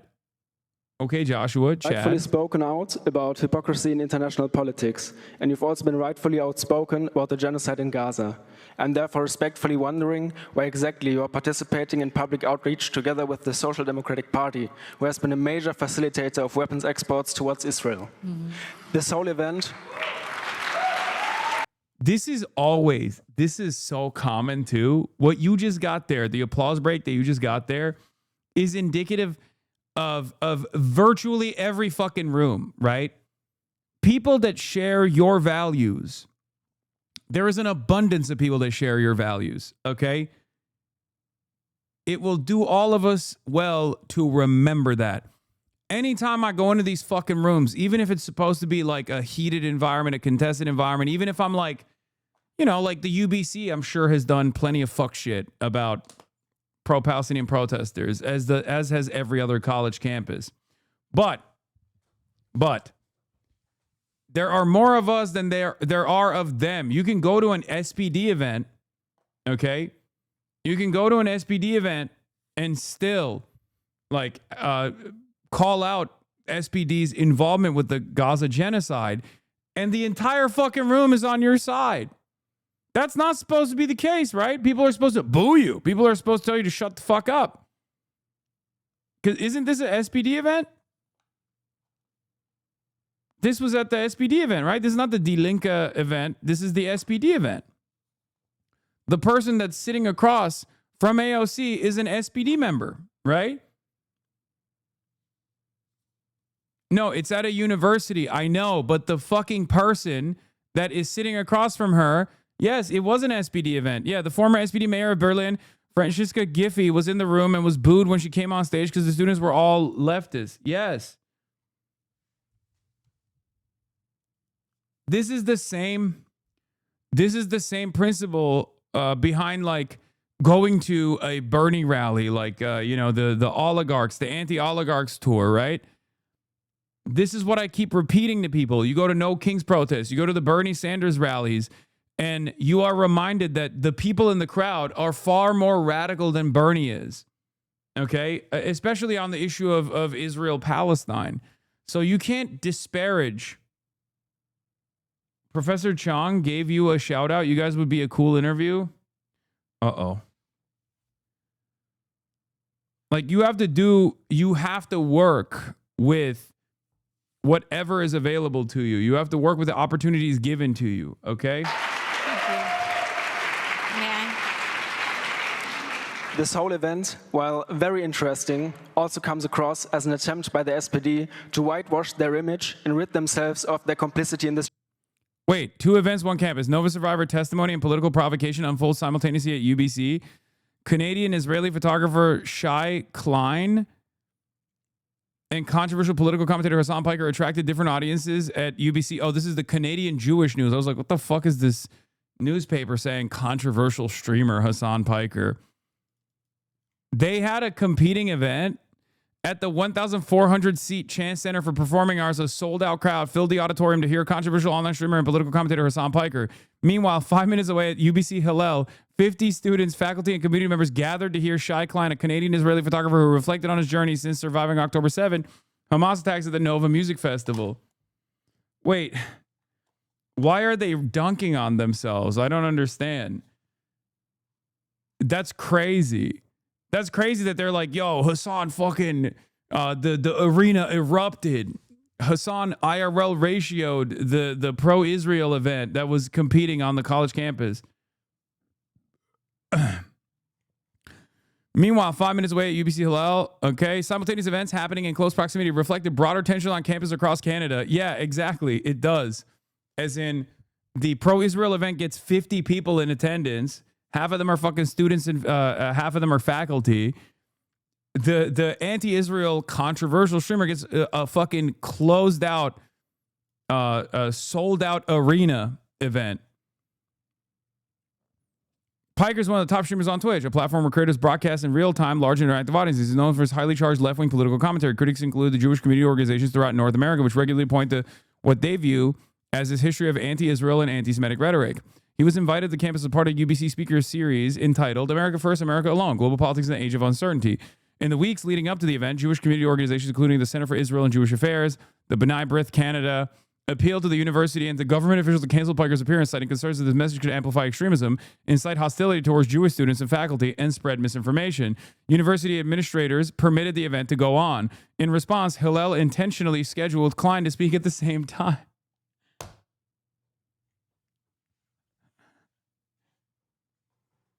Bro, they are so afraid. They are so afraid that, like, Jewish students on campus that are maybe looking into Israel for the first time ever with a critical lens are going to accidentally hear what I have to say and go, wait a minute, this guy's not a fucking anti-Semite at all. As a matter of fact, he dunks on anti-Semites with regular frequency. I actually don't think this guy's anti-Semitic, and I kind of agree with what he has to say about Israel. God forbid, okay? God for fucking bid that young liberal Zionist Jews hear what I have to say and go, wait a minute, I was lied to about this fucking guy. He's not an anti-Semite at all. Instead of letting that voice in the Chan Center be the only voice on campus tonight, we have gathered to offer an experience grounded in truth and lived experience, Hillel BC executive Ohad Gavrieli said in his opening remarks, adding that the attendance at the Hillel event sends a clear message that our community will not be silenced. Yeah, it does. Hillel, no. It does. The clear event that it says is it's no motion. Okay. The clear message from the event is that you guys got 50 people there, whereas the Chan Center was sold out. Okay. It's just, it doesn't make any sense to me that you would look at that situation and instead of like acknowledging the truth, instead of being like, this guy is not a fucking anti-Semitic extremist, you choose to engage in this like self-inflicted wound, right? You choose to engage in the self-inflicted wound where you're like, I would rather hallucinate that this guy is fucking anti-Semitic and freak myself out. Okay? My resistance to the state of Israel is my profound and unshakable commitment to anti-fascism. Okay? Israel and Zionism is fascist.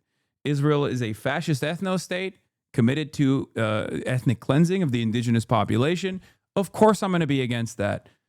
Just as I am against Nazis for that exact same fucking reason. Okay? Jesus Christ, dude. It is so fucking crazy. It just blows my goddamn mind.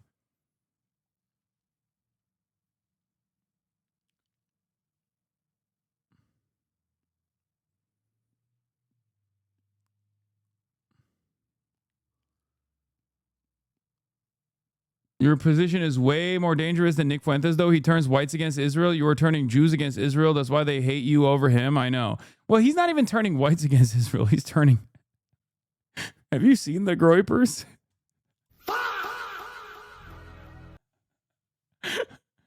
I wouldn't say Nick Fuentes is successfully turning whites against anything.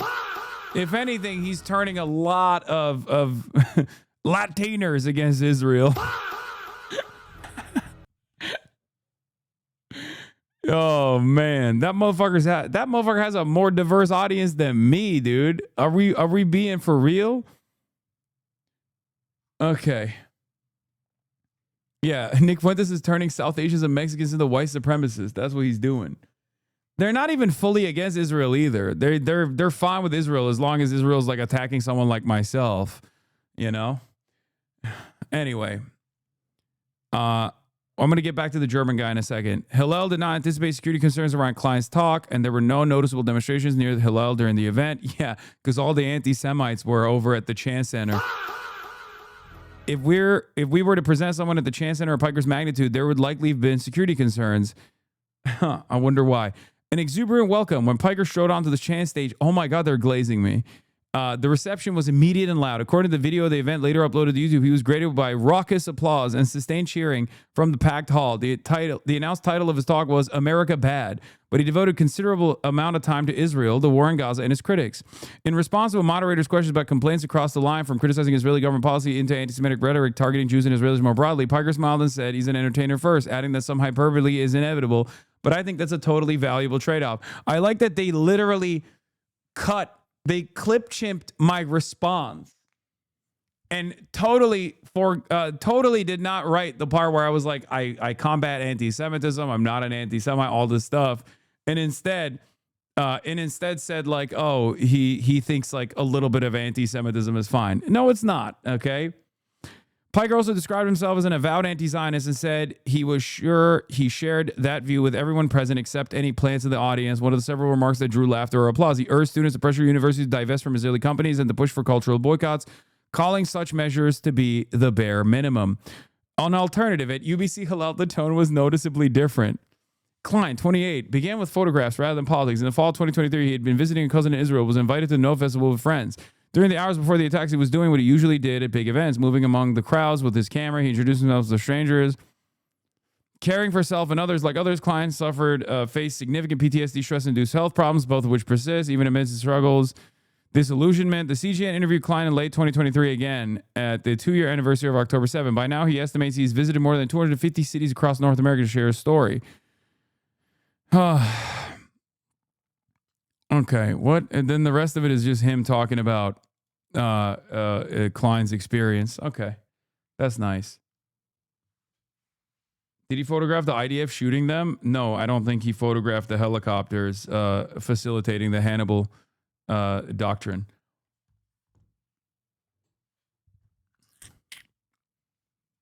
I don't think he was filming that part.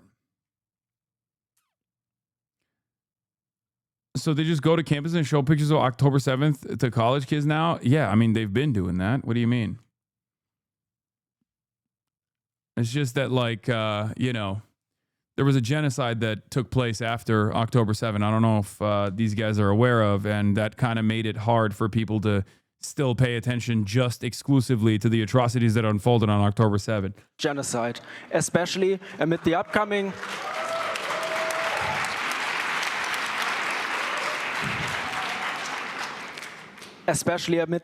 Berlin mayoral election, in which the left party has an actual shot of winning. Franziska Giffey was booed today because as a mayor, she stood against everything that Mamdani would fight for. Thank you. Thank you. Thank you for your question. I think first... Chatter? That was a goated question. First and foremost, this is not the only engagement that we're in my visit to Berlin. I'll be visiting with Die Linke tomorrow. I'll be at the Rosa Luxemburg Institute discussing the wealth tax. And I think in the totality of that, in the totality of it, and the reason I've made those choices intentionally is to speak to that earlier point, which is that and I certainly don't want to come across as though I'm favoring any one party over another. And that's why we're visiting with multiple in this trip. But again, as a left coalition, we are going to have to figure this out. I do believe that just as in the United States, there needs to be. She said both sides. She said both sides of the Rosa Luxemburg equation, both the side that killed her, and also, Rosa Luxemburg herself. Be an opening in the discussion of what is happening in Gaza and towards the treatment of Palestinians and the crackdown of the freedom of speech of individuals who are trying to change the world for the better, for the basic respect of human rights, dignity, and to end the blockades, to end the genocide. And so I say that because we also have to do that coalitionally. We can grow left. Even if Die Linke wins, they have to work with the SPD. It's terrible, but she's right. No, I know. I don't look, guys. I am a pragmatist first and foremost. I've explained it already. I care about results. I care about delivering results. Unfortunately, the way things are currently, in the absence of an uncompromising socialist movement that is singularly capable of winning all of these like parliamentary seats and shit like that, you're going to have to engage in these sorts of coalitions, even if they are anti-communist in nature. I mean, Die Linke itself is not communist. There is no real communist party in Germany that has any sort of electoral viability. That's just the fucking reality, okay? It is what it is. You have to work within the confines of permissibility. You know, I've stressed this position over and over again. Like, I will fucking work with the Democrats too to get certain things across. Like, we're currently facilitating. We're setting up this like flotilla. It's going to be comprehensive. It's not just going to be the boats. There's going to be numerous other factors at play. I can't like reveal too much information at the time being, but that also requires like working with congresspersons potentially, right? And if that's the case, we're going to work with congresspersons. Like, it's fucking ridiculous. I don't give a shit. As long as we can deliver aid to the Cuban population, as long as we can show the world what like Cuba looks like, what America is doing to Cuba. If you work with congresspersons in the process, what, you think I'm going to be like, if there was a congresswoman or congressman that is like reactionary on so many different issues that are like, that's like anti-Medicare for all, for example, something I care about deeply. Okay. But they, for some weird reason, are super invested in Cuba. Okay. And they come out and they're like, no, I'm going to fucking support this shit. Right. I'm going to support this Cuba thing.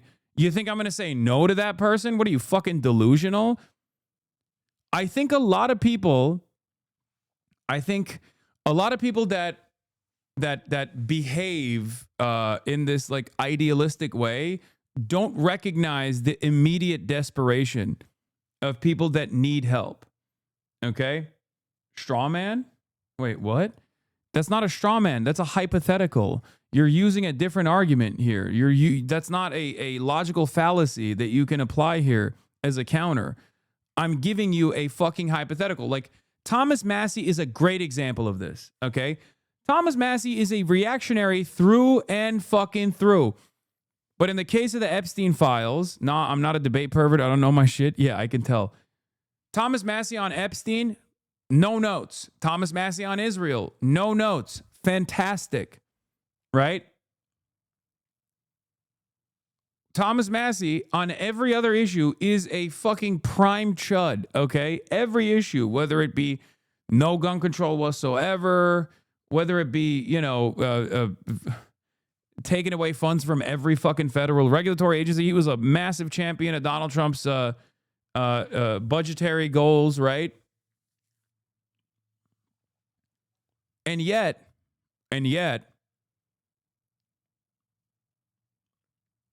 I'm perfectly fine with working with Thomas Massie on singular issues like this. Okay, but now we have the hush take of, yeah, I'd work with segregationists. I don't think you guys understand. Thomas Massie is a segregationist. I'm not saying I will build a fucking coalition and I'll vote for a segregationist. I'm not going to vote for Thomas Massie. I'm not going to vote for Thomas Massie to be in office. I'm saying while he is in office and he has a unique position on an issue that is important to me, I'm going to fucking build a coalition in that issue alone. That's it.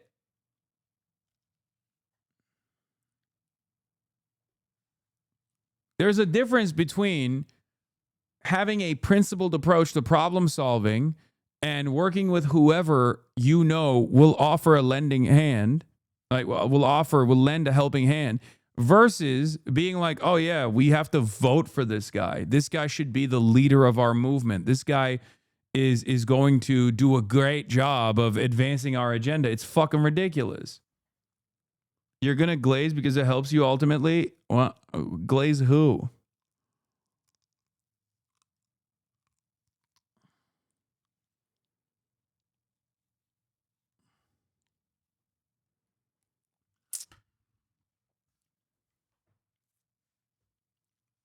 Vague posting chatter.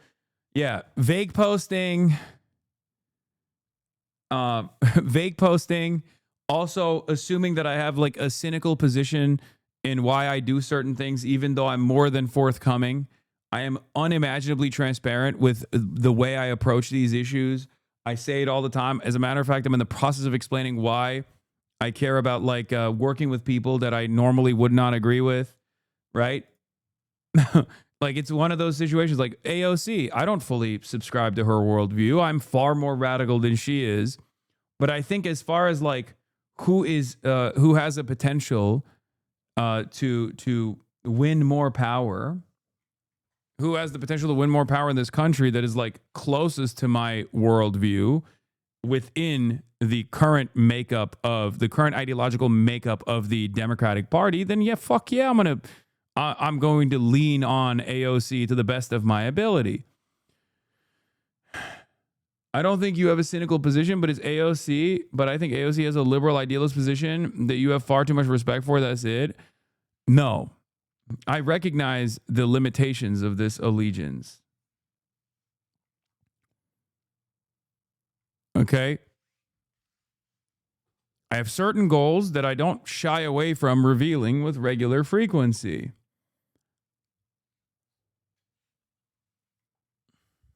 That's it. But would you vote for her as president? Yes, I would. Of course I would. What the fuck kind of question is that? That's ridiculous. I would vote for people worse than AOC for president. Like, there are people who I'm less ideologically aligned with that I would vote for president. Yes. Like, if we're talking about electoralism, if we're talking about the process in which someone gets elected into the fucking presidency, yeah, what kind of question is that? It's ridiculous.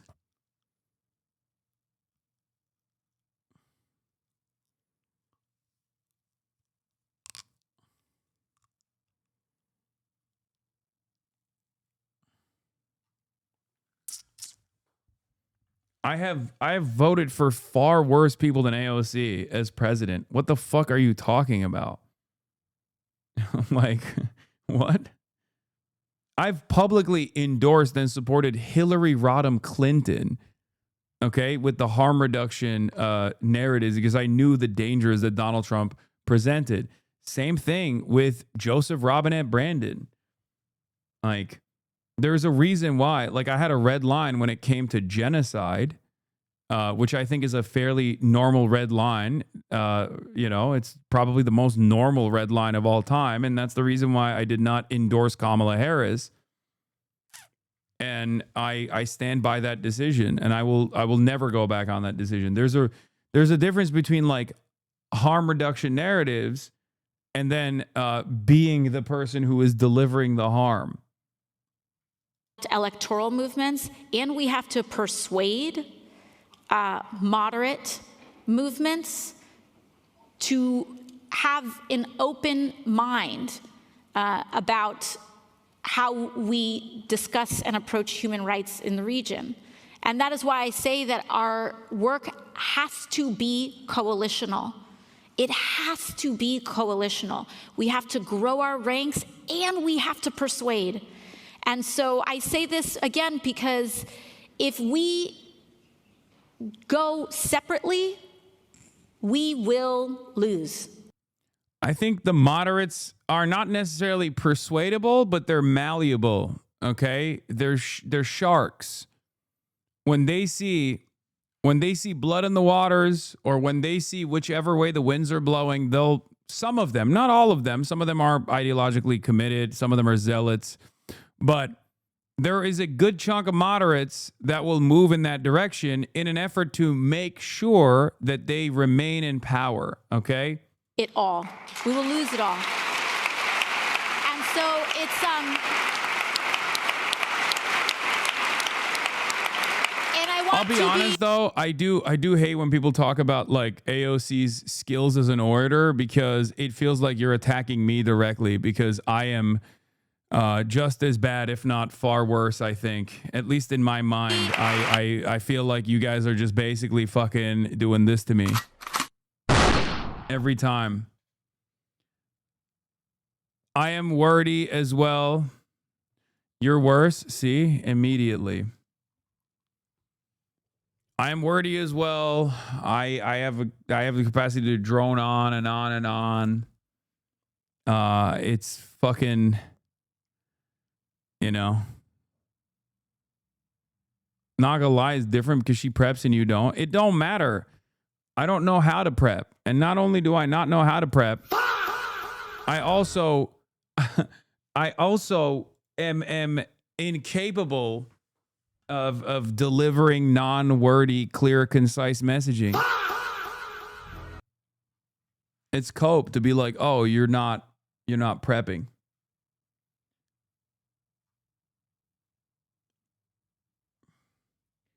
Sometimes talk for like 6 hours and I don't even finish the point. Okay, shut the fuck up.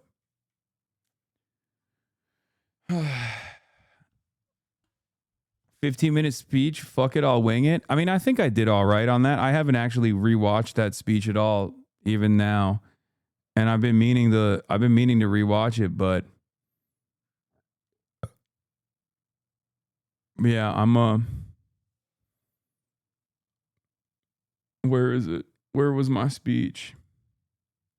You'll see us on the regular live stream, and then after that, we'll say our goodbyes and we'll peace out. And then I will do the CBC interview and Q&A with the students. McFarlane. I'm the director of the School of Public Policy and Global Affairs here at the University of British Columbia, and it's really a wonderful pleasure to welcome you all to this evening's event. Before we begin, I want to acknowledge that we're gathered on the traditional, ancestral, and unceded land of the Musqueam people. This land has long been a place of learning, exchange, and dialogue, and we're really grateful for the opportunity. Okay, I'm skipping the introduction. Oh, damn, look at the edit work on this shit. That's crazy.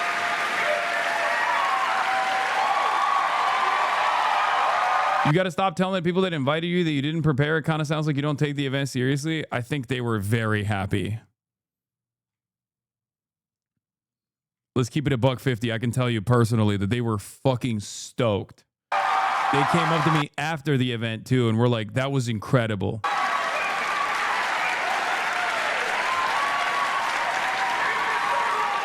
I bet Thomas Friedman didn't get that kind of reception. Anyway, no disrespect to all the previous guests. I'm actually probably going to deliver a much worse speech than everyone that came before me and then everyone that will come after me, including but not limited to Rachel Maddow. Especially considering that I just found out that I'm sharing a stage in a program with Thomas Friedman and Rachel Maddow approximately 10 minutes before I got out of the car. And I walked in and they told me, oh, you have a speech. And I was like, oh yeah, you know, like a 2-minute speech, something like that. And they were like, you signed on for 15 minutes. And I thought to myself, well, I done did it again. This is probably like the 20th time that I've done one of these sorts of, college speeches where I just come out on stage and start blurting it out. And I have no understanding of what the event is, but I'm gonna try to do my very best.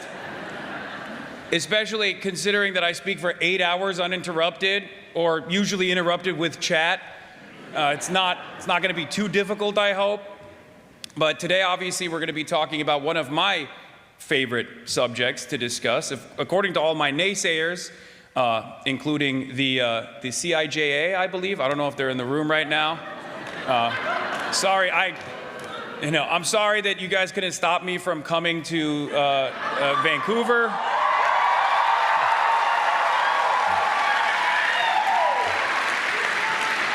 But I'm gonna be talking about one of my favorite subjects, according to my haters, which is America Bad. I think a lot of Canadians have learned that lesson if they weren't aware of this concept, except for the Albertans, that America is, as a matter of fact, somewhat of a parasitic force in the global New World Order. And it was actually one of my only failed predictions of 2025 when I thought that Pierre Poilievre, am I saying that right? Poilievre? Doesn't matter. This college campus is so woke, you don't even... Anyway, one of those guys that's usually I guess he wasn't really, but usually the Conservative Party, from where we're standing in America, always tries to be American for some weird reason. And I guess because of Donald Trump, that really backfired spectacularly last election cycle for you guys. And I thought he had a real shot, until I found out that Canadians do value dignity and sovereignty and don't want to be annexed by the United States of America. Notice how the real life humans love jester maxing, but chat hates it. Yeah, something to consider. Which is a very healthy attitude to have, especially considering that I think with this last iteration of our beautiful President Donald Trump's attempts at forcibly annexing Greenland, which is a part of our NATO security cooperation. Someone should tell Donald Trump that.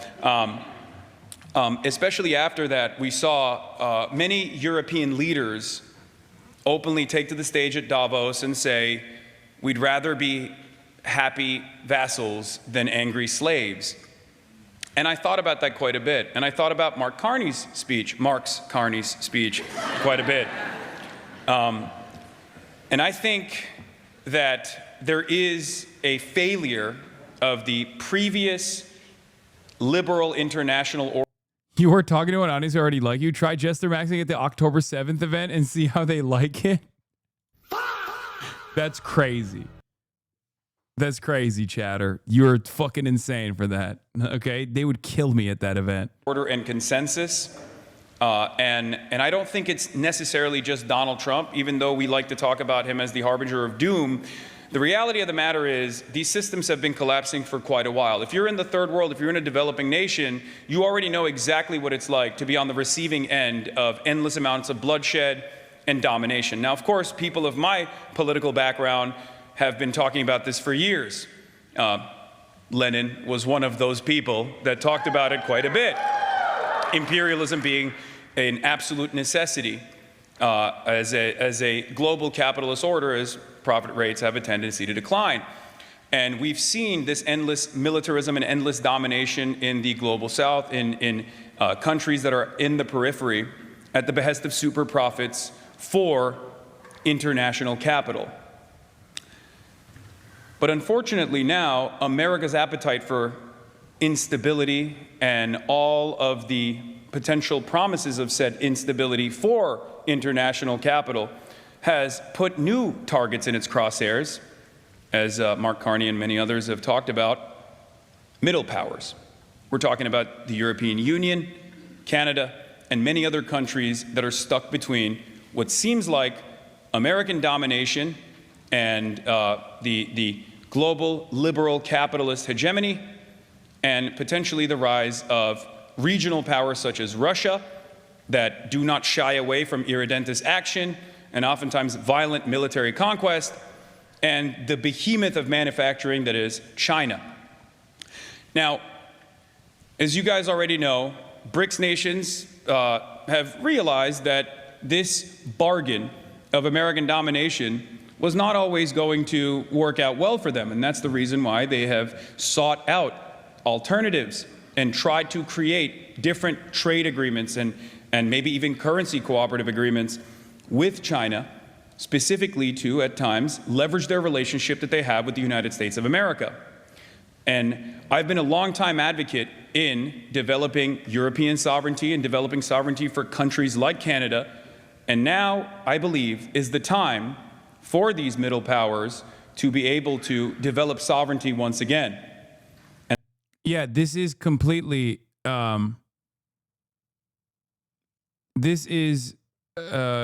completely off the dome. Yeah, I'm going off of, like, I mean, this is my favorite subject to discuss. And I hope this is like it's completely off the cuff, it's completely unscripted. And I hope it's like, I hope I'm delivering these points in a way that like people can comprehend, though.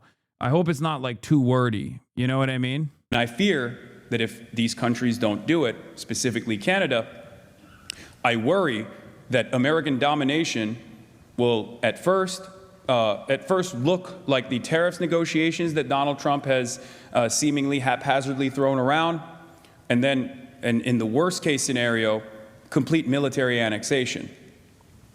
Now that might sound terrifying to you guys, but we have the most peaceful option ahead of us, at least for the time being, because this growth that we are seeing, this change, this nuclear option of trade, this destruction of international agreements that America was not only the safeguard of, but also the architects of, are coming to a close.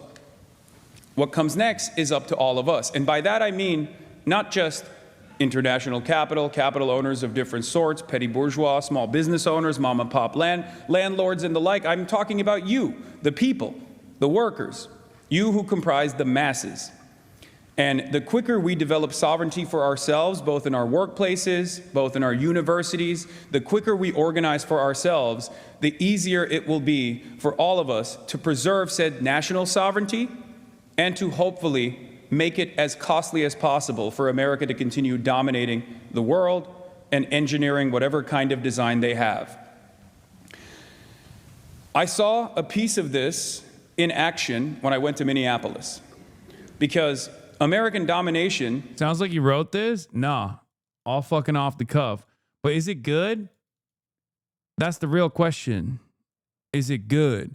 Now, you're the worst audience to ask because you guys are glazers, let's be real. Actually, that's not true. You guys fucking are endlessly critical of whatever I say.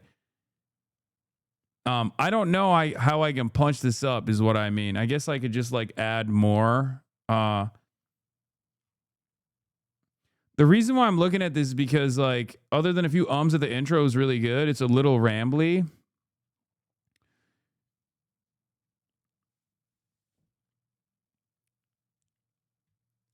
Your speech was great, though you expand. You are contrite on your focus, the social fabric of the world. I think the issue is you do not have a memorable tag. There's nothing repeatable. I did a competitive extemporaneous speaking, and note card or paper with key points can improve flow even if you don't write anything. Has often put its crosshairs on developing nations, as I've talked about before, Iraq, Afghanistan, as recently as we saw in Venezuela, where the American government kidnapped the leader of Venezuela and his wife and is facilitating a mock trial, a sham trial at this moment. You don't have to love the Venezuelan, government. You don't have to be a communist or a socialist to recognize what that says for the international order, which was something that many European and even Canadian partners did not recognize initially as they celebrated this action, only to receive the exact same type of lack of autonomy when Donald Trump put his crosshairs on Greenland. It shouldn't take for Trump to go after a white partner country in Europe, a NATO partner country in Europe, for people to wisen up to our grand design. And when I say our, I'm talking about the American government. But the international destabilization that we have caused came back into the home front, as imperialism often does, in the form of fascism.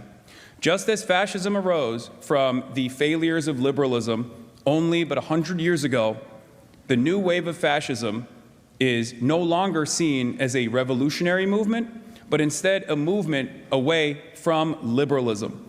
The American Republican Party is now transitioning away from a liberal conservative party to a fascist party.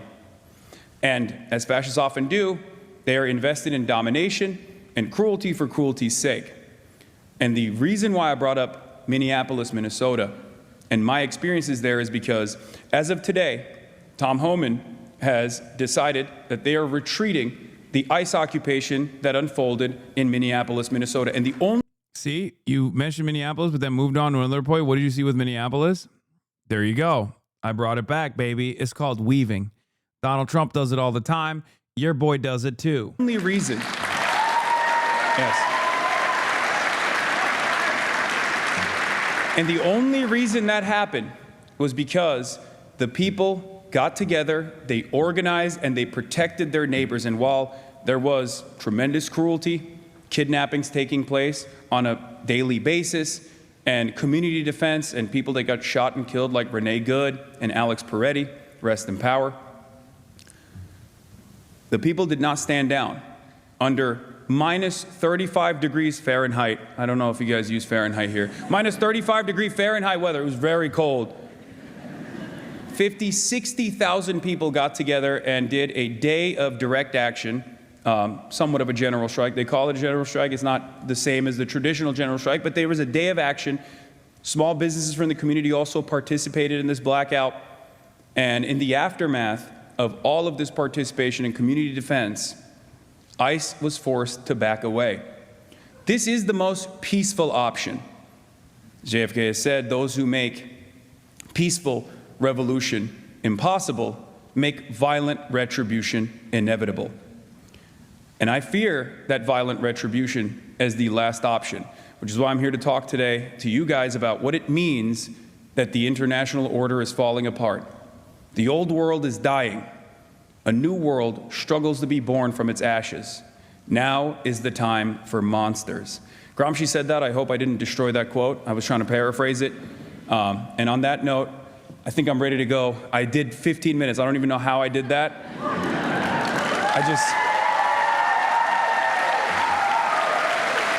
But yeah.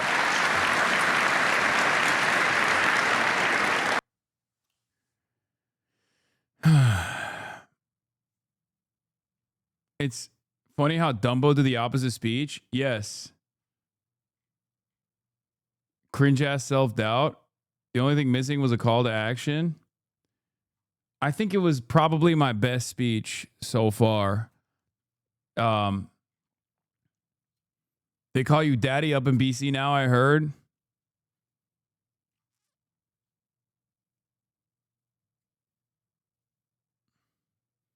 Is peaceful protest make violent revolution inevitable? Stop dead quoting. No. Those who make peaceful protest impossible make violent revolution inevitable. The reason why I also dead quoted is because I don't want to say, I don't want to fucking. I mean, it's a very liberal quote anyway. I'm using my own version of it. Okay.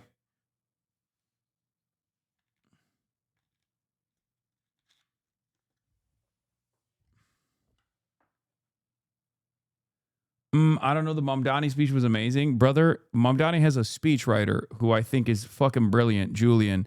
I wish I could get him to write my speeches for me. Shouts out to Julian, the HasanAbi head. He's the GOAT, okay? He is the GOAT. And let's be real. If I had the opportunity to have him work for me instead of fucking Zioran Mossadani, okay, I would steal him in a fucking heartbeat.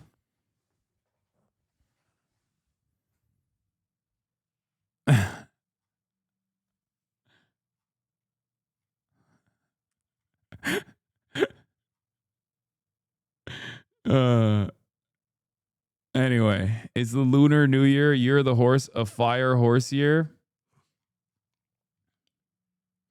You don't even write your own speeches, Law. You don't need him. I mean, it'd be nice if he wrote my speeches.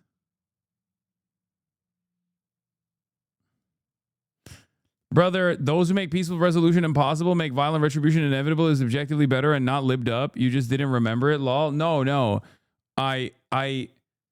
I think that it, first of all, it is lived up because it's saying that violent revolution is bad. Okay. Sometimes it might be an inevitability and perhaps even necessary. That's the reason why I say it's fucking lived up. It is directly an anti-communist statement, just so you know. It is a revisionist. XQC now denies supporting Trump. He says if you watch the stream, you see he's in a big Trump supporter. But if you watch Aiden Ross's stream, you see XQC is a lying weasel who promoted Trump for nothing more than clout. Should not be supporting Trump, but you're a goddamn idiot. You suck, buddy. That audience is AI as fuck. Yeah, they faked it. It's not a real audience. Buddy, we could have talked about this the entire game. Why'd you open your mic now then? You want to be so brave, but you're such a bitch ass. Well, if you actually watch the stream, you know that I never supported any candidate, and I always said to people that you should educate yourself and vote on whoever matches with your values, but I would never push anybody anywhere. But if you were to really get down to it, I supported Kamala a lot more than I did Trump overall. That's so crazy because I know for a fucking fact that like Destiny's bitch ass audience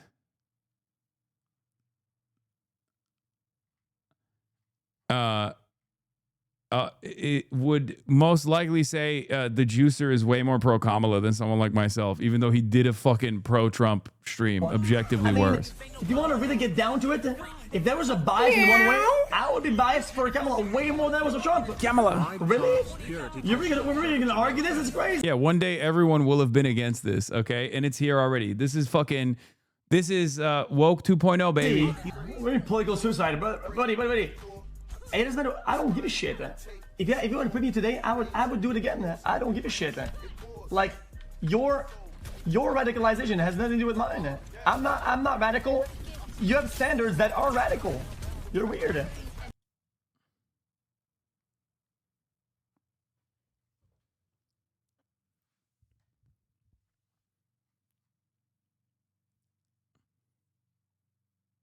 He called you a terrorist for talking to a kid in Yemen. That makes him a pedophile for hanging out with a pedophile president. You know what? I never really thought about it that way. You bring up an interesting point.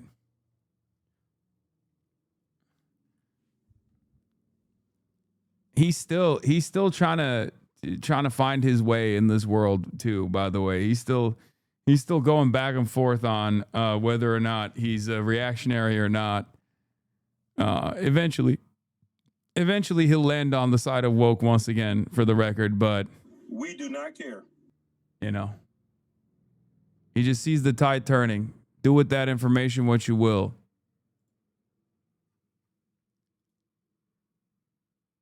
All right. Speaking of pedophilia protection, let's get back to the Epstein files. No more Epstein files to be released, according to the DOJ. Partisan backlash, the Department of Justice sending a letter to Congress defending its handling of the release of more than 3 million pages of files tied to convicted sex offender Jeffrey Epstein. In a letter it was legally required to send, the DOJ listing more than 300 high-profile names that appear in the files. It includes some people who've been dead for decades and is not evidence of any wrongdoing. Some have no known association with Epstein, like Elvis.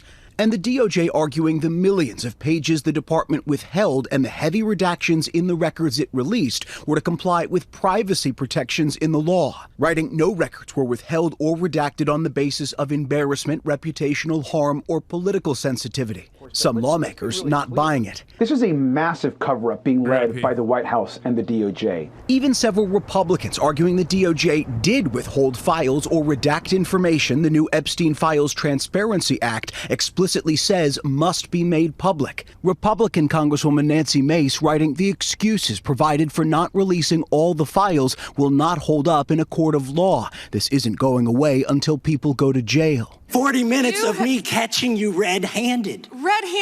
And lawmakers directly criticizing the Attorney General, saying she ducked questions last week on why the names of some high-profile men were blacked out in the files while some victims' identities were revealed. She wasn't confident enough to engage in anything but name-calling in a hearing. And so, no, I don't have confidence in her.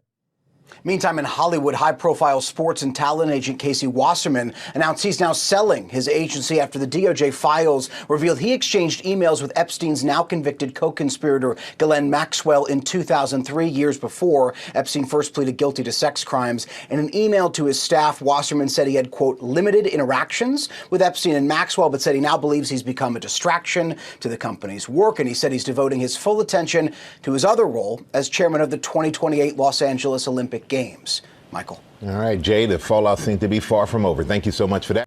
And now to the growing fallout from the Epstein files and how they've been handled by the Trump administration. While little action has been taken to investigate the files in this country, the files have prompted new investigations in several other countries. Attorney General Pam Bondi claims all relevant files have been released, but her Justice Department has been accused of redacting the names of potential co-conspirators. In Europe, the former Prince Andrew is under growing pressure, but he is not the only public figure facing scrutiny these days.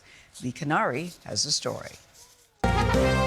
Jeffrey Epstein. Affaire Epstein. An international domino effect. Investigations are now underway in at least 10 countries. From Europe, where the former... Bro, could you call it a domino effect if the first piece doesn't fall? First piece being America, and then all of the other subsequent pieces fall elsewhere? Because low-key, It is a domino effect, except nothing happened in America. Even fucking Peter Attia, who is like super low level, just a random fucking sham, self-help guru guy, is being protected by Barry Weiss over at CBS and is not being fired. Like, not even the lowest level pedophile affiliates are getting punished. It's fucking crazy. Yet, I don't think there's any punishments coming, chatter. I'm going to keep it a $1.50 with you. It makes me feel like this country is dominated by the pedophilic cabal, and they actually like that everyone is a pedophile. That's what it makes me feel like, okay?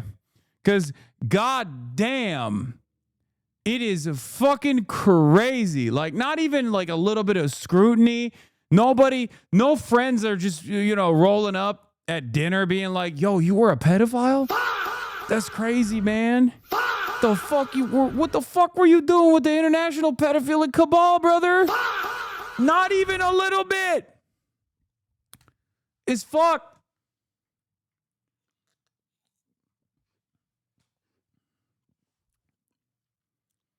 Side note, Pam Body's atrocious performance last week will lead to her firing. I'm calling it. The one thing Trump hates more than insubordination is undeniable unpopularity. She's becoming a brand risk. I agree.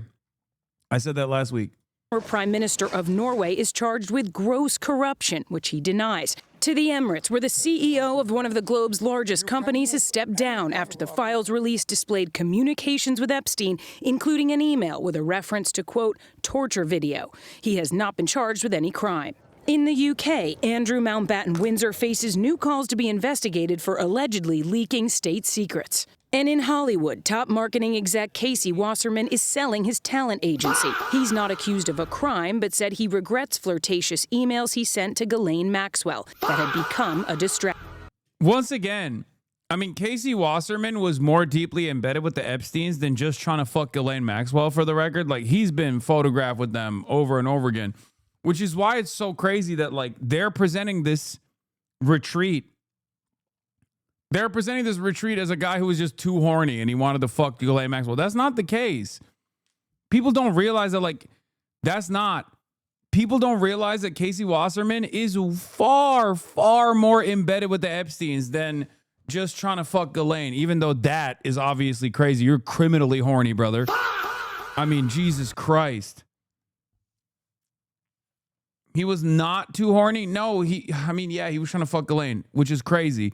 But a lot of people don't realize that this is, I think, is a distraction. Like, he's trying to present it as like, oh, I'm pulling out of like the public eye because everybody caught me being, pathetically horny trying to have sex with Ghislaine Maxwell, when in fact he's far, far more embedded with the Epstein folk than just trying to fuck Ghislaine Maxwell. I'm just saying. I want my scalps Bondi first. Respectfully, she kind of bad. Oh my God, chatter. Jail for you, dude. Chatter, that is fucking crazy, brother. Shut up, bitch. Oh my God. Hating you from outside the club. What is this?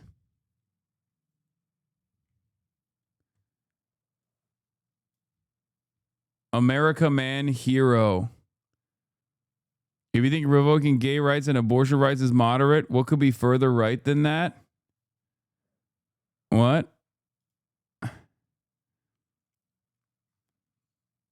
Dude, Indonesian far-righters are so funny. These guys would... Dude, hey, listen. I have so much love for the Ummah, okay? Except for the Indonesian right-wingers, okay? I'm sorry. Y'all are fucking begging to be slaughtered. It is crazy to me. There is nothing funnier than Indonesian far-right figures that are like, the Indonesian nationalists that are, Muslim and brown, right? Like objectively hated by the very same people that they glaze endlessly.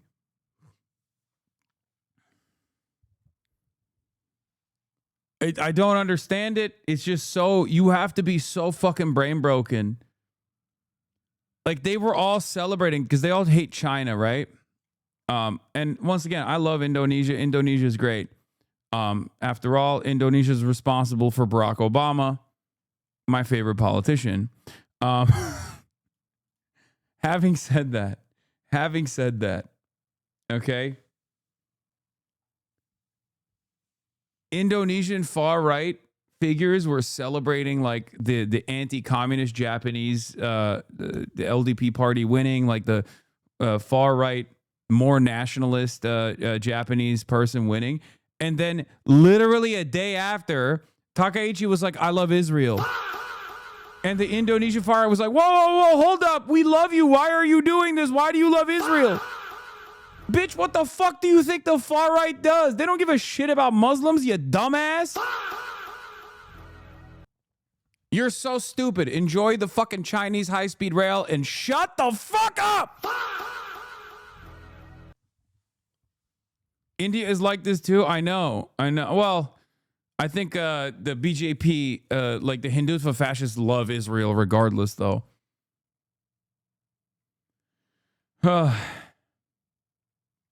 Soundboard is the best part of the stream now. Yeah. Action.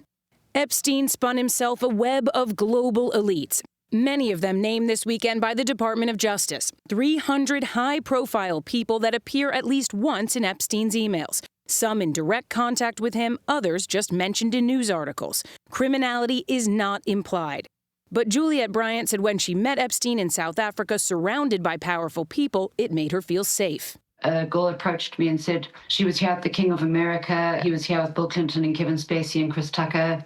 Bryant did not accuse the other men of wrongdoing, but said Epstein flew her to New York and then put her on a private jet. Yeah, I know. I said CBS retained Atia, which is crazy. CBS is covering the Epstein files.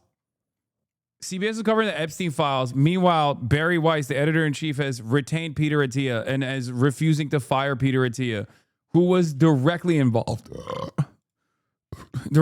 with Jeffrey Epstein. Billionaire Tom Pritzker announced on Monday he was retiring as executive chairman of Hyatt Hotels after his association with Jeffrey Epstein. Okay, we got one scalp.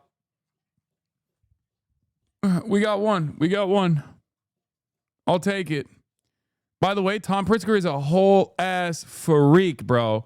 I'm not even going to do the fall for that. Like, if you look at what some of the correspondence looked like between him and Jeffrey Epstein, he was like talking about potentially doing some really fucking weird shit in Afghanistan as a part of his like birthday celebration.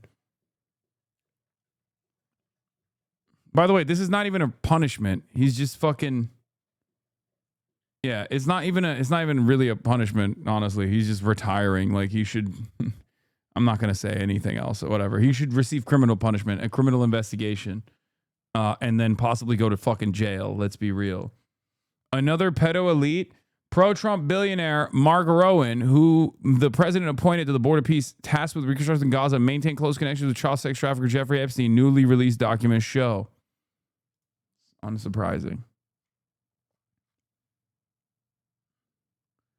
Yes, there is a likelihood that he was either hunting or raping young boys in the mountains of Korengal, the Korengal Valley. Not even a fucking joke. Like, a lot of this stuff, for Tom Pritzker, I mean, a lot of this stuff is crazy. Also, Tom Barack, and we know that already. Ambassador and Trump confidant Tom Barack kept in regular contact with Jeffrey Epstein for years, documents show. And Tom Barack is famous for saying the quiet part out loud over and over again. He's like, why the fuck would the Hezbollah disarm themselves? We're just going to dominate them and we're going to take over Lebanon. You know? Which, by the way, isn't a defense of Hezbollah. Like, he wasn't making a defense of Hezbollah. He was just saying, like, there's nothing you can do about it. Israel's going to take over your territory, whether you like it or not. Airplane took off. He started touching me forcibly in between my legs, and I freaked out. I realized this is not a modeling opportunity. I've been kidnapped. Bryant received damages from Epstein's estate. In the last few weeks, Juliette, we've seen people like royals, prime ministers, people in positions of power face real consequences. How do you feel about? Yeah, Tom Barack said, Jeffrey Epstein and Tom Barack said, send picture of child, make me smile. Also, yes, the Tom Pritzker is J.B. Pritzker's cousin, I think, right? Yes, JB Pritzker is a billionaire. They own the Hyatt Regency hotel chain. They're a billionaire family. Did you guys forget? Yeah, they're billionaires. They're rich people. Hello? About that. Well, I think it's amazing that they're all being exposed, but I just would like to see them all held accountable. The pursuit of accountability continues. The House Oversight Committee will depose Ohio billionaire Les Wexner next week. The FBI labeled him as a co-conspirator in a 2019 internal document. Now, Wexner and all the men we mentioned deny criminal accusations. Vlad? All right, Lee, thank you very much. Billions of pages of documents related to Jeffrey Epstein, providing more information on the convicted sex offender's crimes. Among the files, claims bodies are buried near Epstein's Zorro Ranch in Santa Fe County. Tonight, the state land commissioner demanding an investigation. Yeah, the guy who purchased this property is Steve Bannon affiliate, Donald Trump affiliate, for the record. Just something interesting to think about. The super wealthy guy who purchased the property is not cooperating with the police, as far as I understand as well, in terms of opening up a new investigation and potentially digging up the property to see if there are bodies there. Zorro Ranch in New Mexico is the ranch that the Clintons had also visited. It's the eugenics ranch that he had. This is most likely the base of operations for Epstein's breeding facility. Oh, he is now? I'm going to keep asking questions and keep poking around until I get an answer. Those coming from an anonymous email in 2019 addressed to a local radio host. Aaliyah Chavez spoke with him and has the details of that email. Yeah, Doug, Shelley, we're also hearing tonight from the Attorney General's office, who says it takes these allegations seriously, but needs more information to do something about it. Eddie Aragon says it was early in the morning in November 2019 when he got this email from someone claiming they were a former staffer at Zorro Ranch. Writing, "Did you know somewhere in the hills outside of the Zorro, 2 foreign girls were buried on orders of Jeffrey and Madam G. Both died by strangulation during rough fetish sex." I got the email. I was startled. The emailer says they had 7 sex videos, including some with minors, but never actually sent the footage, asking Aragon for digital currency Bitcoin. Approximately at that time, Bitcoin was worth about $8,000. They wanted to exchange 1 Bitcoin for the videos that they had in possession. Aragon says he didn't know what to do with the email, so he sent it to the FBI. I've since referred to the FBI on a number of other things, and I've never heard back from them on any things. Fast forward 6 years later, the DOJ released Aragon's email as part of the Epstein files. Matters. I think that New Mexicans need answers. I think the victims need answers. That's what prompted New Mexico Public Lands Commissioner Stephanie Garcia Richard to send this letter to the Attorney General and the U.S. Attorney's Office Tuesday, asking them to thoroughly investigate this disturbing allegation regarding the referenced burials. We need to get to the bottom of really what happened in New Mexico. She says she was horrified to learn in 2019 that our state was still leasing lands around Zorro Ranch to Epstein's company. I canceled the leases at that time. A month after Epstein killed himself in jail, the land around the mansion totals around 1,200 killed himself in jail, sure. acres and hasn't been leased out since. We're thinking to possibly turn it into a memorial to honor the victims, or as some kind of wildlife sanctuary, perhaps. So that's what we're thinking for that land. Attorney General Raul Torres' office responding to Garcia Richard hours later with this letter. As we understand it, the allegations appear to be unsubstantiated, it says, going on to say they will work to obtain the original files. Once such information is obtained, our office will review it to determine whether any further action is warranted, and if so, the appropriate next steps. To my knowledge, no investigation has taken place thus far. It doesn't sound like anything is going to be taking place very soon. The commissioner says she's ready to offer all state land for investigation, but can't do anything about the ranch since it's privately owned, bought by new owners and renamed. Aaliyah Chavez, KOAT Action 7 News. We asked the U.S. Attorney for a comment. They referred us to the FBI, which declined comment. The Joe Rogan Experience. I'm not watching this shit. I'm sorry. I don't give a fuck about what Joe Rogan has to say about all of the Luciferian conspiracy theories and stuff like that. Anyway, Breaking, U.S. Department of Homeland Security requests Google, Reddit, Instagram, and Facebook to provide names, phone numbers, and other identifying information of users who criticize ICE. We're not gonna make it, bros. I think it's over for us. I'll just turn on that music for everybody. It's over. You're along for the ride, I guess. Hey, ICE can suck my dick. Fuck ICE. Fuck the president. Donald Trump can suck my cock. Fuck the Department of Homeland Security. ICE is Gestapo. Bovine Bovino is 5'3", not even, like 4'11" maybe on a good day. A fun community meme about the soundboard. What is this?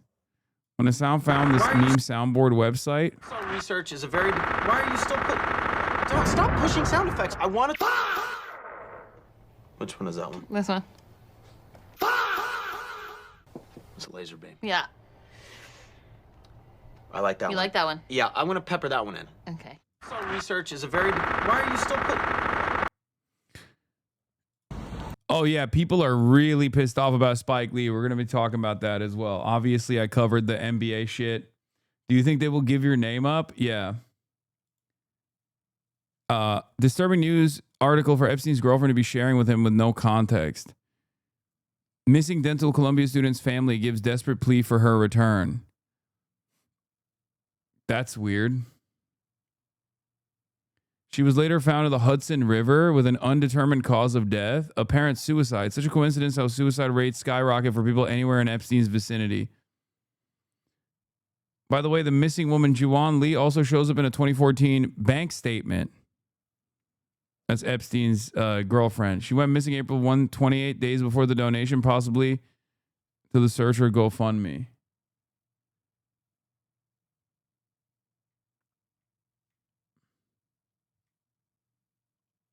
Why is the article redacted? What do you mean? I don't know.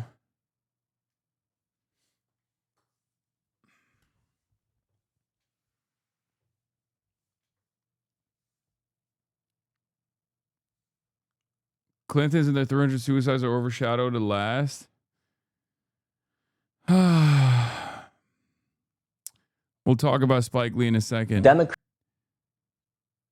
This is how China is reporting the Epstein files? So the Epstein files are out, millions of pages, thousands of videos in order from Congress. And what have we learned?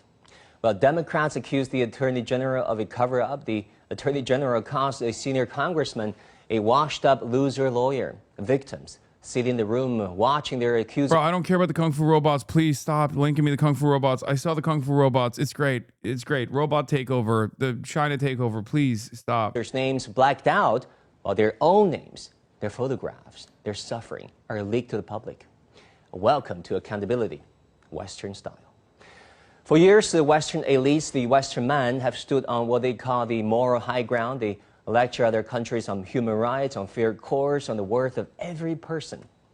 They send diplomats to lecture former colonies about the rule of law, as if that law were a custom-made suit only for a rich man. So here's the uncomfortable truth the West does not want to face. The Epstein archive is not just one file on one criminal.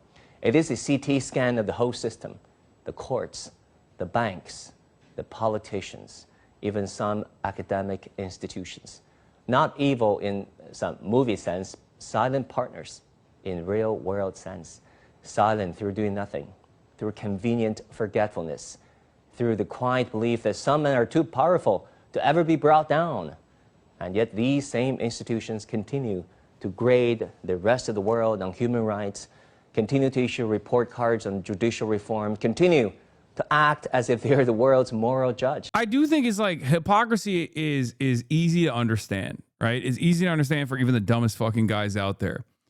So the American criticisms of Russia's irredentist actions that are unjustifiable in Ukraine followed so closely to Israel's unlimited genocide of the Palestinians was a massive moment of hypocrisy, a moment of hypocrisy that made the rest of the world, including people here in the Western hemisphere, people here in the Western world, recognize that maybe America didn't have the best interest of others in mind, right?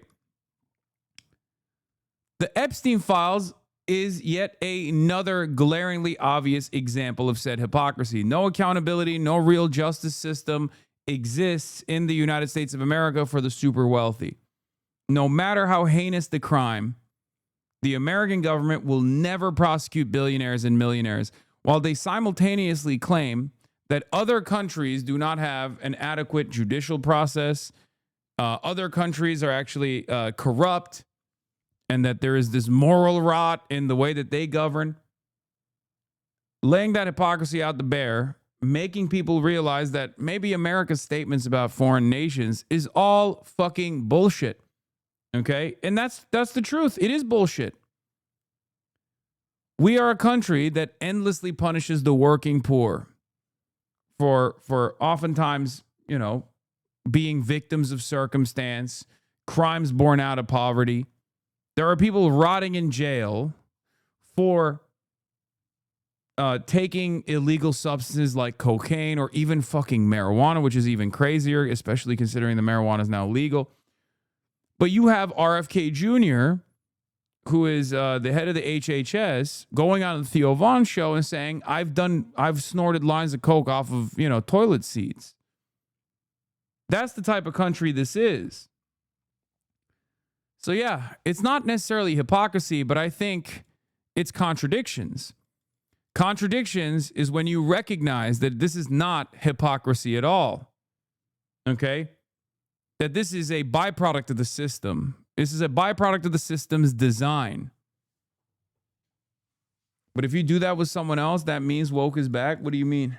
Oh, you're referencing the fucking Fear End podcast episode. Yes, Epstein's victims were working class, and Epstein's co-conspirators were a part of the parasitic capital owning class. And therefore, none of Epstein's co-conspirators were punished, and they did unlimited extrajudicial punishments and illegal acts to all of Epstein's victims. That's it. This fucking administration, or no American administration, will ever punish the wealthy. It's disgusting. I mean, yeah, I already covered this as well. Rubio's speech being impulsive and imperialist and repulsive, saying unlimited violence is the only way forward for the global South, all this shit. The lease on that high ground has run out. It ran out in Florida courthouse in 2008. It ran out on the private Caribbean island with the Harvard professor as a guest. It ran out this month on the live television when the victim had to watch her abuser's name being blacked out while her own name staying in plain sight. The Western elites wanted to be judged by their good intentions. Unfortunately for them, the Epstein files contain only the facts.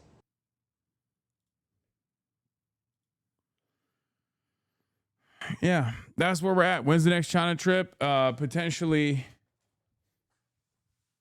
the next, whoa, what the fuck was up with the camera there? Potentially in April is the next China trip with Alex and Alexa, and I'm very excited about that.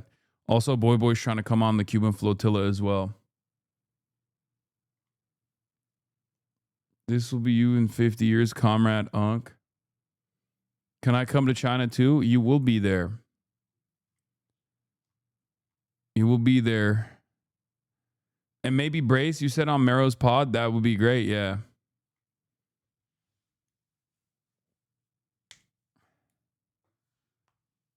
Did you see Chiose begging people to pick up their dog shit because literally everyone in New York City right now, KW? No, I don't pay attention to what the fuck's going on in New York City politics and New York City day-to-day existence because I'm jealous. I'm jealous. Isn't there a 100% chance Trump will arrest everyone on the flotilla for passing a blockade or for whatever? No. I mean, they might choose to do so. That risk is always there. But hi, Hasan, I'm 50, so not your demo. But just wonder why lately you keep burping in the mic. You never used to. It's a bit rude. I guess I'll get banned now. First of all, I'm not going to ban you, sir. And secondly, I've always burped in the microphone. That's not new. They're being called Stephen Yahoo, Lekud James, and the KDF I saw this already. It's just, oh my God. I don't even want to see it. I don't even want to see it. Adam Tooze had a take on Kaiser Kuo talking about, it's hard for me to fathom why any European delegates would have been applauding Rubio's Munich Security Conference speech. Was it just that it wasn't as unhinged as Vance's last year? Yes, the lament over the end of Western colonialism and imperialism landed. Jesus fucking Christ. Adam Tooze says, it isn't an audience particularly interested in colonialism and imperialism. Atlanticism is the key. They just wanted nice words about NATO and less overt AFD stuff. It's Munich after all, not Paris or London or Madrid. To which G here responds with, I think this is right. Zombie Atlanticism dominates European elites, which means that they will gladly clap like seals at any sign the USA still has some residual NATO commitment. Intellectually, they still haven't accepted Carney's point that a rupture has occurred and they need to build new alliances.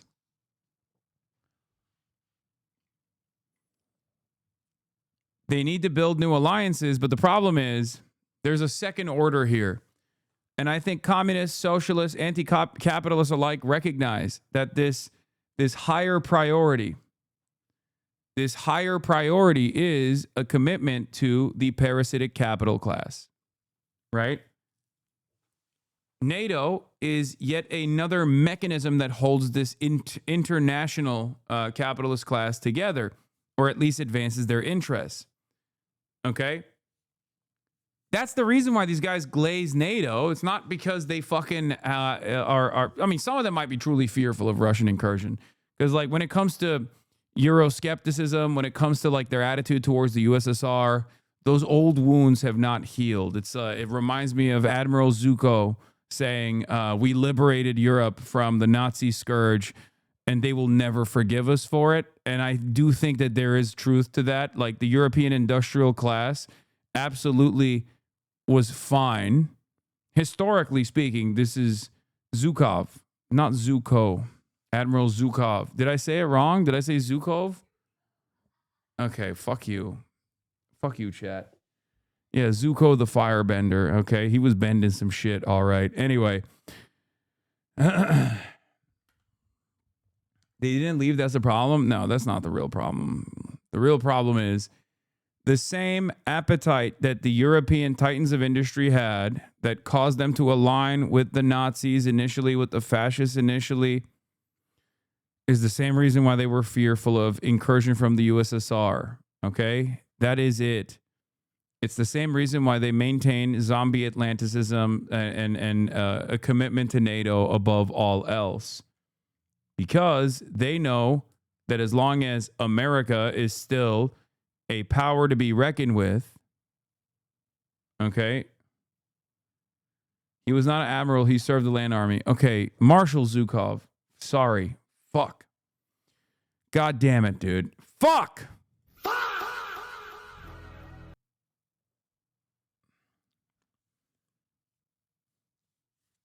My point is,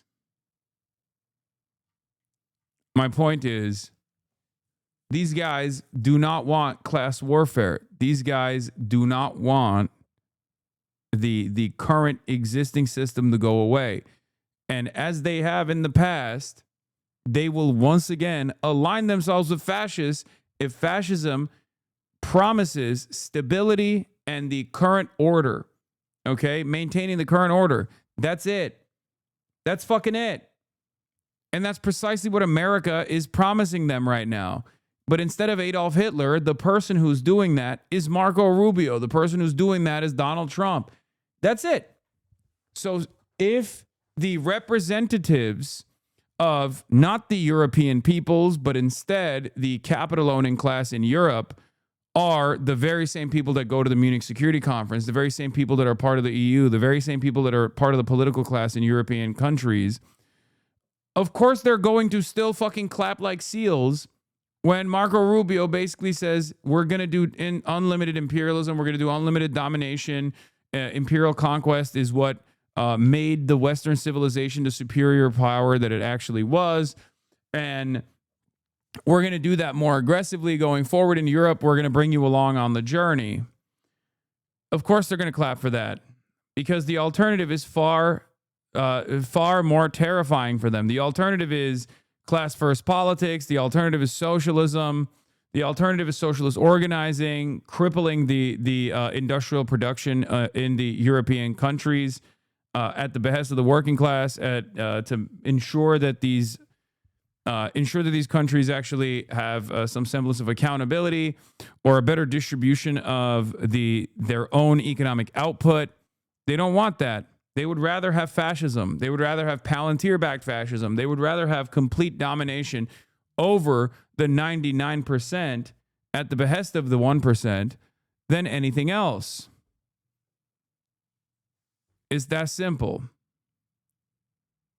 There will come a time when people will ask themselves the question, which side are they on? Which side are you on? I don't know if they want to know the answer to that question, though. John Cusack says, what the Epstein files and the continuing genocide reveal is that class is the issue, and elites feel themselves to be higher forms of life who can do whatever they like with cattle. It's about right and wrong, basics, morality. What's most repulsive about Rubio's speech and the warm embrace it received by the European ruling class is that its only vision for Western civilization is a future of endless imperialist violence. They have nothing else to offer to their citizens or to the world. No vision for addressing social or ecological crises. No vision for improving people's lives. No vision for human progress. No other vision for greatness besides violence and plunder. It is, in fact, the antithesis of civilization. It is barbarism. I 100% agree with this sentiment. And one thing that will add on to it is that if you wanted permanent domination, let's be real. Fascism fucking failed in the past. I don't know if it will succeed this time around, but it failed in the past because there was a collaborative element within social democracies, liberals like the United States of America, and also, communist nations like the USSR that worked very hard to destroy the Axis, right? And what's interesting in this iteration of the fascist resurgence is that no such axis really exists. America, which is the Nazi Germany of the equation this time around, is a nuclear superpower with 800 military bases, and most of the European allies are also incredibly servile and invested in the continuation of American domination. I happen to believe that fascism always fails because it's suicidal, right? It's a suicidal death cult ideology. It is inevitably, it is always going to fail. It is destined for doom no matter what. But if we were to look at resilience as far as imperial domination, the continuation of imperial domination, let's be real, liberalism was far more successful than fascism in doing that. So this acceleration in the direction of international fascism is probably a consequence of America being on the death spiral of empire. So when these guys turn around and say, no, you don't understand, like the real way to do this is by being overtly fascist, engaging in vulgar imperialism in ways that people understand that they're being dominated, rather than the softer approach, that is far more complex, far more sophisticated, creating a self-justifying cycle of destabilization. Like, you don't just go in to a country and decide your resources are ours now. You go in and you create civil society organizations. You create you at least find groups that you can utilize to create instability, to destabilize the country itself from the outside. But at least you have like a native face to your domination. You prop up compradors. They're not even doing that now. They don't have the soft approach of liberalism. Okay? So I think, maybe I'm being too hopeful here, but I think that this fascist move, this naked, brazen imperialism, will inevitably collapse. Obviously, it's not going to collapse on its own. You talk about liberalism like that, then why are politics close to it? If I talk about liberalism like that, then perhaps you should come to this recognition that my politics are not close to it. Okay? You might be a little too stupid. How could you say that my politics are close to it while you simultaneously understand that I'm criticizing liberalism. Then why are you surrounded by all these products? What? Ugh.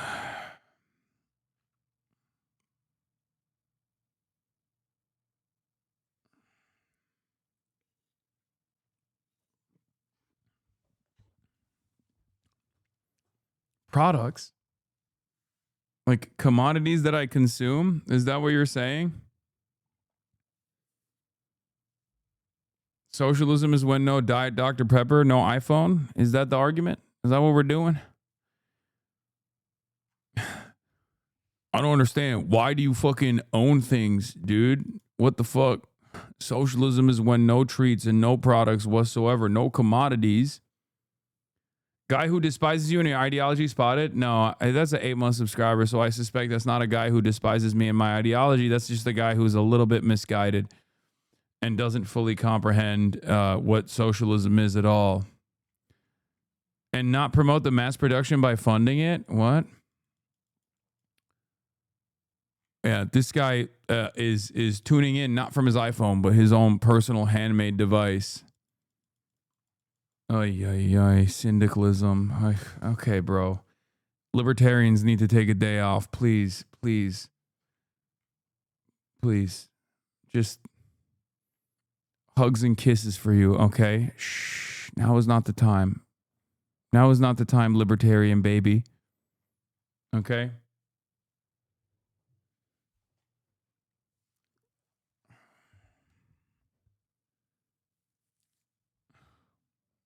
Take a day off.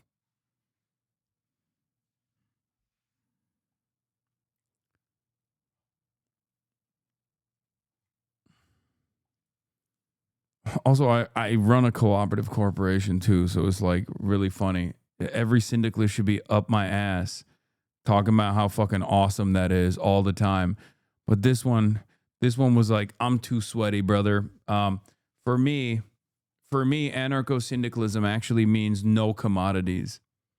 I was reading on someone's analysis of degrowth. I forget who it was, but it was like there's this like fundamental misunderstanding of degrowth where someone hears degrowth and just assume that means like we just need less things, like you shouldn't own things, right? Whereas like degrowth advocates are, and I know it's like it's a scary term, but degrowth advocates, it might have been Jason Hickel. No, it wasn't Kohei Saito, even though I have been talking to Kohei Saito and I'm hopefully going to link up with him when I go to Japan. But the degrowth advocates, it might have been Hickel. Yeah. I came across this critique of degrowth today in the Catalyst magazine by two prominent writers. I was struck by how wildly incorrect it is. Degrowth does not proceed from the position that there's already more than enough wealth in the world, which here seems to mean the stuff we need to live good lives is already produced and just needs to be distributed better. Totally wrong. Everyone with any sense can see there are critical shortages of basic things like housing, sanitation systems, healthcare, public transit, etc. In reality, degrowth proceeds from the position that there is already more than enough productive capacity.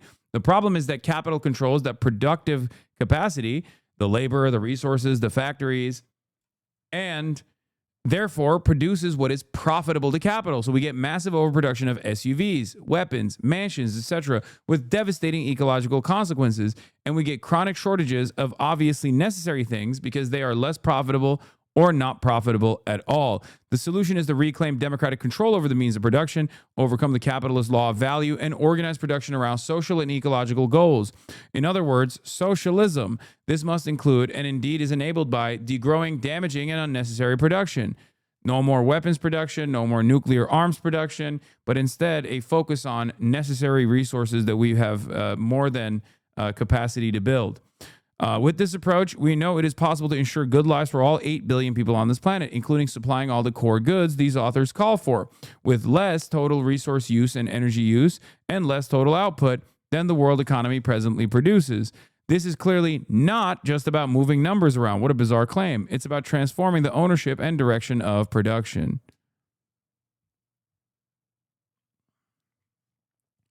The greatest example of degrowth that I fully subscribe to is food. Okay? Famine in this day and age should not exist whatsoever. We have a surplus of food. Our agricultural products, like our agricultural output is more than enough, right? But the reason why famine still exists, leading to approximately 14 million people dying every single year annually, okay, as a consequence of famine or famine-related diseases, is specifically because of capitalism, okay? We have the productive capabilities right now to distribute food to every single person on the planet so that famine is a thing of the past, okay? But the reason why we still have famine is because you have to make the productive process profitable. That's it. That's it. Also, that 14 million number is obviously important for you guys to remember. Whenever someone says communism killed 17 gorillion people or whatever the fuck, you can just turn around and be like, what are you talking about? Capitalism kills 14 million people and we already have an abundance of food supply. It's far worse. So we're not even talking about crop mismanagement or the downsides of collectivization initiatives. You know what I mean? Like, this is not even like a mistake that leads to tremendous amounts of casualties. You're talking a deliberate mechanism of starvation.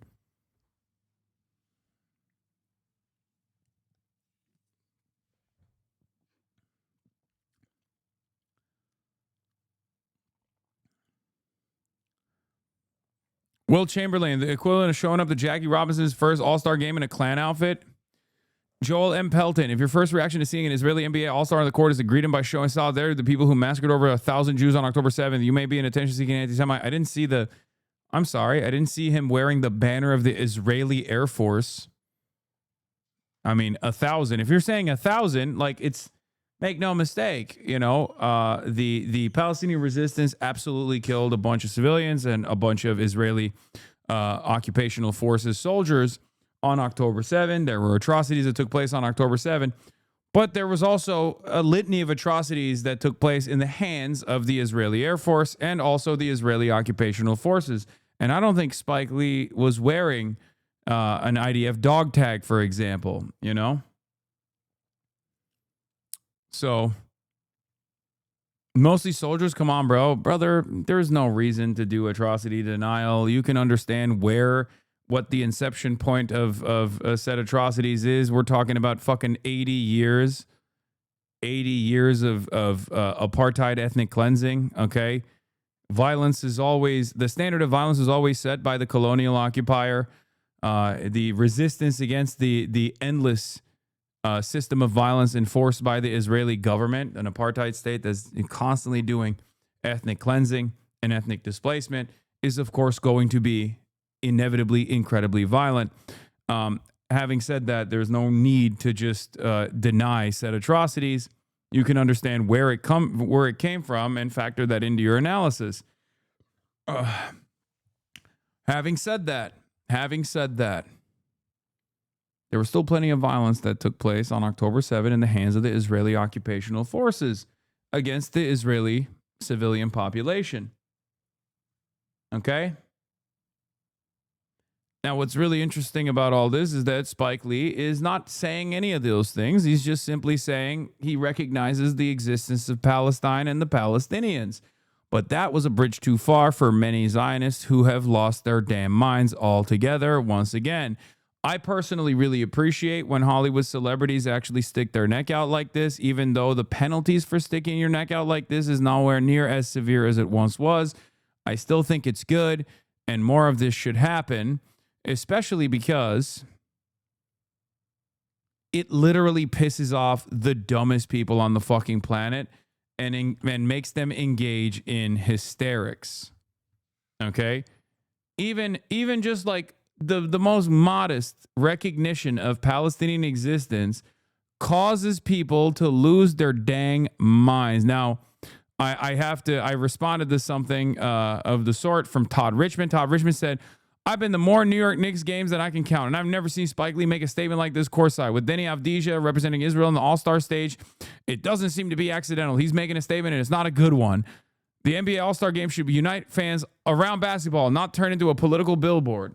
Okay? Brother, you are literally the co-founder of Democratic Majority for Israel. Fuck you mean? The only reason why you're mad is because a high-profile celebrity recognizes the existence of Palestine and Palestinians. That's all this is. Shut the fuck up. I said it's not a good statement. It's the best statement. Respect to Spike Lee. Free Palestine. Okay?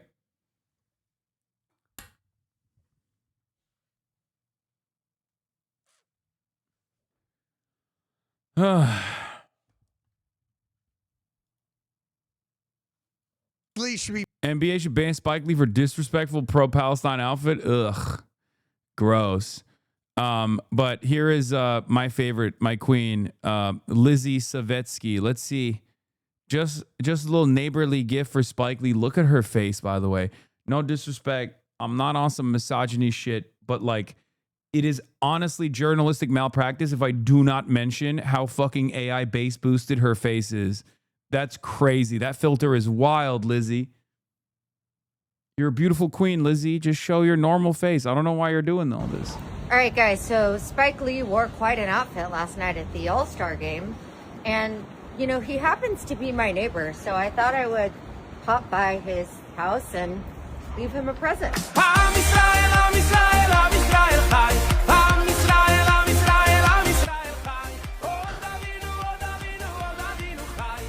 God, I fucking love... I'm sorry. I fucking love pro-Israel people. They're so psychotic. They have zero chill. They have no way of managing the situation at all. They constantly get ahead of their higher priority, the highest priority, which is to defend Israel and to make it look normal and cool. You know what I mean? They can't do it. They just immediately start fucking shrieking. They're like, ah! Ah! You don't love Israel! You don't love Israel! You don't love Israel! Ah!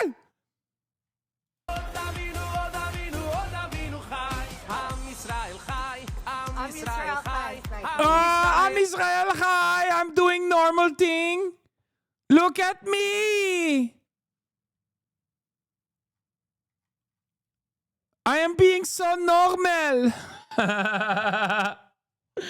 Oh, they're so fucking deeply insecure, dude. And so crazy. They're so fucking nutty. All right, guys, so Spike...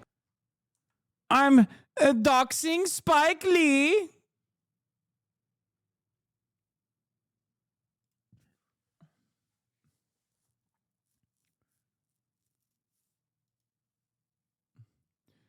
If someone put a Palestinian flag in your mailbox on camera, you call it an anti-Semitic hate crime and blame Zohran Mamdani for it. The people who did it would be on the cover of New York Post. The ADL would fundraise $1 million off of it. You would leverage to get a paid speaking opportunity in Tel Aviv. Just unbelievable to me how openly and gleefully racist and dehumanizing one can be towards Palestinians, while any show of sympathy towards them jeopardizes one's privacy, safety, and career. Yeah. But I will recognize that, you know, this kind of behavior is seen as fucking gross. Most normal people see this shit and go, what the fuck's your problem, lady? Okay, like, so dude, you fucking be normal. You know what I mean?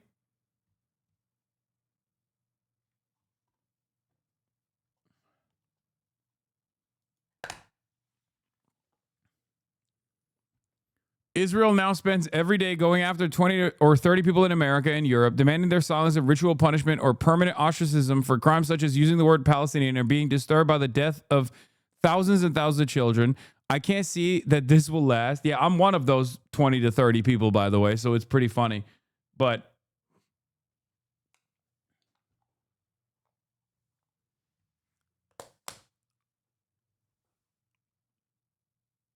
he goes to Equinox on 63rd and Manhattan East Side. Spike is actually a huge asshole. Surprised he did this. Okay, bro, chill out. It's awesome.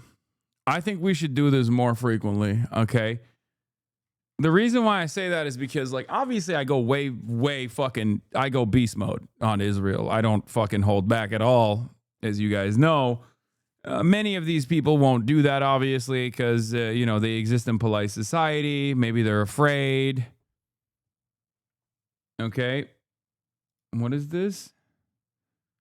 My 10-inch Jew cock thanks you for your sacrifice. Okay. That's weird chatter. In any case,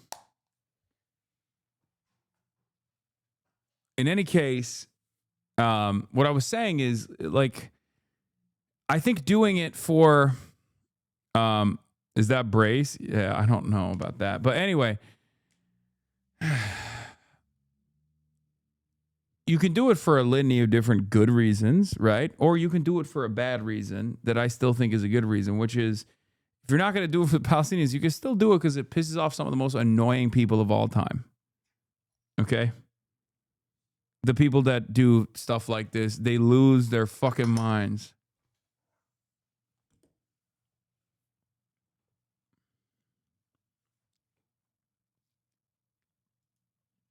Baytar says, Jew-hating scumbag Spike Lee had multiple Alpha triangles calling for Jews to be killed at the All-Star game. That's awesome.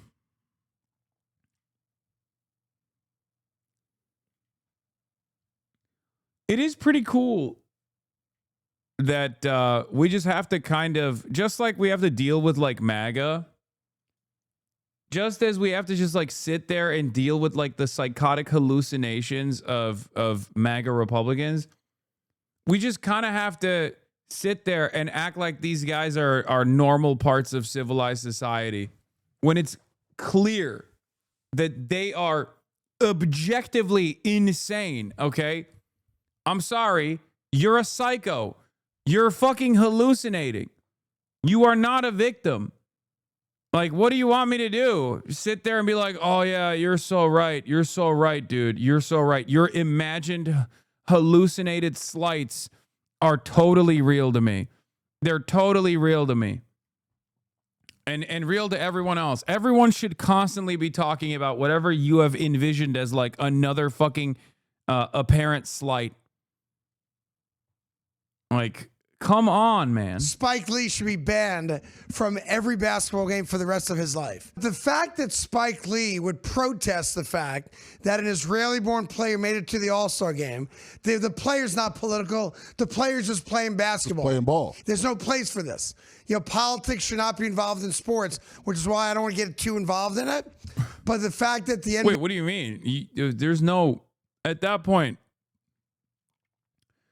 like, first of all, if there is a fucking Russian player who's been like, I love Russia. I was a part of the forces that have, that have actually taken over Mariupol, right? Like, Russia is awesome. I'm from Russia. I'm so honored and so proud to have served in the same military that, like, dominated Mariupol or something. Like, I think if someone said that, they would get, they wouldn't be allowed to play. They, like, Adam Silver would literally fucking rip their contract apart. Deni Avdija has basically said that. Yeah, glazing Israel is an overtly political act and a dangerous one, kind of based.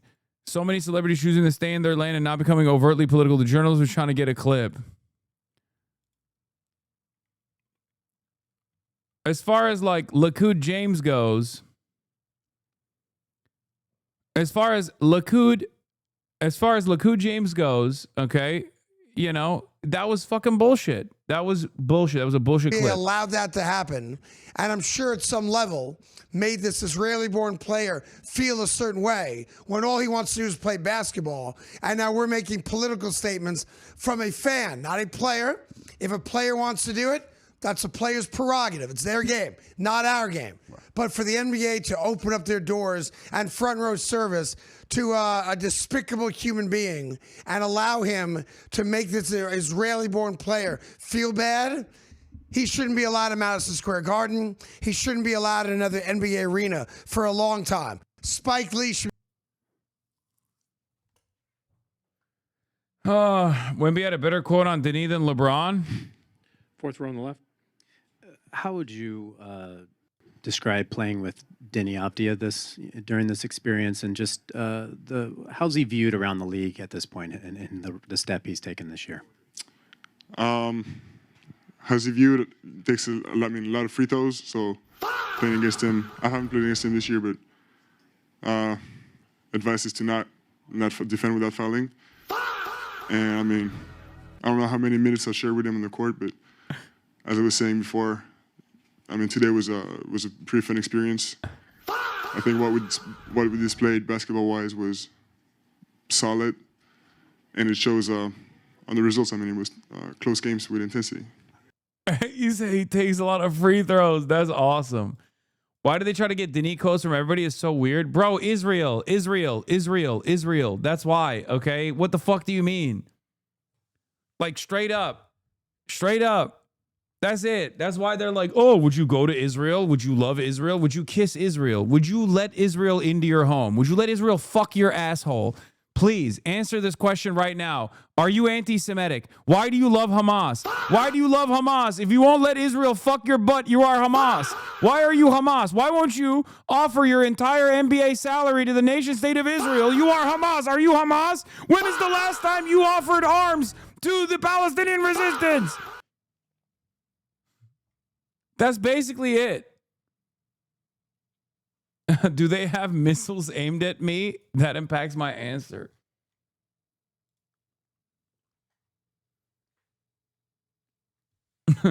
If you do not purchase arms in an Israeli fucking arms company, if you don't purchase stock in an Israeli arms company, when is the last time you said Am Israel High?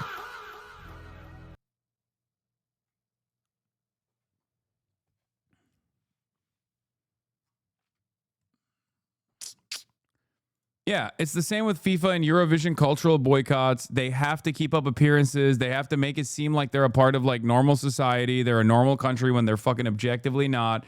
And everybody despises them. And ironically enough, Denis' father is a Yugoslav Muslim. It doesn't matter, dummy. What the fuck? He served in the IDF. What the fuck are you talking about? What is this argument? I've heard this over and over again. He literally was in the IDF, bro. The fuck? I don't give a shit. Yeah, there's also Druze people in the IDF too. You think I give a fuck about that? If you are repping Israel, it don't matter to me. Like, this argument only works. This argument only works if you are an anti-Semite, okay? If you're like, oh, he's not full Jew, then I guess it's not a problem. Like, what? You think I'm gonna fucking say some shit like that? What are you, insane? I don't give a fuck about their religion. It doesn't matter. You could be a Zoroastrian, you could be Muslim, you could be Christian, you could be Jewish. If you're pro-Israel, you fucking suck. Okay? That's it. Like,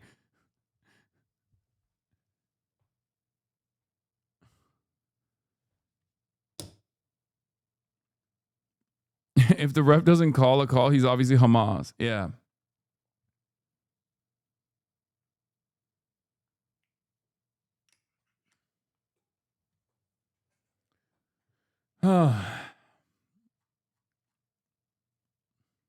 Anyway, pro-Israel or a pro from Israel? He's both. He's both. But yeah, this is why Zionists are... Ehud Barak thought the proposed soccer boycott had the most potential to change the fate of Israel. This is why Zionists are fighting so hard against any kind of ban on their football teams or their genocidal hooligan fans. Among many disturbing things in the Chomsky-Epstein emails, don't let this one go unnoticed. In 2015, they casually debated the power of sports boycotts against apartheid. This was the same year as Israel was under pressure of a ban from international football over Palestine.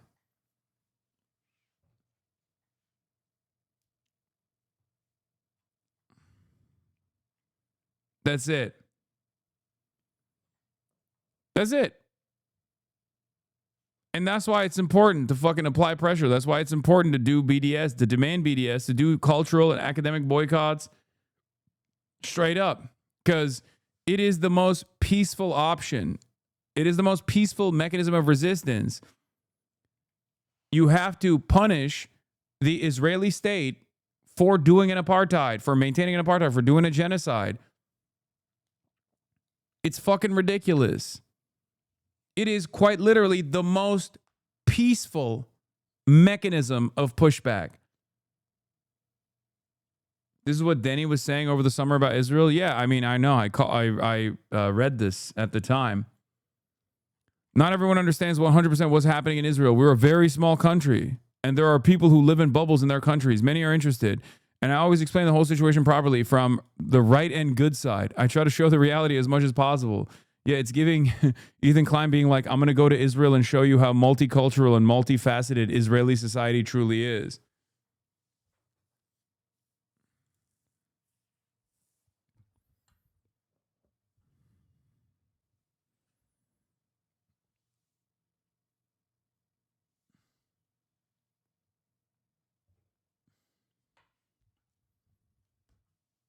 As a Wiz fan, thank God we got rid of him. I'd rather be perpetually ass than defend his ass. Yeah. Israel, small nation, no politic here. That doesn't sound like he means the actual good side. Yeah, I don't think so. I don't think he means it. Dude, they have forced conscription? What the hell you mean they don't know? Who? Yeah, I know they have forced conscription. What?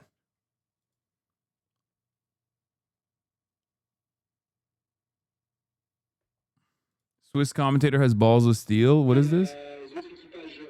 The other Swiss screws, there's still one more Bob to see from Israeli Adam Edelman. Yeah, that was the other thing that was fucking insane, by the way. That was fucking nuts. The Ukrainian guy who had like his fallen fucking friends on his helmet was denied. That was so fucked. I'm sorry, man. I listen to you daily, but this soundboard shit actually making me want to smash my head open. Okay. Take a day off and reconsider. I didn't realize that there were so many like anti-soundboard guys, okay? I genuinely did not realize that there would be there'd be hella anti-soundboard guys, like actually surprising amount of people. The soundboard will still suck tomorrow too. It's fine.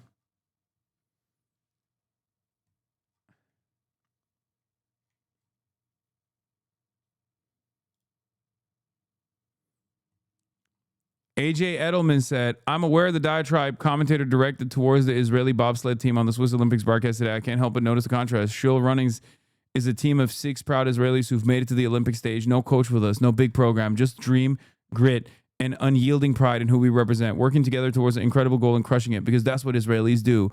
I don't think it's possible to witness that and give any credence to the commentary. We look forward to our final 2-man run and then crushing the 4-man event, our specialty. Yeah. Thank you for remaining calm and dignified as the commentator openly recognized that you are a genocidal freak. You know? It's just like, it can't be, it can't be fun to just like constantly defend this disgusting institution, this violent institution that is responsible for so much death and destruction, so much pain, so much torment. And you just openly position yourself as a whole ass villain, right? Like that's all you're doing. You're like, I'm a villain. I'm a bad person. I'm not a good person. I love when children are murdered. This is my favorite thing. It's not even profitable. No, this is something different. This is like pure insanity. I guess they also revel in that hatred though, because they're like, see, everyone is anti-Semitism. Everyone's doing anti-Semitism. No, it's just a bunch of fucking religious fanatics who we have decided are not like, it literally is equivalent to a bunch of ISIS supporters, okay? Like straight up. It's as though, because I know Americans can't comprehend when like Jewish people do this, because Jews in the Western world are very much firmly a part of the white group now. But like, the reason why I say ISIS is because, like, you know, they're Muslim. There's already a lot of skepticism and scrutiny and Islamophobia that is all over Western society. Right? But it's like if a bunch of big bearded guys that were constantly running around being like, ISIS, it's ISIS. I love ISIS. We're doing the best. You know, we are the true Islam. All of the other kuffars will be punished. And you guys are just jealous because we're fucking, dominating the region or something. Because that's what it is. Logs, please. And every time someone fucking spams logs, please, is the dumbest fucking bullshit of all time. Help, I need your advice. I have a proud Zionist political operative brother who has many political connections. Do I use him in my own political ambitions, or will that ruin things with the Israeli connection? What? No, don't fucking... What? Chatter, are you an anti-Zionist or not? The fuck do you mean? Convert your brother. Turn him into an inside-outside operative.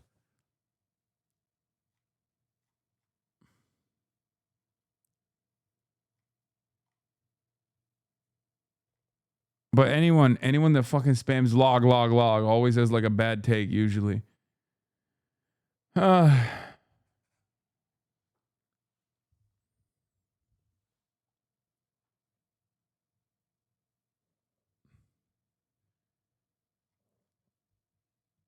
Anyway, let's go to the woke beast mode king. Single movement in history needed heroes, even if they're just symbolic heroes. They need heroes. And boy, oh boy, do we get an amazing one here. So this video has gone so viral. Honestly, maybe top 10 viral things within the past, 2 or 3 years. So let me show you this video here. I don't know what school this is at.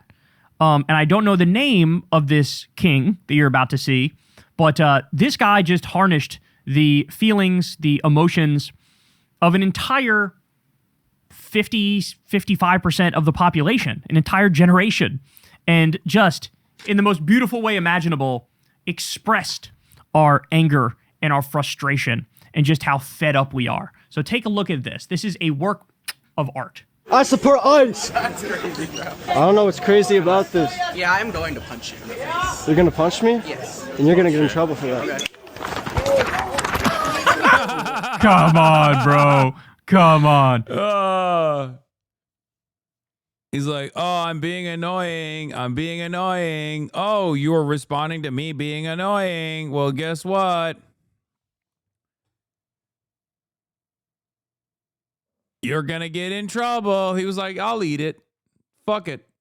I'll eat it. I don't give a shit. Not all heroes wear capes. Look at this one more time. That's crazy, bro. I don't know what's crazy about this. Yeah, I'm going to punch you in the face. You're gonna punch me? Yes. And you're gonna get in trouble for that. Okay. He does like a little clap before he does it. He goes, okay. And then he fucking launches, okay? Look at this. People are making stuff like this. It almost reminds me of like the old Obama posters where it was like, it said hope and it was Obama with the 2 colors. Now this guy is the one everybody's looking up to. What does it say? You're welcome to Zurich High School or something, Zurich High School? Let's read some of the replies here. Remember this, pendulum swings back and forth and what goes around comes around. What you're cheering today is not a good thing. Bro, no, hold on, dog. Hold on. This is the pendulum swinging back the other direction because if you're not following this, they're literally building concentration camps, bro. They're building 23 concentration camps. They have alligator Alcatraz. They had CCOD, where they sent people to get tortured and raped. Trump is kidnapping sovereign heads of state. Trump is bombing Iran and bombing Nigeria and bombing Somalia and threatening to steal Greenland and Panama and bombing and threatening to bomb Mexico. This is the pendulum swinging back. So you should be saying this to conservatives. You should be saying this to them. This reminds me of the redistricting fight where Trump goes, we're going to redistrict, we're going to gerrymander, we're going to steal a bunch of seats. And the Democrats go, okay, fine, I guess we'll counter gerrymander. And the Republicans go, how dare you? What do you mean, how dare you? You started the fucking fight and we finished it. What are you, stupid? Every Democrat in the country voted for independent redistricting boards and every Republican voted against it. And so if you spit in our eye multiple times, eventually we're going to go, you know what? Maybe I'll spit back in yours. So this exact thing that this guy's saying is like, yes, it's happening, but this is the reaction. This is not the initial action. This is the motherfucking reaction. And I'm sorry, you guys, okay, if somebody was going around goose stepping and zig heiling and going, we love Adolf Hitler, we love shoving Jews in the gas chamber. I'm sorry, if they get punched in the fucking face, they're kind of asking for it. You're kind of asking for it. You can't say, I love violence, I love violence, I love everything about violence, I love doing violence to innocent people, I love ruining lives, I love murder. The pro ice guy can't even grift out a punch. Only $750 raised. My friend started Give Send Go. Oh my God, he got owned so fucking hard. He got owned so fucking hard that even his fans are like, I mean, you kind of deserved it, right? Murdering people, and then get pissed off when somebody shoves you and pushes you down or punches you in the face or whatever the fuck. Spare me the snowflake shit where you are protected from any consequences of your actions, okay? But the second the other side makes a peep, you justify, they don't even need to make a peep. They don't even need to make a peep, and you're sending them to concentration camps. So Evan says, but ICE has killed dozens of people without facing any consequences. I'm a pacifist, but this kid is clearly standing up for what he believes is right. Frame of the year. Yeah, this frame, man. This frame is goated. And by the way, how do you know? I guarantee you, this kid definitely has some story, right? There's some story there where, somebody in his family got caught up in immigration and was like wrongly deported or some shit, or his best friend was or something. Like, there's something here, because this is what happens when you act with impunity and when you terrorize an entire country. Yes, there's going to be backlash. Okay, the thing that people need to get over is this notion that for whatever reason, state violence doesn't count because state violence is legitimate. State violence can in theory be legitimate in some circumstances. This is not one of those circumstances, okay? This state violence is terrorism. This state violence is fascism. This state violence is being directed by a fucking Kool-Aid drinking death cult. And we need to be able to call that out for what it is. ICE and DJT's Gestapo. Oh, you support ICE? And then it's this frame right here. This is amazing. Bro said, yeah, Anthony Joshua punching Jake Paul. Bro said, yeah, the old Groiper meme. I hate Nazis. You're going to get in trouble for that. Bro, I'm telling you, he's harnessing the energy of 55% of the country. Because you know what? People are fucking sick of it. We're not going to take your bullshit anymore. We're just not going to take your bullshit anymore. And the way that these people are so flippant and so nonchalant and act like it's nothing, when you're talking about an agency that is doing mass kidnappings and abductions and human traffickings, you're talking about an agency that is destroying due process. You're talking about an agency that disappeared 4,200 people.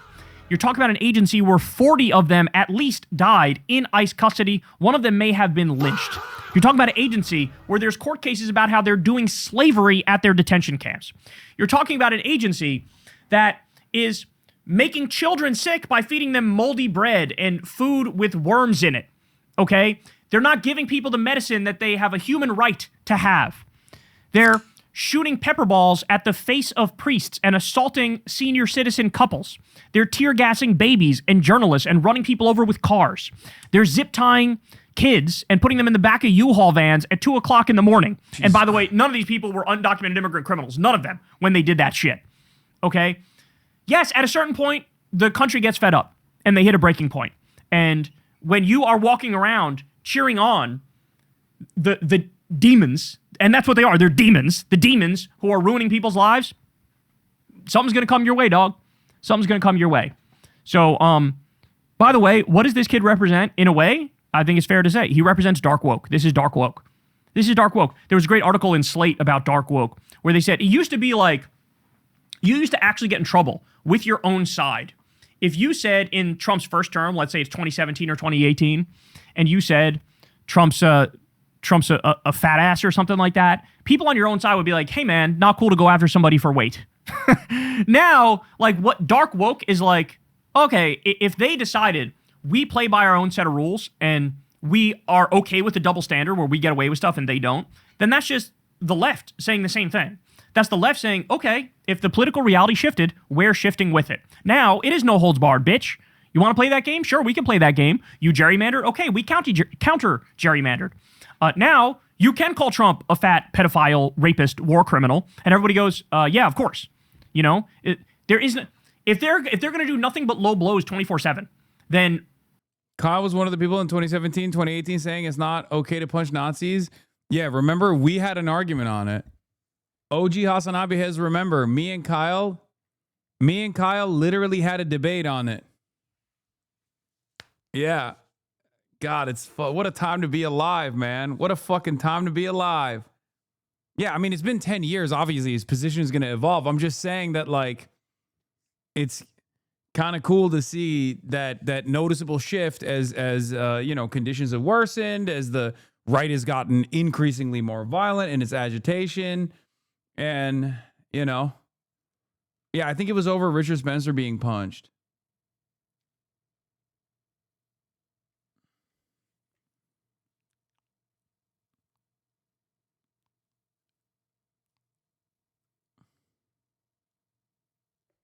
I mean, he went from... It's kind of funny because, like, he also now believes in re-education camps, too. Which, there was a point when I would say, like, we got to educate these Republicans. People would get so fucking mad at me. And they'd be like, why would you say that? Wah. Cadre Kyle, dude. Yep. Dark woke. My dark woke king. When we finally start low blowing back, now everybody on the left is going, God bless, go ahead. Yeah, do say whatever the fuck you want to say. Do whatever you want to do. Because when you're dealing, like, desperate times call for desperate measures. That's really, like, the main takeaway of dark woke, is that this is as desperate as the times can have ever gotten ever. And so that does call for desperate measures. And so you can low blow all you want. You can go over the top. You can be extreme in your rhetoric. And as long as you're on the right side, yeah, sorry, you just get a hell of a lot more fucking leeway now, because what the left woke up to is that we are dealing with people who are demonic. We're dealing with, like, satanic people who actively want to do harm to people that are not like them, to people that disagree with them. Like, they are not interested in the slightest in things that we all thought everybody was interested in, like equality and justice and freedom. No, they're actually fascists. They actually are that. And so as soon as you recognize that, then I feel like everybody evolves into a more dark woke perspective. And the coolest thing now about dark woke is that, in my experience, the dark woke is also mixed with, like, actual left-wing policies. So these are the same people now who will say, we got to get money out of politics. We got to do Medicare for all. We got to do free college. We got to do a living wage. We got to end the wars. We got to arrest the Trump regime criminals. So, like, it's a more muscular version of democratic politics. And I don't think the right had any fucking clue that they were creating this. They were creating this. And this is what happens. When you guys always play by a different set of rules, you guys always get away with everything. You guys are always willing to cheat. You guys are always willing to fuck people over if they disagree with you even a little bit. Well, then, yes, there's going to be a backlash to it, and you guys are going to have to deal with the backlash to it. And so this kid has now become a bit of a national hero, because what he represents is the kind of person who in the first term would just sort of sit there and grin and bear and take it. But now in this second term, seeing all the damage, seeing all the entire horror show, people are waking up and they're going, you know what? I'm done. And so you can... Kyle is a Marxist-Leninist and not a revisionist like you for some reason. We need re-education camps, bro.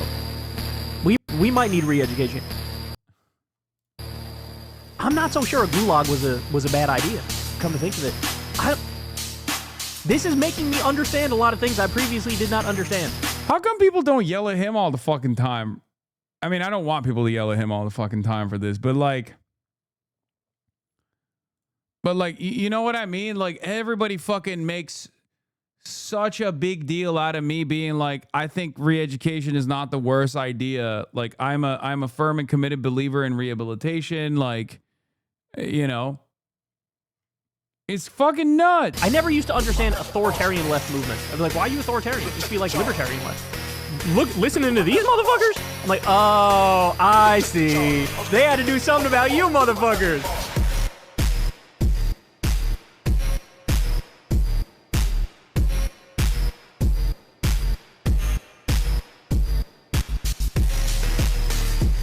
It could be so beautiful. We need re-education. You have more haters and stalkers than him? He doesn't have a soundboard, I think. Yeah, that's why. Yeah, except the soundboard is me.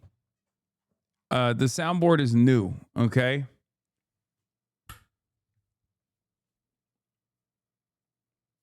The soundboard is fucking new, and these guys have been yelling about my positions for years now. Conservatives in 2025 versus 2026, new man-carrying things. Let's take a look.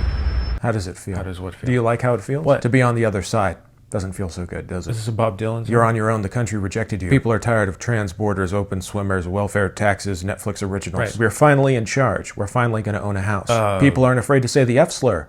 At work, at coffee shops, funeral homes, orphanages, University of Phoenix online Zoom class. Why would you say that? I like to drop in from time to time in a tuxedo, make them think it's a John Huston's Annie situation. Then flip the script on them. You don't get free handouts in life. The world isn't John Huston's Annie. No, I'll be honest, I didn't even know John Huston directed it. And you know the saddest part for you is you've lost the culture. The husk of 2010's poptimism, Obama, Beyonce, 2016 Ghostbusters, Kathleen Kennedy is rotting away. The people voted for this. This is what people want. How does it feel? How does what feel? The elites and the Epstein files are still being protected. Nothing's changed. Everything is shit. Bad. Yeah. Also, ICE needs to chill out a bit. I thought you voted for this. I didn't vote for this. You didn't. No. How? You are mistaken. But you said you did. I didn't vote for any of this. I mean, I voted for good things. I didn't vote for bad They things. said they were going to do the bad things. No, they said I'd get to say the R word at work, which I did. Everyone laughed. We were eating scones. It sounds like you have buyer's remorse. No. Last year... I'm not really into politics right now. I like to diversify my interests. Look, if you regret voting for Trump, I'm happy you changed your mind, but just admit he hasn't helped your life. He hasn't actually helped your life. Just admit that. Did I mention what I said at work the other day? Everyone laughed.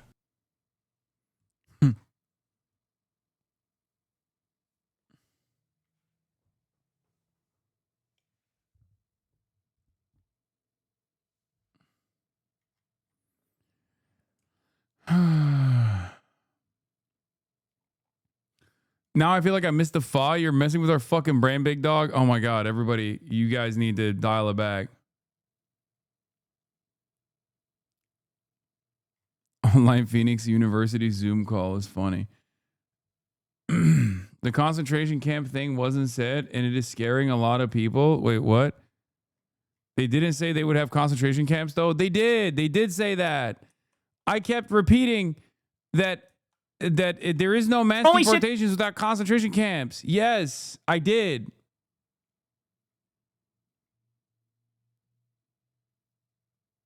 How do you do mass deportations without concentration camps? How? You can't.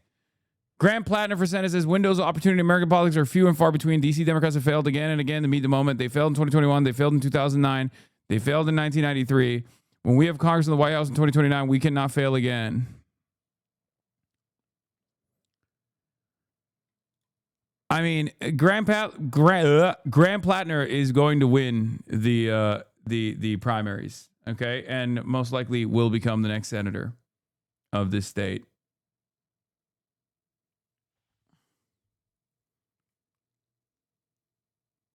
It's happening. He is the leader of the fucking dark woke. How annoying and arrogant the Israel defenders probably did more in changing the average person's opinion against Israel than the war crimes did. Yes, I am a firm and committed believer in that. I'm a firm and committed believer in that mentality that it was actually the pro-Israel squad that made it unfucking bearable.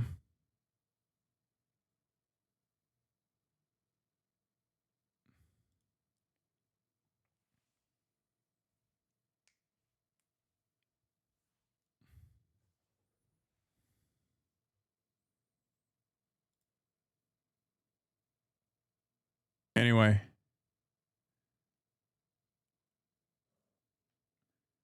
Israel invented the soundboard? Okay, shut the fuck up. Politico Europe exclusive Canadian Prime Minister Mark Carney is spearheading discussions between the EU and major Indo-Pacific trade bloc after calling on middle powers to join forces. The aim is to short circuit Donald Trump's tariffs. Huh. Amazing. Oh, this was also the other thing I wanted to show you guys. The fucking libtards are at it again. Remember from February 11th, I said liberal Twitter's erupted, demanding party loyalty, hitting lesser evilism and harm reduction lines 2 years out from the presidential election, but they refuse to reckon with this historic unpopularity for the Dems, as Trump is deeply unpopular. Hold your electeds accountable, please. To which he replied with, is Hasan even capable of being honest, or does misleading his audience like this just come naturally to him? Now, what I showed was the overall unfavorability of the Democratic Party, which of course includes independents and Republicans as well. What he went and showed was the Democratic Party favorability amongst the Democratic base. And even in his own disingenuous approach, it still shows historic levels of unpopularity by the base of support. It's at a whopping 21.5% disapproval rating. This is the Democrats.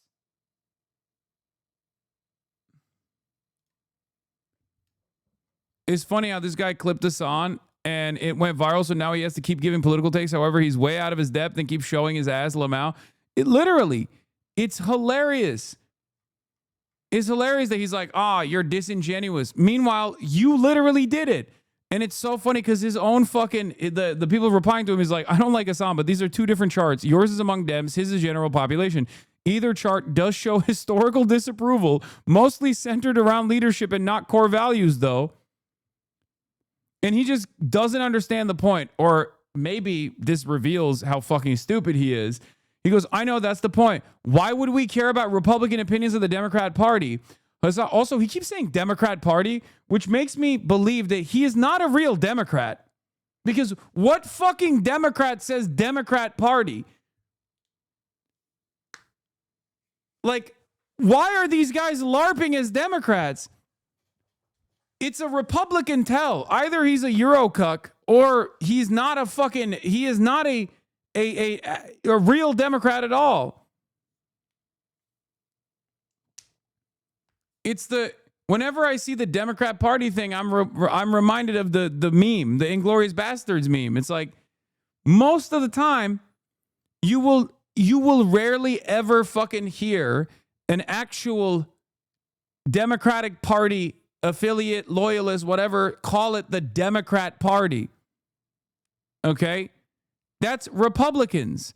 Republicans call it the Democrat Party.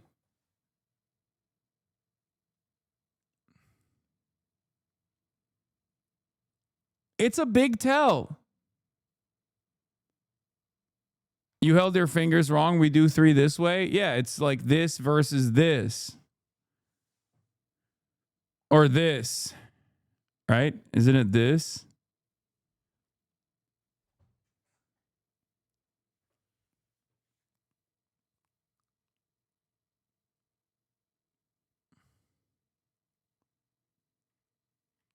I mean, it's on the fucking chart. You posted a different chart and then said he's lying. Who's the liar here again? Shaking my head. Holy shit, you people can't be this stupid. Why did Hasan include Republican opinions? Because that's why you look at the approval ratings when you're trying to win a fucking election, you dumb fuck. That's why. Because at a time when there's unprecedented unpopularity for the administration and the party that the administration is a part of, the other party in the duopoly is supposed to rise up in the ranks of popularity, especially among the independents, and even rise up in approval amongst Republicans as well. This guy truly is a fucking moron. This is my opposition, dog. This is how stupid they are. It is mind-boggling. That's the chart just for Dems. I don't know which one is more apropos for the situation, though. Wouldn't say that him posting that chart is a lie, though. If Hasan is trying to say that the Democrats need to change course because 33% have a favorable view of them, he's implying that only 33% of potential Dem voters think that, because why the hell would we care about, let alone base the party's platform based on Republican opinions? First of all, you're Mr. Advocate for centrism, so you care about Republican opinions more than I do. And secondly, he fucking refuses to recognize that this is independence as well. And yes, Republicans can be potential Democratic Party voters as well, and obviously independents too. It's so fucking stupid. It's so fucking stupid. Take 2 steps back and look at your chart. Do you think Democrats are polling 77% favorable overall? This just shows you have zero critical thinking ability. Not to defend the Turk roach, but you posted an entirely different graph. Yours is internal party ratings. Like, motherfuckers who are calling me Turk roach are like, dog, you are so stupid.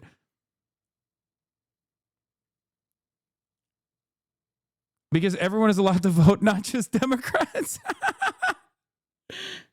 Wait, you're the one being dishonest. And even in your dishonesty, it still shows that Dems are becoming more unpopular even in their base. Didn't the liberals spend most of the last election trying to buddy with the center Republicans? Did I dream that up? Now you're saying their opinions don't matter?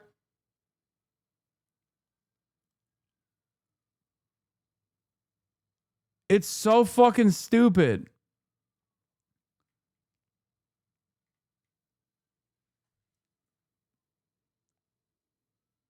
When did you turn roach after losing at Dark Souls and going into psychosis and actually having roaches in your room? No. Turk roach is what, like, people on... What the fuck? People on 4chan poll call Turks roaches. Before Asman Roach came onto the fucking scene and basically took on the moniker, most people used to refer to Turks as roaches, ironically enough.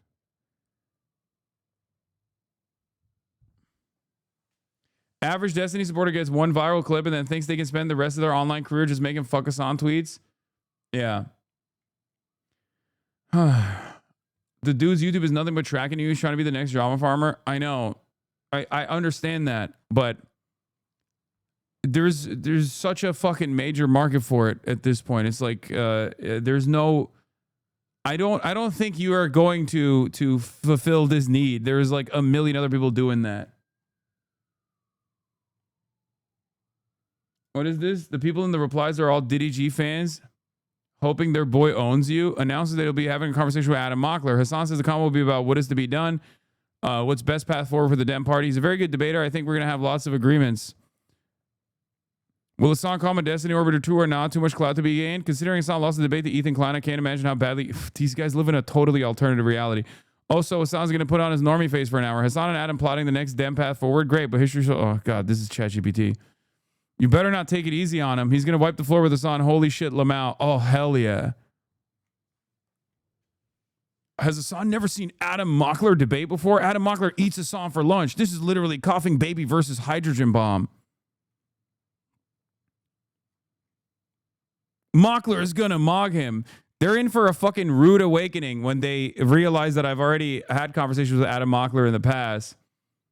And not only that, but also... he is, by my estimations, much more understanding of the left flank candidacy and how much more viable they are electorally than like centrist fucking Democrats. Yeah. I had a conversation with them at the DNC where I talked about Midas Touch. They're all hoping this will be the end of Hasan. Is this the ASU frat boy, the debate bro scene? Are you going to get mogged? Yeah, he's going to frame mog me.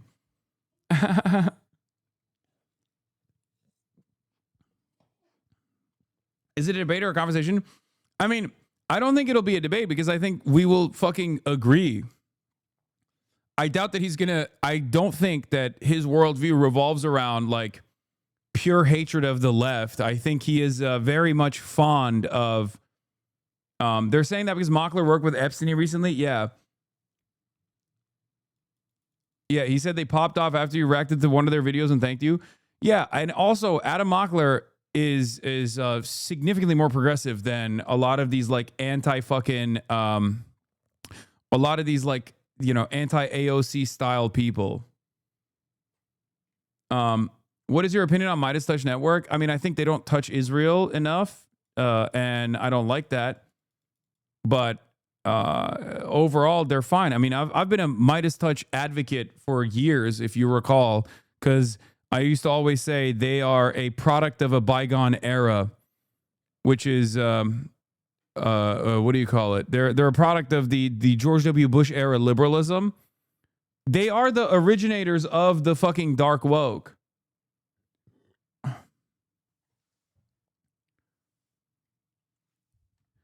Also, Adam Mockler is not like is not a person that I'm like offering clout to. Let's be real. I mean, he's pretty clouded plenty clouded all on his own.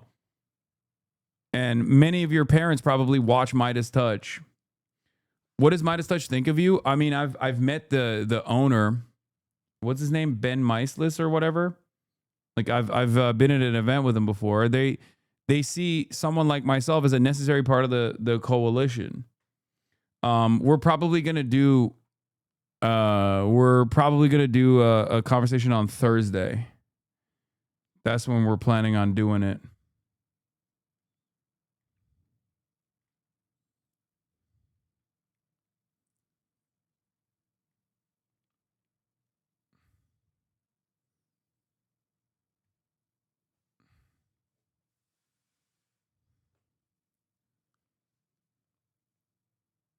Bernie, Rokana, Mockler stack schedule. Yeah, Bernie on Wednesday, Mockler on Thursday, and then Bernie and Rokana in Stanford on Friday.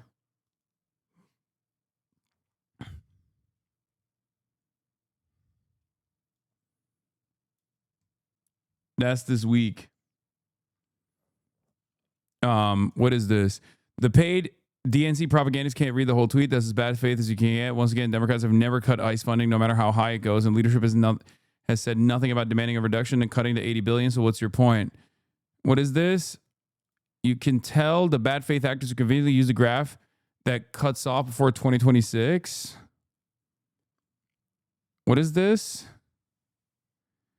Democrats never cut ICE budget. All they did was increase it when they were in power. Wait, and right now, after all the killing and after ICE's budget ballooned to over $80 billion, Democrats aren't demanding it to be defunded. Dude, organizer memes is fucking lost the plot, dude. What a devastating fall from grace.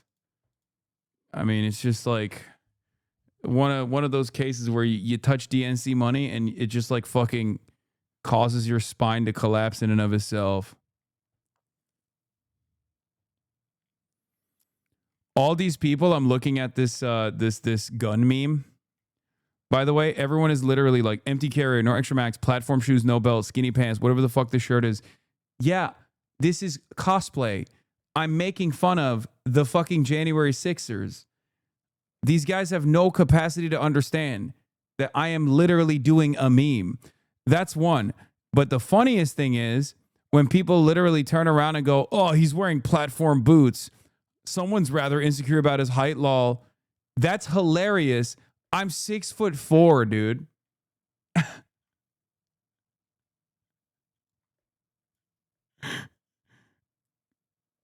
It's amazing. These guys are like, oh, he's a manlet.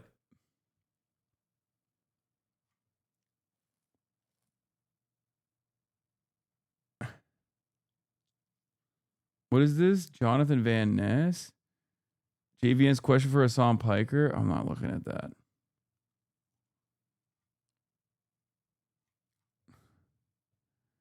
You can tell whoever posted that has never bought a gun before.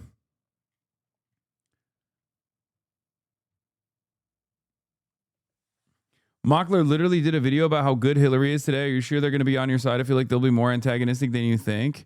No, I don't think he'll be as antagonistic as you think. Because guys like Mockler, as far as I understand, have this idea where they're not as ideological. Like they don't have the same ideological commitment and zealotry to establishment neoliberalism that some of these other guys have. Like the only reason why, and also if he is, it'll be fun because he is a good debater, but there's nothing better than a good debater taking a fucking bad position in general. Like, and I'm not going to fucking, I'm not going to sit there and act as though like harm reduction narratives are theoretically untrue. I have a well fleshed out opinion on this. Here is Reddit r/Adam Mockler. Everybody's talking about this. Hasan is right. We are not going to just concede for Newsom, who was fighting against a billionaire tax 2 years before an actual primary. This is time to talk about these things. Regardless of your thoughts, Newsom is a candidate. Conversations about general election on a primary. Don't let him pull the wool over your eyes. Also, one of the issues A faction of the progressive left pretty much team up with MAGA every 4 years. Yeah, I mean, there's people like this, but that's exactly what I'm trying to fucking... that's exactly the conversation that I'm trying to have with people like this. That's the reason why I want to have a conversation with Adam specifically, because there are people in his audience that think like, oh, what he is saying is that he won't fucking vote for Gavin Newsom. He won't vote for Gavin Newsom. And that's all that matters. Adam, after one meeting with Hasan...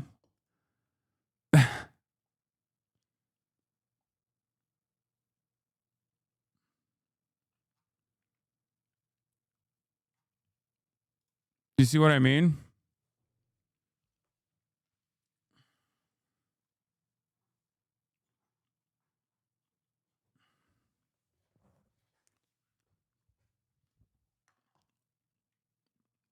OP fell for the trap and is making the bad faith argument Hasan presented. It's not a bad faith argument. It's a good faith argument. There's under no circumstances do you offer fealty to the establishment candidate, especially 3 years out. You don't do that.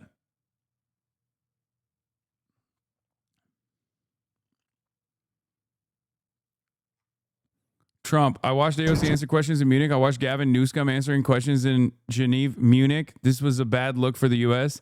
These two people are incompetent. At least Hillary was competent. She's just Trump deranged. She's an angry woman. This is pretty funny that Trump is saying that, because if Trump was asked about foreign policy, he would be like, I don't care. Kill them all. Like, Trump is the last person. This is awesome. Getting Trump to reply to like AOC's statements about foreign policy is great, because that juxtaposition is going to cause everyone in fucking mainstream liberal media to be like, says you, motherfucker, are you out of your mind? Like, Trump's worldview is repulsive, it's indefensible, but it's also really stupid. It's like, even when he has a very clear-eyed, damaging, but very clear-eyed foreign policy vision that he is enacting, okay, he does it in this very stupid way that makes even his allies go, ugh, why did you say it like that? You're going to have Ukraine talks tomorrow as well in Geneva with Witkoff and Jared Kushner. What are you expecting there? Is there... Well, they're big talks. It's going to be very easy. I mean, look, so far, Ukraine better come to the table fast. That's all I'm telling you.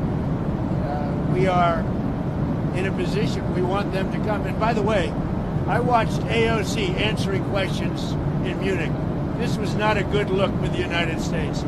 I watched Gavin Newsom answering questions in Munich, and this was a bad look for our country. These two people are incompetent.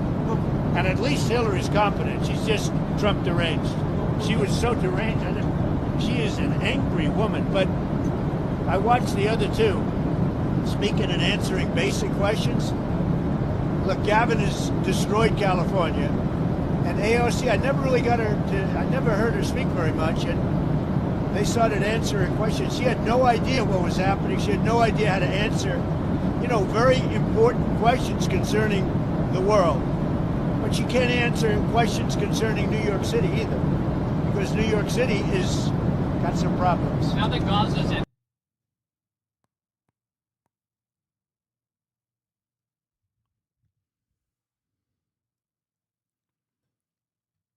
Trump hating on AOC is a massive boost. And when he starts glazing Gavin over her, people will flock to her. What is this? On the topic of Dem problems in 2028. Democrats have a 2028 problem by Vinay Ranaga. We have a lot of work to do to make up for our failures in the past. We got crushed. Liberal Texas 1994. Can I ask a question? I can't wait. Go ahead, chatter. In this last election. Donald Trump has been back in the White House for over a year now. The best-selling hat. Trump was right about everything. And I don't say that in a braggadocious way, but it's true. I've been right about everything. The easy thing for the Democrats to say is that the country will come back around. And that how can you say I've been right about everything without coming across as braggadocious? Is that even possible? Barbs be wildin' in the replies. Plot twist. Is this a real picture?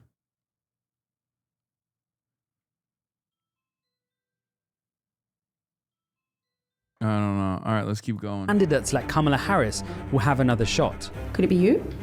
Possibly. Have you made a decision yet? No, I have not.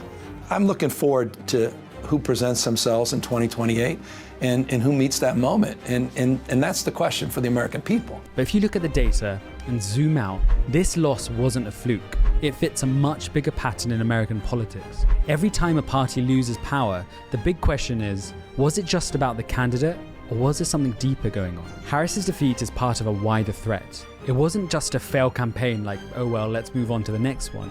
It's the symptom of something more ominous inside the Democratic Party. So in this video, we're going to walk through the 7 key reasons that show why Democrats have a serious 2028 problem. Stick around until the end, because regardless of how you vote, these problems tell us something deeper about American democracy itself. I fear that we will not have an election in 2028. I really mean that. In the core of my soul.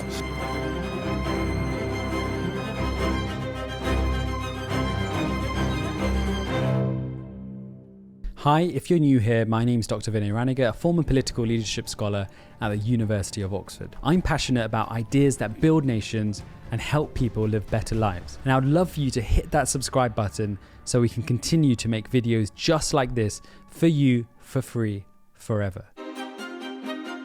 The first reasons Democrats are in trouble is simple.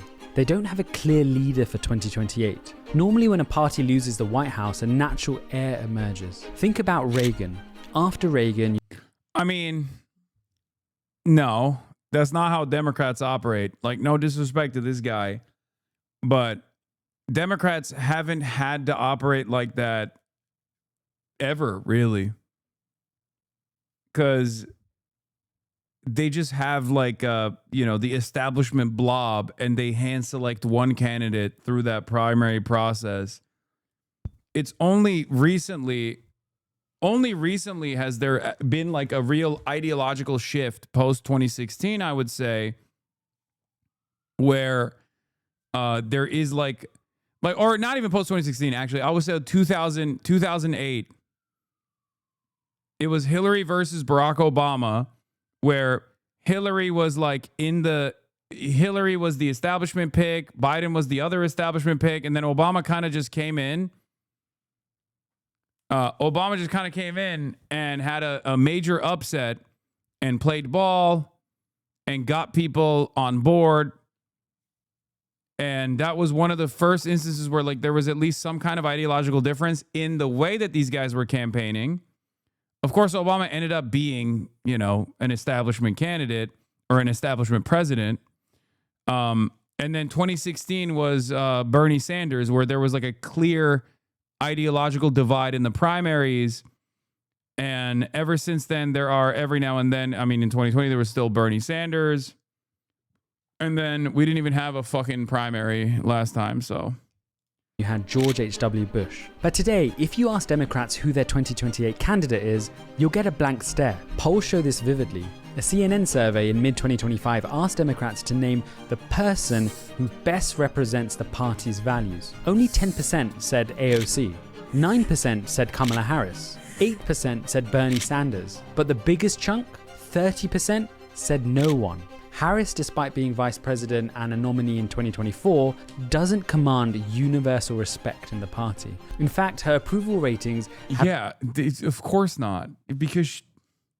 I'm sorry, she's seen as a fucking loser who lost to Donald Trump. Like, that's it. That's the reason. That's it. That's the whole point. Because Democrats don't vote for things, they vote against the Republicans. And that is by design. That is by design. The entire fucking function of the Democratic Party and like why you vote for the Democrats is because you're hitting the not Republican button. That's all this is.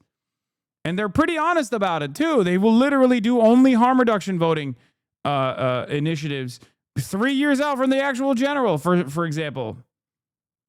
Bro, this guy's other videos are just slandering Zoran. Okay, well, I'm still watching his assessment. I want to see. Consistently underwater. And even among Democrats, there's hesitation. Governor Gavin Newsom of California has been trying to raise his profile with slick videos and national speeches, but he polls in the low teens. Transport Secretary Pete Buttigieg had a moment of buzz in 2020, but now sits in single digits. Gretchen Whitmer in Michigan and J.B. Pritzker in Illinois are mentioned, but outside their states, most Americans don't even know who they are. Now, what this means is that the Democrats look like a solar system with no sun. The energy is spread across different orbits and there's no gravitational center. Compare that to the Republicans who can rally around Donald Trump and you see the difference immediately. Even the election in 2024, you saw the difference. Trump had that gravitational energy to pull in a serious team like J.D. Vance, Tulsi Gabbard, or Vivek Ramaswamy. However, the Democrats don't have that. The Democratic brand is pretty bad. Democrats don't have a clear message that resonates beyond their base. Ask voters what Republicans stand for and you'll hear the words like strength, patriotism. I mean, what he's saying here is something that I also bring up all the time. Democrats have a real branding issue because they are utterly devoid of policy. What do you think about AOC only getting 10% in that poll? I wish we had a link. That seems odd. Wait, what? There's many different polls. It's super far out. What are you talking about? And she's still the winner in that poll where they're like, who represents our interests the most? That's a poll from like last year, March of 2025. Of course, there's no, that's even right now. Even back then, she was number one in comparison to like Kamala Harris, who would run for president prior. But also, there's no one in the running at that point. Security. Poll after poll shows the majority of Americans think Republicans are decisive leaders who get things done. Democrats, by contrast, seem to have a messaging problem. They try to be everything to everyone, but end up with a diluted brand. Strategist James Carville said it best. He was hammering this point for years. His advice? The Democrats have to be the party of the people who are trying to make it. They need a 4-word message. In other words, keep it simple. And that 4-word message is interesting. As soon as I said that, you know the Republicans. Make America great again. Make America great again. Make America great again. Make America great again. Everyone knows what that means, but it's big enough. Yeah, I mean, it's also bullshit.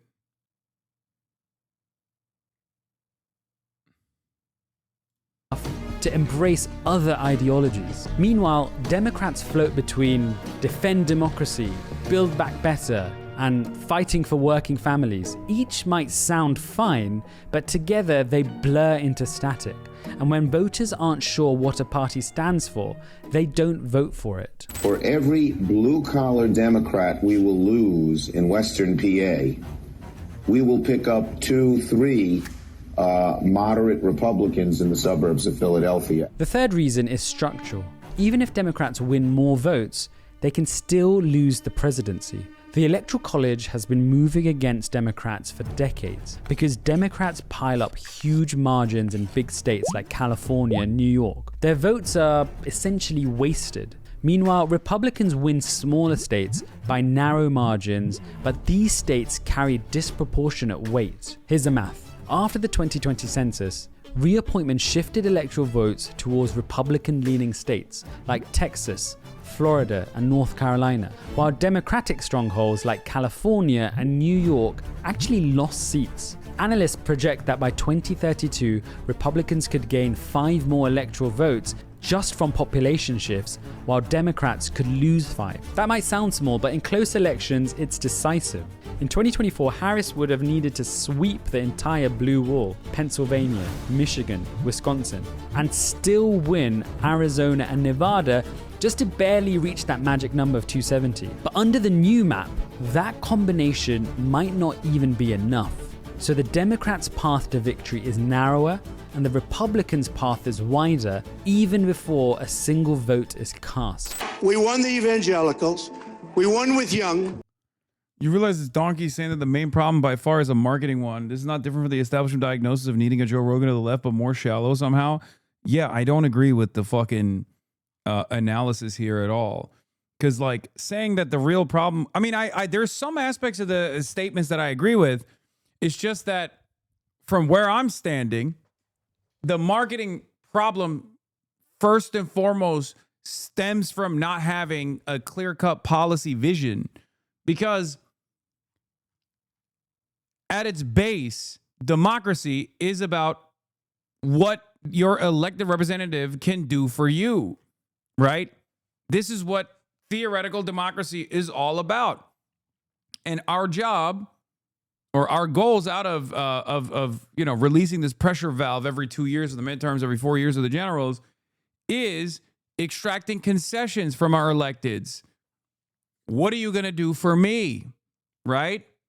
Now, Republicans are very evil and very conniving and very Machiavellian and figure out ways of making people pissed off, or at least rather using the anger that already exists and then redirecting that anger and attention to vulnerable populations. They constantly are like, trans people exist, by the way. I know like your grocery stuff is not great. Like you can't pay for groceries, but like trans people exist. Have you noticed trans people are existing right now? Doesn't that piss you off? I'm going to make it illegal for trans people to exist. Democrats, on the other hand, don't even fucking, counter message against that on off-season cycles. They also don't have a clear-cut policy agenda on how they're going to solve your material problems. They don't turn around and go, oh, yeah, housing is expensive. We're going to fix it. We're going to do social housing. You're right. Healthcare is unaffordable. We're going to fix it. We're going to do Medicare for all, socialism, okay? Socialized medicine. They don't do that. And that's the issue. The question Democrats should be asking every single day is this economy working for you, or is it just working for Trump's Epstein class buddies? Okay? That is the counter message. Oh, they banned transgender athletes from participating in NCAA. Did the fucking cost of groceries get better for you? Oh, it didn't. Oh, it turns out that was a fucking distraction, don't you think? This is what they should be saying. Okay, over and over again. And they should be saying this not just to their own base, but they should be saying this to the Republicans too. I don't have an issue with winning over Republican voters. I'm not one of those guys. I am a believer that racist people also need housing. Racist people also need to pay for health care. Okay? You can win them over not by becoming more racist, as Ezra Klein and others would suggest. You can win them over by offering them things. Okay? It's that simple. Because that's what you're supposed to do. That's your fucking job. You're a goddamn elected representative in a fucking democracy. That's supposed to be the most basic shit. We won with old. We won with highly educated. We won with poorly educated. I love the poorly educated. The fourth reason is that the coalition Democrats were counting on is starting to break apart. For years, Democrats believed demographics were destiny, that as America grew younger, more divisive, and more urban, their share of the electorate would rise automatically. That was true for a while, but in 2024, those assumptions collapsed. Take Latino voters. In 2020, Joe Biden won Latinos by 25 points. In 2024, Kamala Harris lost them by 3 points. Pew Research found that Donald Trump's share of Latino voters jumped from 36% in 2020 to 48% in 2024. Now, recently, the Latino vote in 2025 has been dwindling for Trump, as people are scared about the economy and the prices in the supermarket. However, that doesn't mean that they're shifting back to the Democrats. They're not stoked with what they're pushing either. The same story appears for black voters. Harris still won the majority in 24 by about 83%, but Trump doubled his share from 8% in 2020 to 15% in 2024. That's the highest Republican performance among black voters in decades. And then there are young people. Turnout among 18 to 29-year-olds dropped to 47% in 2024 compared to 50% in 2020. That might not sound huge, but in swing states it matters. Within that group, the gaps are striking. Young women backed Harris by 17 points, but young men backed Trump by 14 points. Among white young voters, Trump actually led by 10. Finally, working class voters. Democrats used to be the party of the working class, but in 2024, 2/3 of non-college white voters backed Trump. Even among working class Latinos and black voters, Trump made gains. As Bernie Sanders... Yeah, this has been 8 minutes and a 15-minute video about like nothing that the Democrats have to offer. Perhaps that's the analysis that's necessary here, you know? What are you offering? What are you offering to the voters? Nothing. That's the problem. Democrats are constantly on a defensive posture. They're always defending against culture war, and even then, they're barely doing a good job at it. They just sit around and demand your vote. They're like, you have to vote for us. Otherwise, like, look at the other guys. I think a big part of the problem last election cycle was also that they didn't even fucking do a good enough job of showing why the other side was devastating for the future of America. It's annoying to be right all the time in a world full of people like Nate Silver. It turns out that giving more economic power to the people is popular. What a shock. The popularity of Bernie Sanders should have already proved this, but it's hard to get someone to understand something if their paycheck depends on them not understanding it. Yeah, of course. Yeah, I mean, it's not even remotely... it's not even remotely controversial. Yeah, of course, Mamdani has a 68% favorability in February, which surpasses all the U.S. politicians. And I know that the abundance will say, "Oh, it's because he's a libtard now," which is good. It's good for us. Yeah, you'll say that about every fucking candidate. They would say that about a fucking communist. Okay, you could have someone who is straight up like, "I'm a communist." And if they reached that level of popularity, if they engaged in like class first politics and became this popular, the establishment Democrat consulting class would be like, oh, he's a libtard now. That's why he's so popular. Okay. That's it.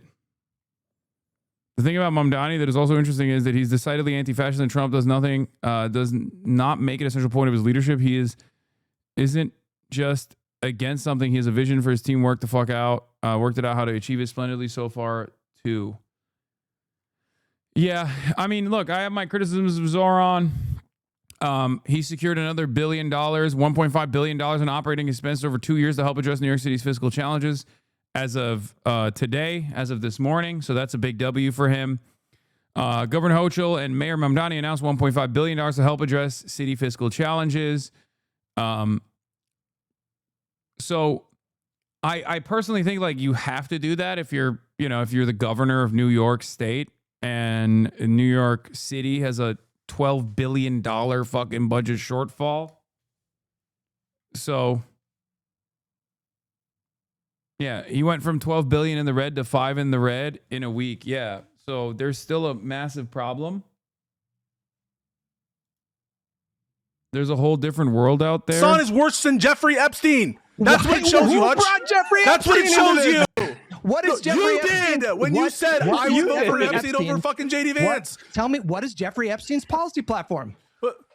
Dude, you don't need to know Jeffrey Epstein's policy. You don't need to know. Here's what I know about him. You said you'd vote for him on abortion. You don't need. You voted for him over JD Vance. Here is what I know about that. Here is what I know about Hasan. He romanticizes, lionizes, and idolizes Vladimir fucking Lenin. Why would you vote for Hasan? Harm reduction. Hasan would be better than JD Vance. That's why you would vote for Epstein over JD Vance. Wait, that's why you would vote for Epstein. So then say it, Hutch. Say Hutch said he would rather vote for Jeffrey Epstein over me because I lionize the lion himself, Vladimir Ilyich Lenin.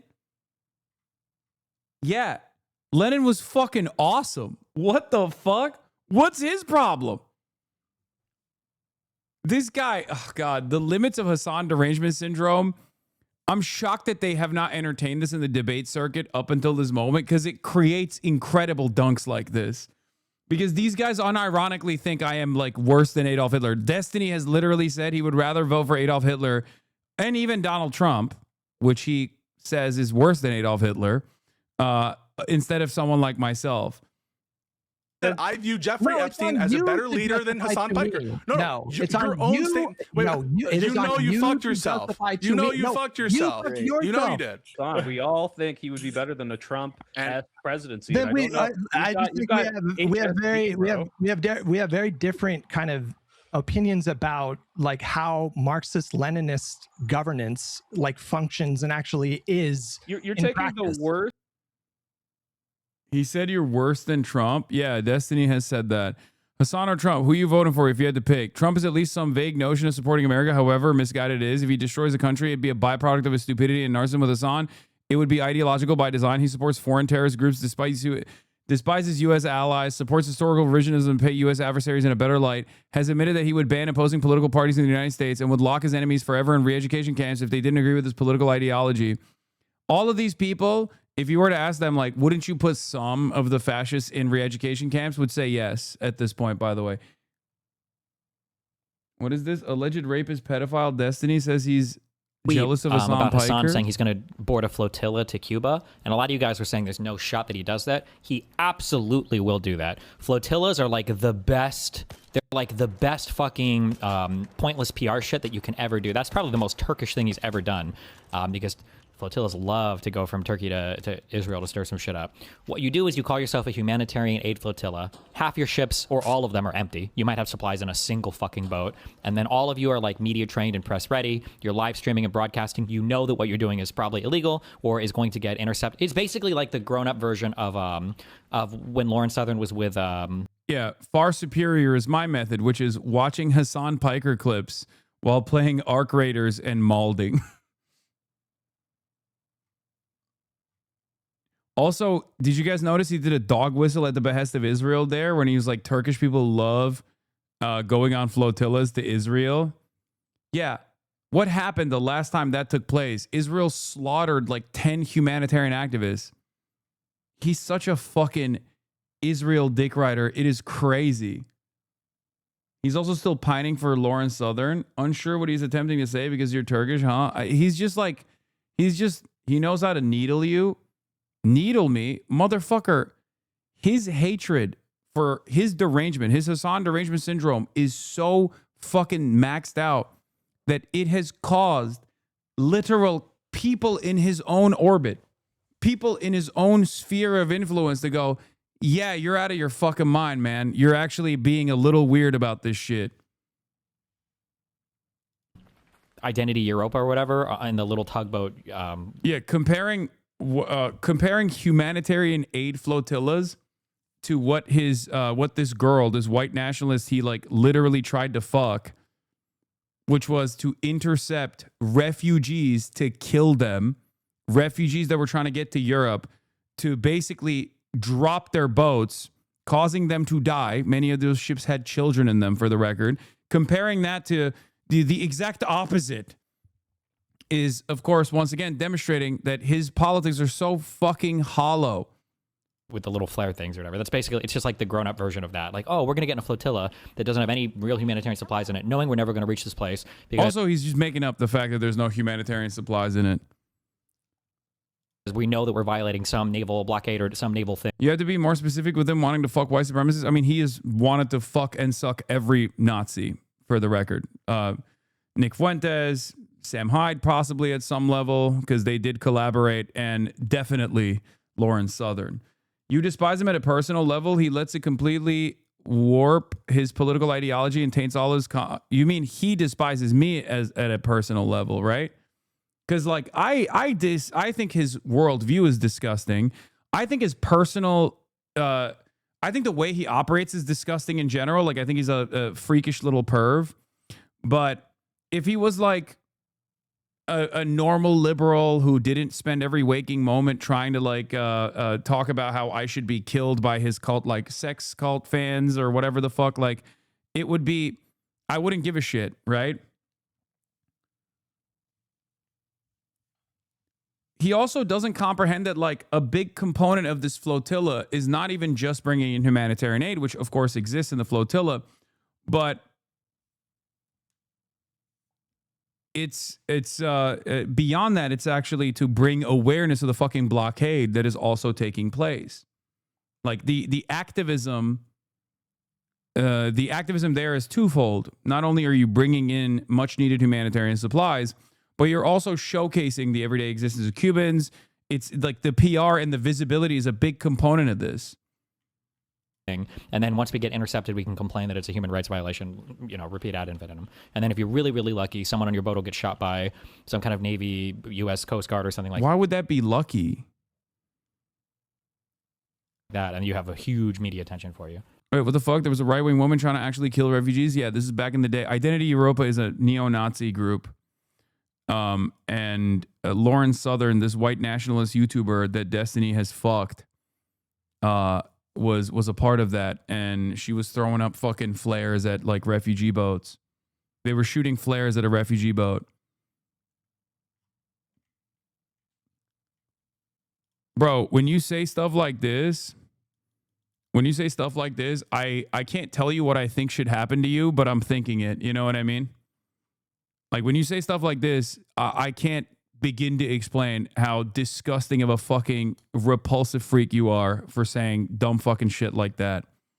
Let him hit, bro. Let him hit. Like, I understand that you're trying to make a joke about Destiny being a creepy little fucking pervert. But it's gross.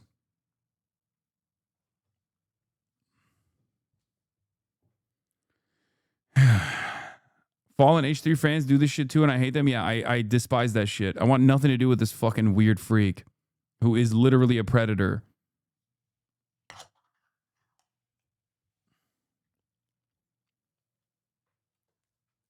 His entire worldview is repulsive to me. He's a bad person. He's a bad father. I mean, objectively a bad father. His son is now a fucking neo-Nazi. And it's directly a consequence of like him not paying him any attention whatsoever. He's just a bad person in general. He is an egomaniacal loser. And the reality of the matter is, if his politics weren't dog shit, and if he wasn't like a weird sociopath who constantly uses and abuses people, and you know, has engaged in a litany of possible sex crimes, procured CSAM and shit, I wouldn't have any issue with this person at all. If he was just like a regular ass lib, why the fuck would I ever bring him up? Yes, he has a child. He has no redeemable qualities. He's just a decent debater. And for a lot of these like weird freaks on the internet, that's all that matters for them because they see it as blood sports. It's a holdover from the neo-Nazi back and forth like blood sports community back in the day, which Destiny would debate all the time. And he basically became their god because he defeated all of these other fucking dumbasses because they were all very stupid Nazis. It wasn't like an impressive feat at all because they were all incredibly stupid. And then he basically took on all of their audience and became their champion. And in the process, like the community's interest in blood sports never really went away. And now every single day that goes by, he will every now and then debate another person. Sometimes if he loses to a person that is more knowledgeable than them, more knowledgeable than him, he will sick his audience on them forever. And they will just like engage in a cyber stalking operation where they just like try to smear that person over and over again, myself included. Michael from Pennsylvania is another great example. He's a skilled orator exclusively because he is very confident. Very, very confident. But obviously when he met his match, someone who is far superior in intellect and far more knowledgeable than him, like Norm Finkelstein, he got ritualistically fucking humiliated on the timeline. Flew too close to the sun, and he hasn't really recovered since then. And he is still very much pro-Israel. He just takes the worst positions possible. He's basically like the fucking the loyalists, like the unionists in the north of Ireland, simply assuming the wrong side of every fucking political equation. Why do you still cover this guy? He's more irrelevant than ever. I don't get the point in highlighting him as some important all-controlling figure. He still has a pretty fucking reliable network of cyber stalkers.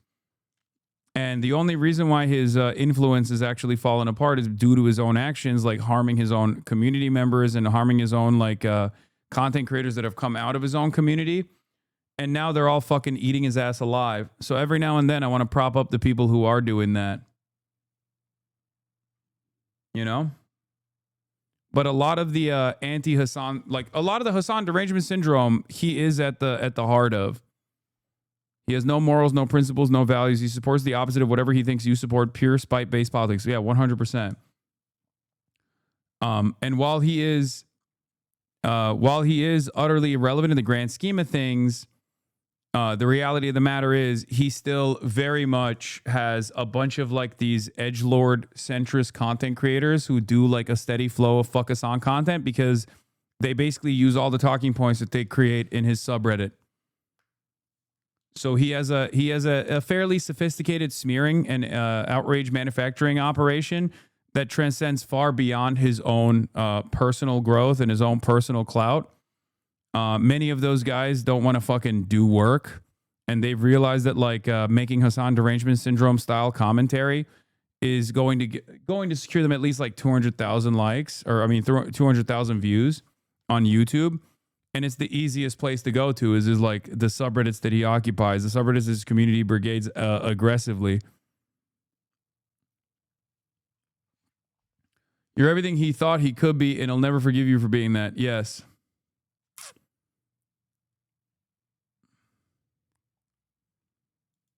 Overlap with Nazis too, very liberal Asmafol's audience. Yeah, they have no base values at all, which is precisely the reason why they will cooperate with anyone and everyone. It brings me great pleasure.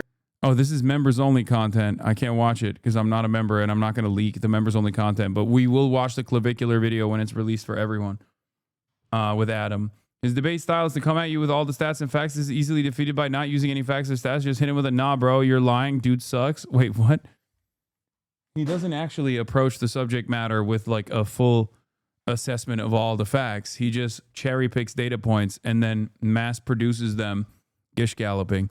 He goes to Wikipedia pages and tries to fucking craft the most successful, most reliable narrative. Yes, Cool Adam interviewed Clavicular and mogged his ass.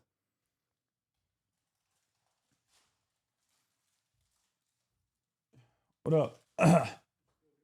What's good? What are you doing here? Oh, okay.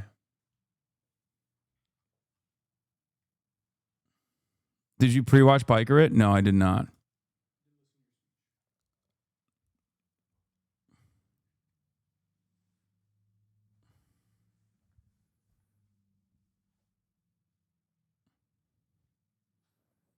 You know? Aren't these people literally living off of you? Yes, I have a large audience. And I understand that when you have a large audience, there can be people that either are antagonistic towards your position and try to like farm hatred off of whatever you say by lying about your positions over and over again. Or they could actually be supportive. They could actually try and understand what my position is and maybe agree with it.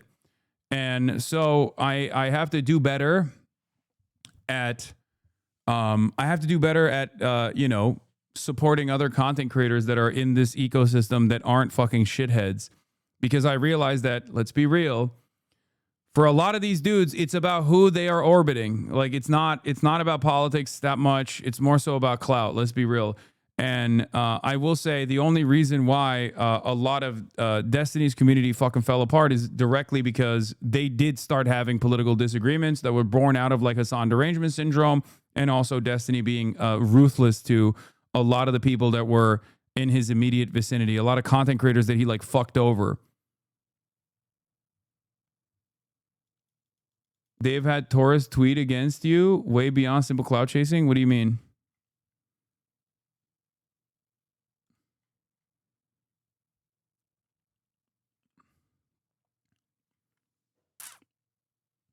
It definitely became a much larger problem though after October 7, because Israel is the only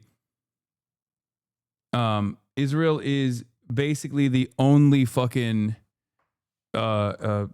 country with like, you know, country level power that will also engage in this kind of like serial harassment, doxing, and mass deplatforming initiative. So they basically fucking joined forces in this like perfect unity. Also, Israel, not exactly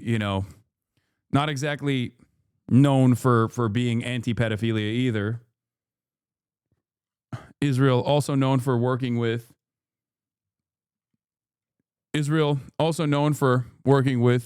Nazis. So it was a perfectly harmonious relationship. So yeah.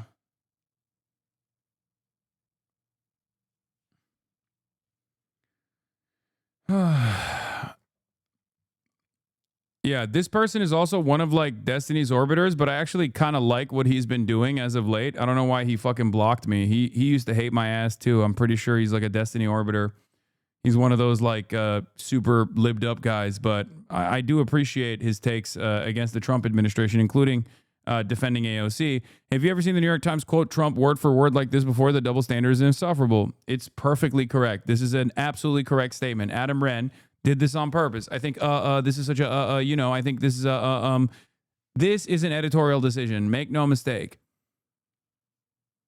This, what they're doing, what Adam Wren is doing here at the New York Times, is an editorial decision.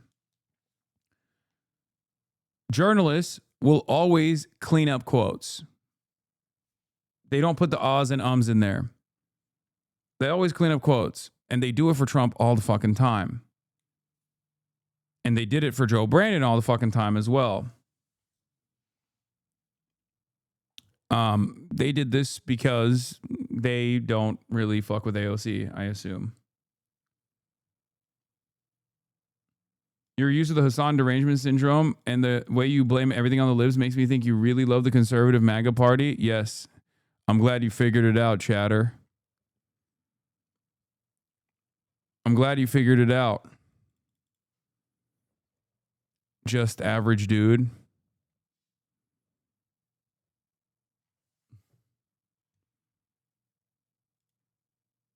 What is this? Bonarelli thinks this was a W. I don't even know what this link is, Jay Mershon. What the fuck? When he got fucking owned, link is because D's name is in the link and is banned in the chat. Well, it's not working.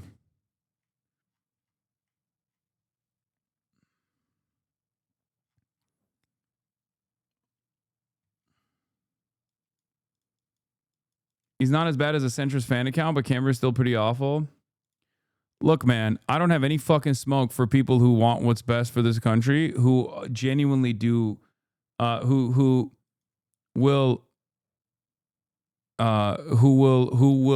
you know, defend people like AOC, defend people like Bernie Sanders, defend people like Zohran Mamdani. Okay.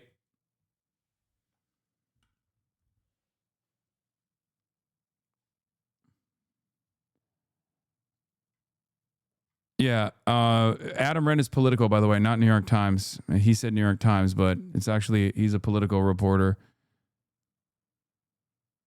But he's putting a New York Times link up. Yeah, it's called a full verbatim transcript. And his university recognized the way to insult the subject in a way that they can't really complain about. Yeah.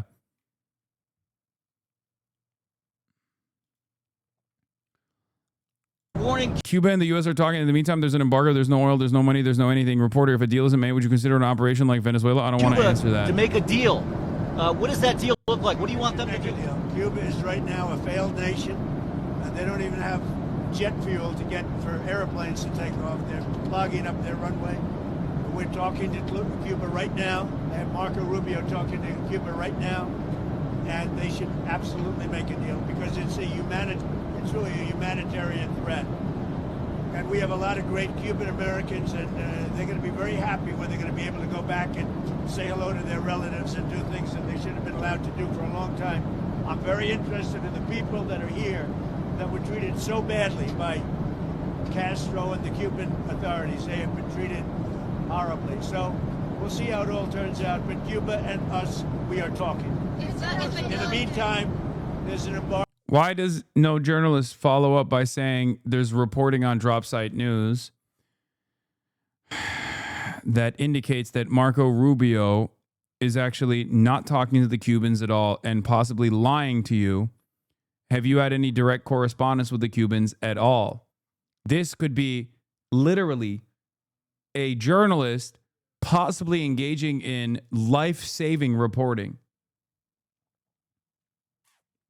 If a single journalist were like, hey, there's reporting that's coming from the Cuban side that states that Marco Rubio has not actually initiated any contact whatsoever with the Cubans, and that they suspect that Marco Rubio is lying to you when he says that there is a conversation taking place. This is not even about highlighting fucking drop sites reporting, okay? This is not about highlighting drop sites reporting. This is more so about like a follow-up question that would actually look good for you as a careerist. If you're a careerist, as a reporter in the press pool, that follow-up question actually gives you a massive fucking scoop. That follow-up question gives you a massive scoop that could potentially lead the media cycle for at least the next fucking 24 hours. It's the easiest follow-up of all time. Cubans say there's no communications. Have you had direct correspondence with the Cuban side at all? There's no oil, there's no money, there's no anything. If a deal isn't made, would you consider an operation like the one in Venezuela? I don't want to answer that. Why would I answer that? Like the follow-up is literally, would you fucking melt the Cuban administration in the same way?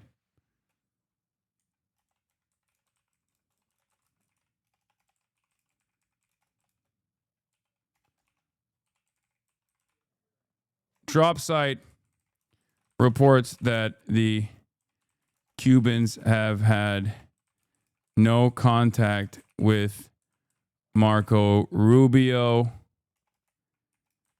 and there's suspicion that Rubio is lying to Trump about being in contact with them. This could be a good follow-up question.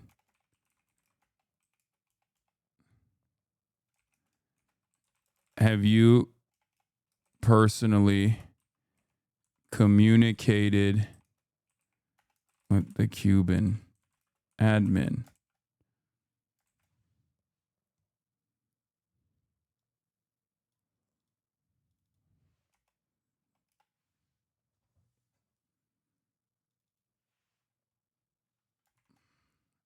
Maybe I can use my influence. Rubio, that fucking ghoul, happy to let everyone in Cuba suffer so we can realize his own dream of reclaiming his father's home. Yeah. Hopefully there will be there's plenty of, what? Yes, their name was Naren. What? Free ball for the press. Drop site news reports that the Cubans have had no contact with Marco Rubio, and there's suspicion that Rubio is lying to Trump about being in contact with them. This could be a good follow-up question. Have you personally communicated with the Cuban admin? He can just lie if he's asked that question. It doesn't matter. Then you pursue it. You pursue that lead.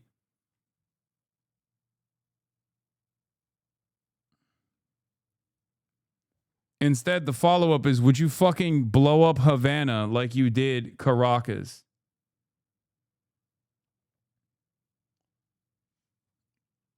Anyway, that's all I got for today, folks. I'm tired. Okay. And yeah, I love you guys. 7 hours. Slow half day again. See you tomorrow. Love you all. Bye-bye. All the chatter's trickling in. Hostile people hate. Sunny in Los Angeles, California, says Hasan. Stun luck to the stun luck to the topic's just begun. 'Cause there is again, Hasan is streaming. Hasan is streaming. There is again, Hasan is streaming. Hasan is streaming. Reviewing a Chinese train, telling Kaya place. Sun and Asmin chatter loves, giving Greening's grace. Zoran winning NYC, woke two back with the force. The Rogan of the left, to me a dumb himbo still of course. The Charlie Kirk assassination, the Fear and Online show. 8 full fucking years of this, and plenty more to go. Doing fun stuff tomorrow, throw PBS up on the screen. A man-made horror reaction brought to you by this life's dream. 'Cause there he is again, Hasan is streaming. Hasan is streaming. There he is again, Hasan is streaming. Hasan is streaming. Kicked out of the DNC, IRL with March the Goat. Commenting the propaganda that shoved down people's throats. CBS Israeli news, a coup, a regime falls. A full-blown fascist takeover, and still the duty calls. Total radicalization coming out to sea. The system will always fail, it's up to you and me. On these daily streets, whether short or whether long, have helped millions of people keep it moving right along. 'Cause there he is again, Hasan is streaming. Hasan is streaming. There he is again, Hasan is streaming. Hasan is streaming. But hey, what can you say? That's PBS for you. But he'll play games real soon. Just you wait. Say, hey, what can you say? That's PBS for you. But he'll move on real soon. Just you wait. Ba-da-da, ba-da-da, ba-da-da-da-da-da. Hey, what can you say? That's PBS for you. But he'll pull your lawns real soon. Just you wait. Sha-da-da, sha-da-da, sha-da-da-da-da-da. Hey, what can you say? That's PBS for you. But he'll do your advice real soon. Just you wait. But hey, what can you say? That's PBS for you. Brought on by viewers like you. Just you wait. Just you wait.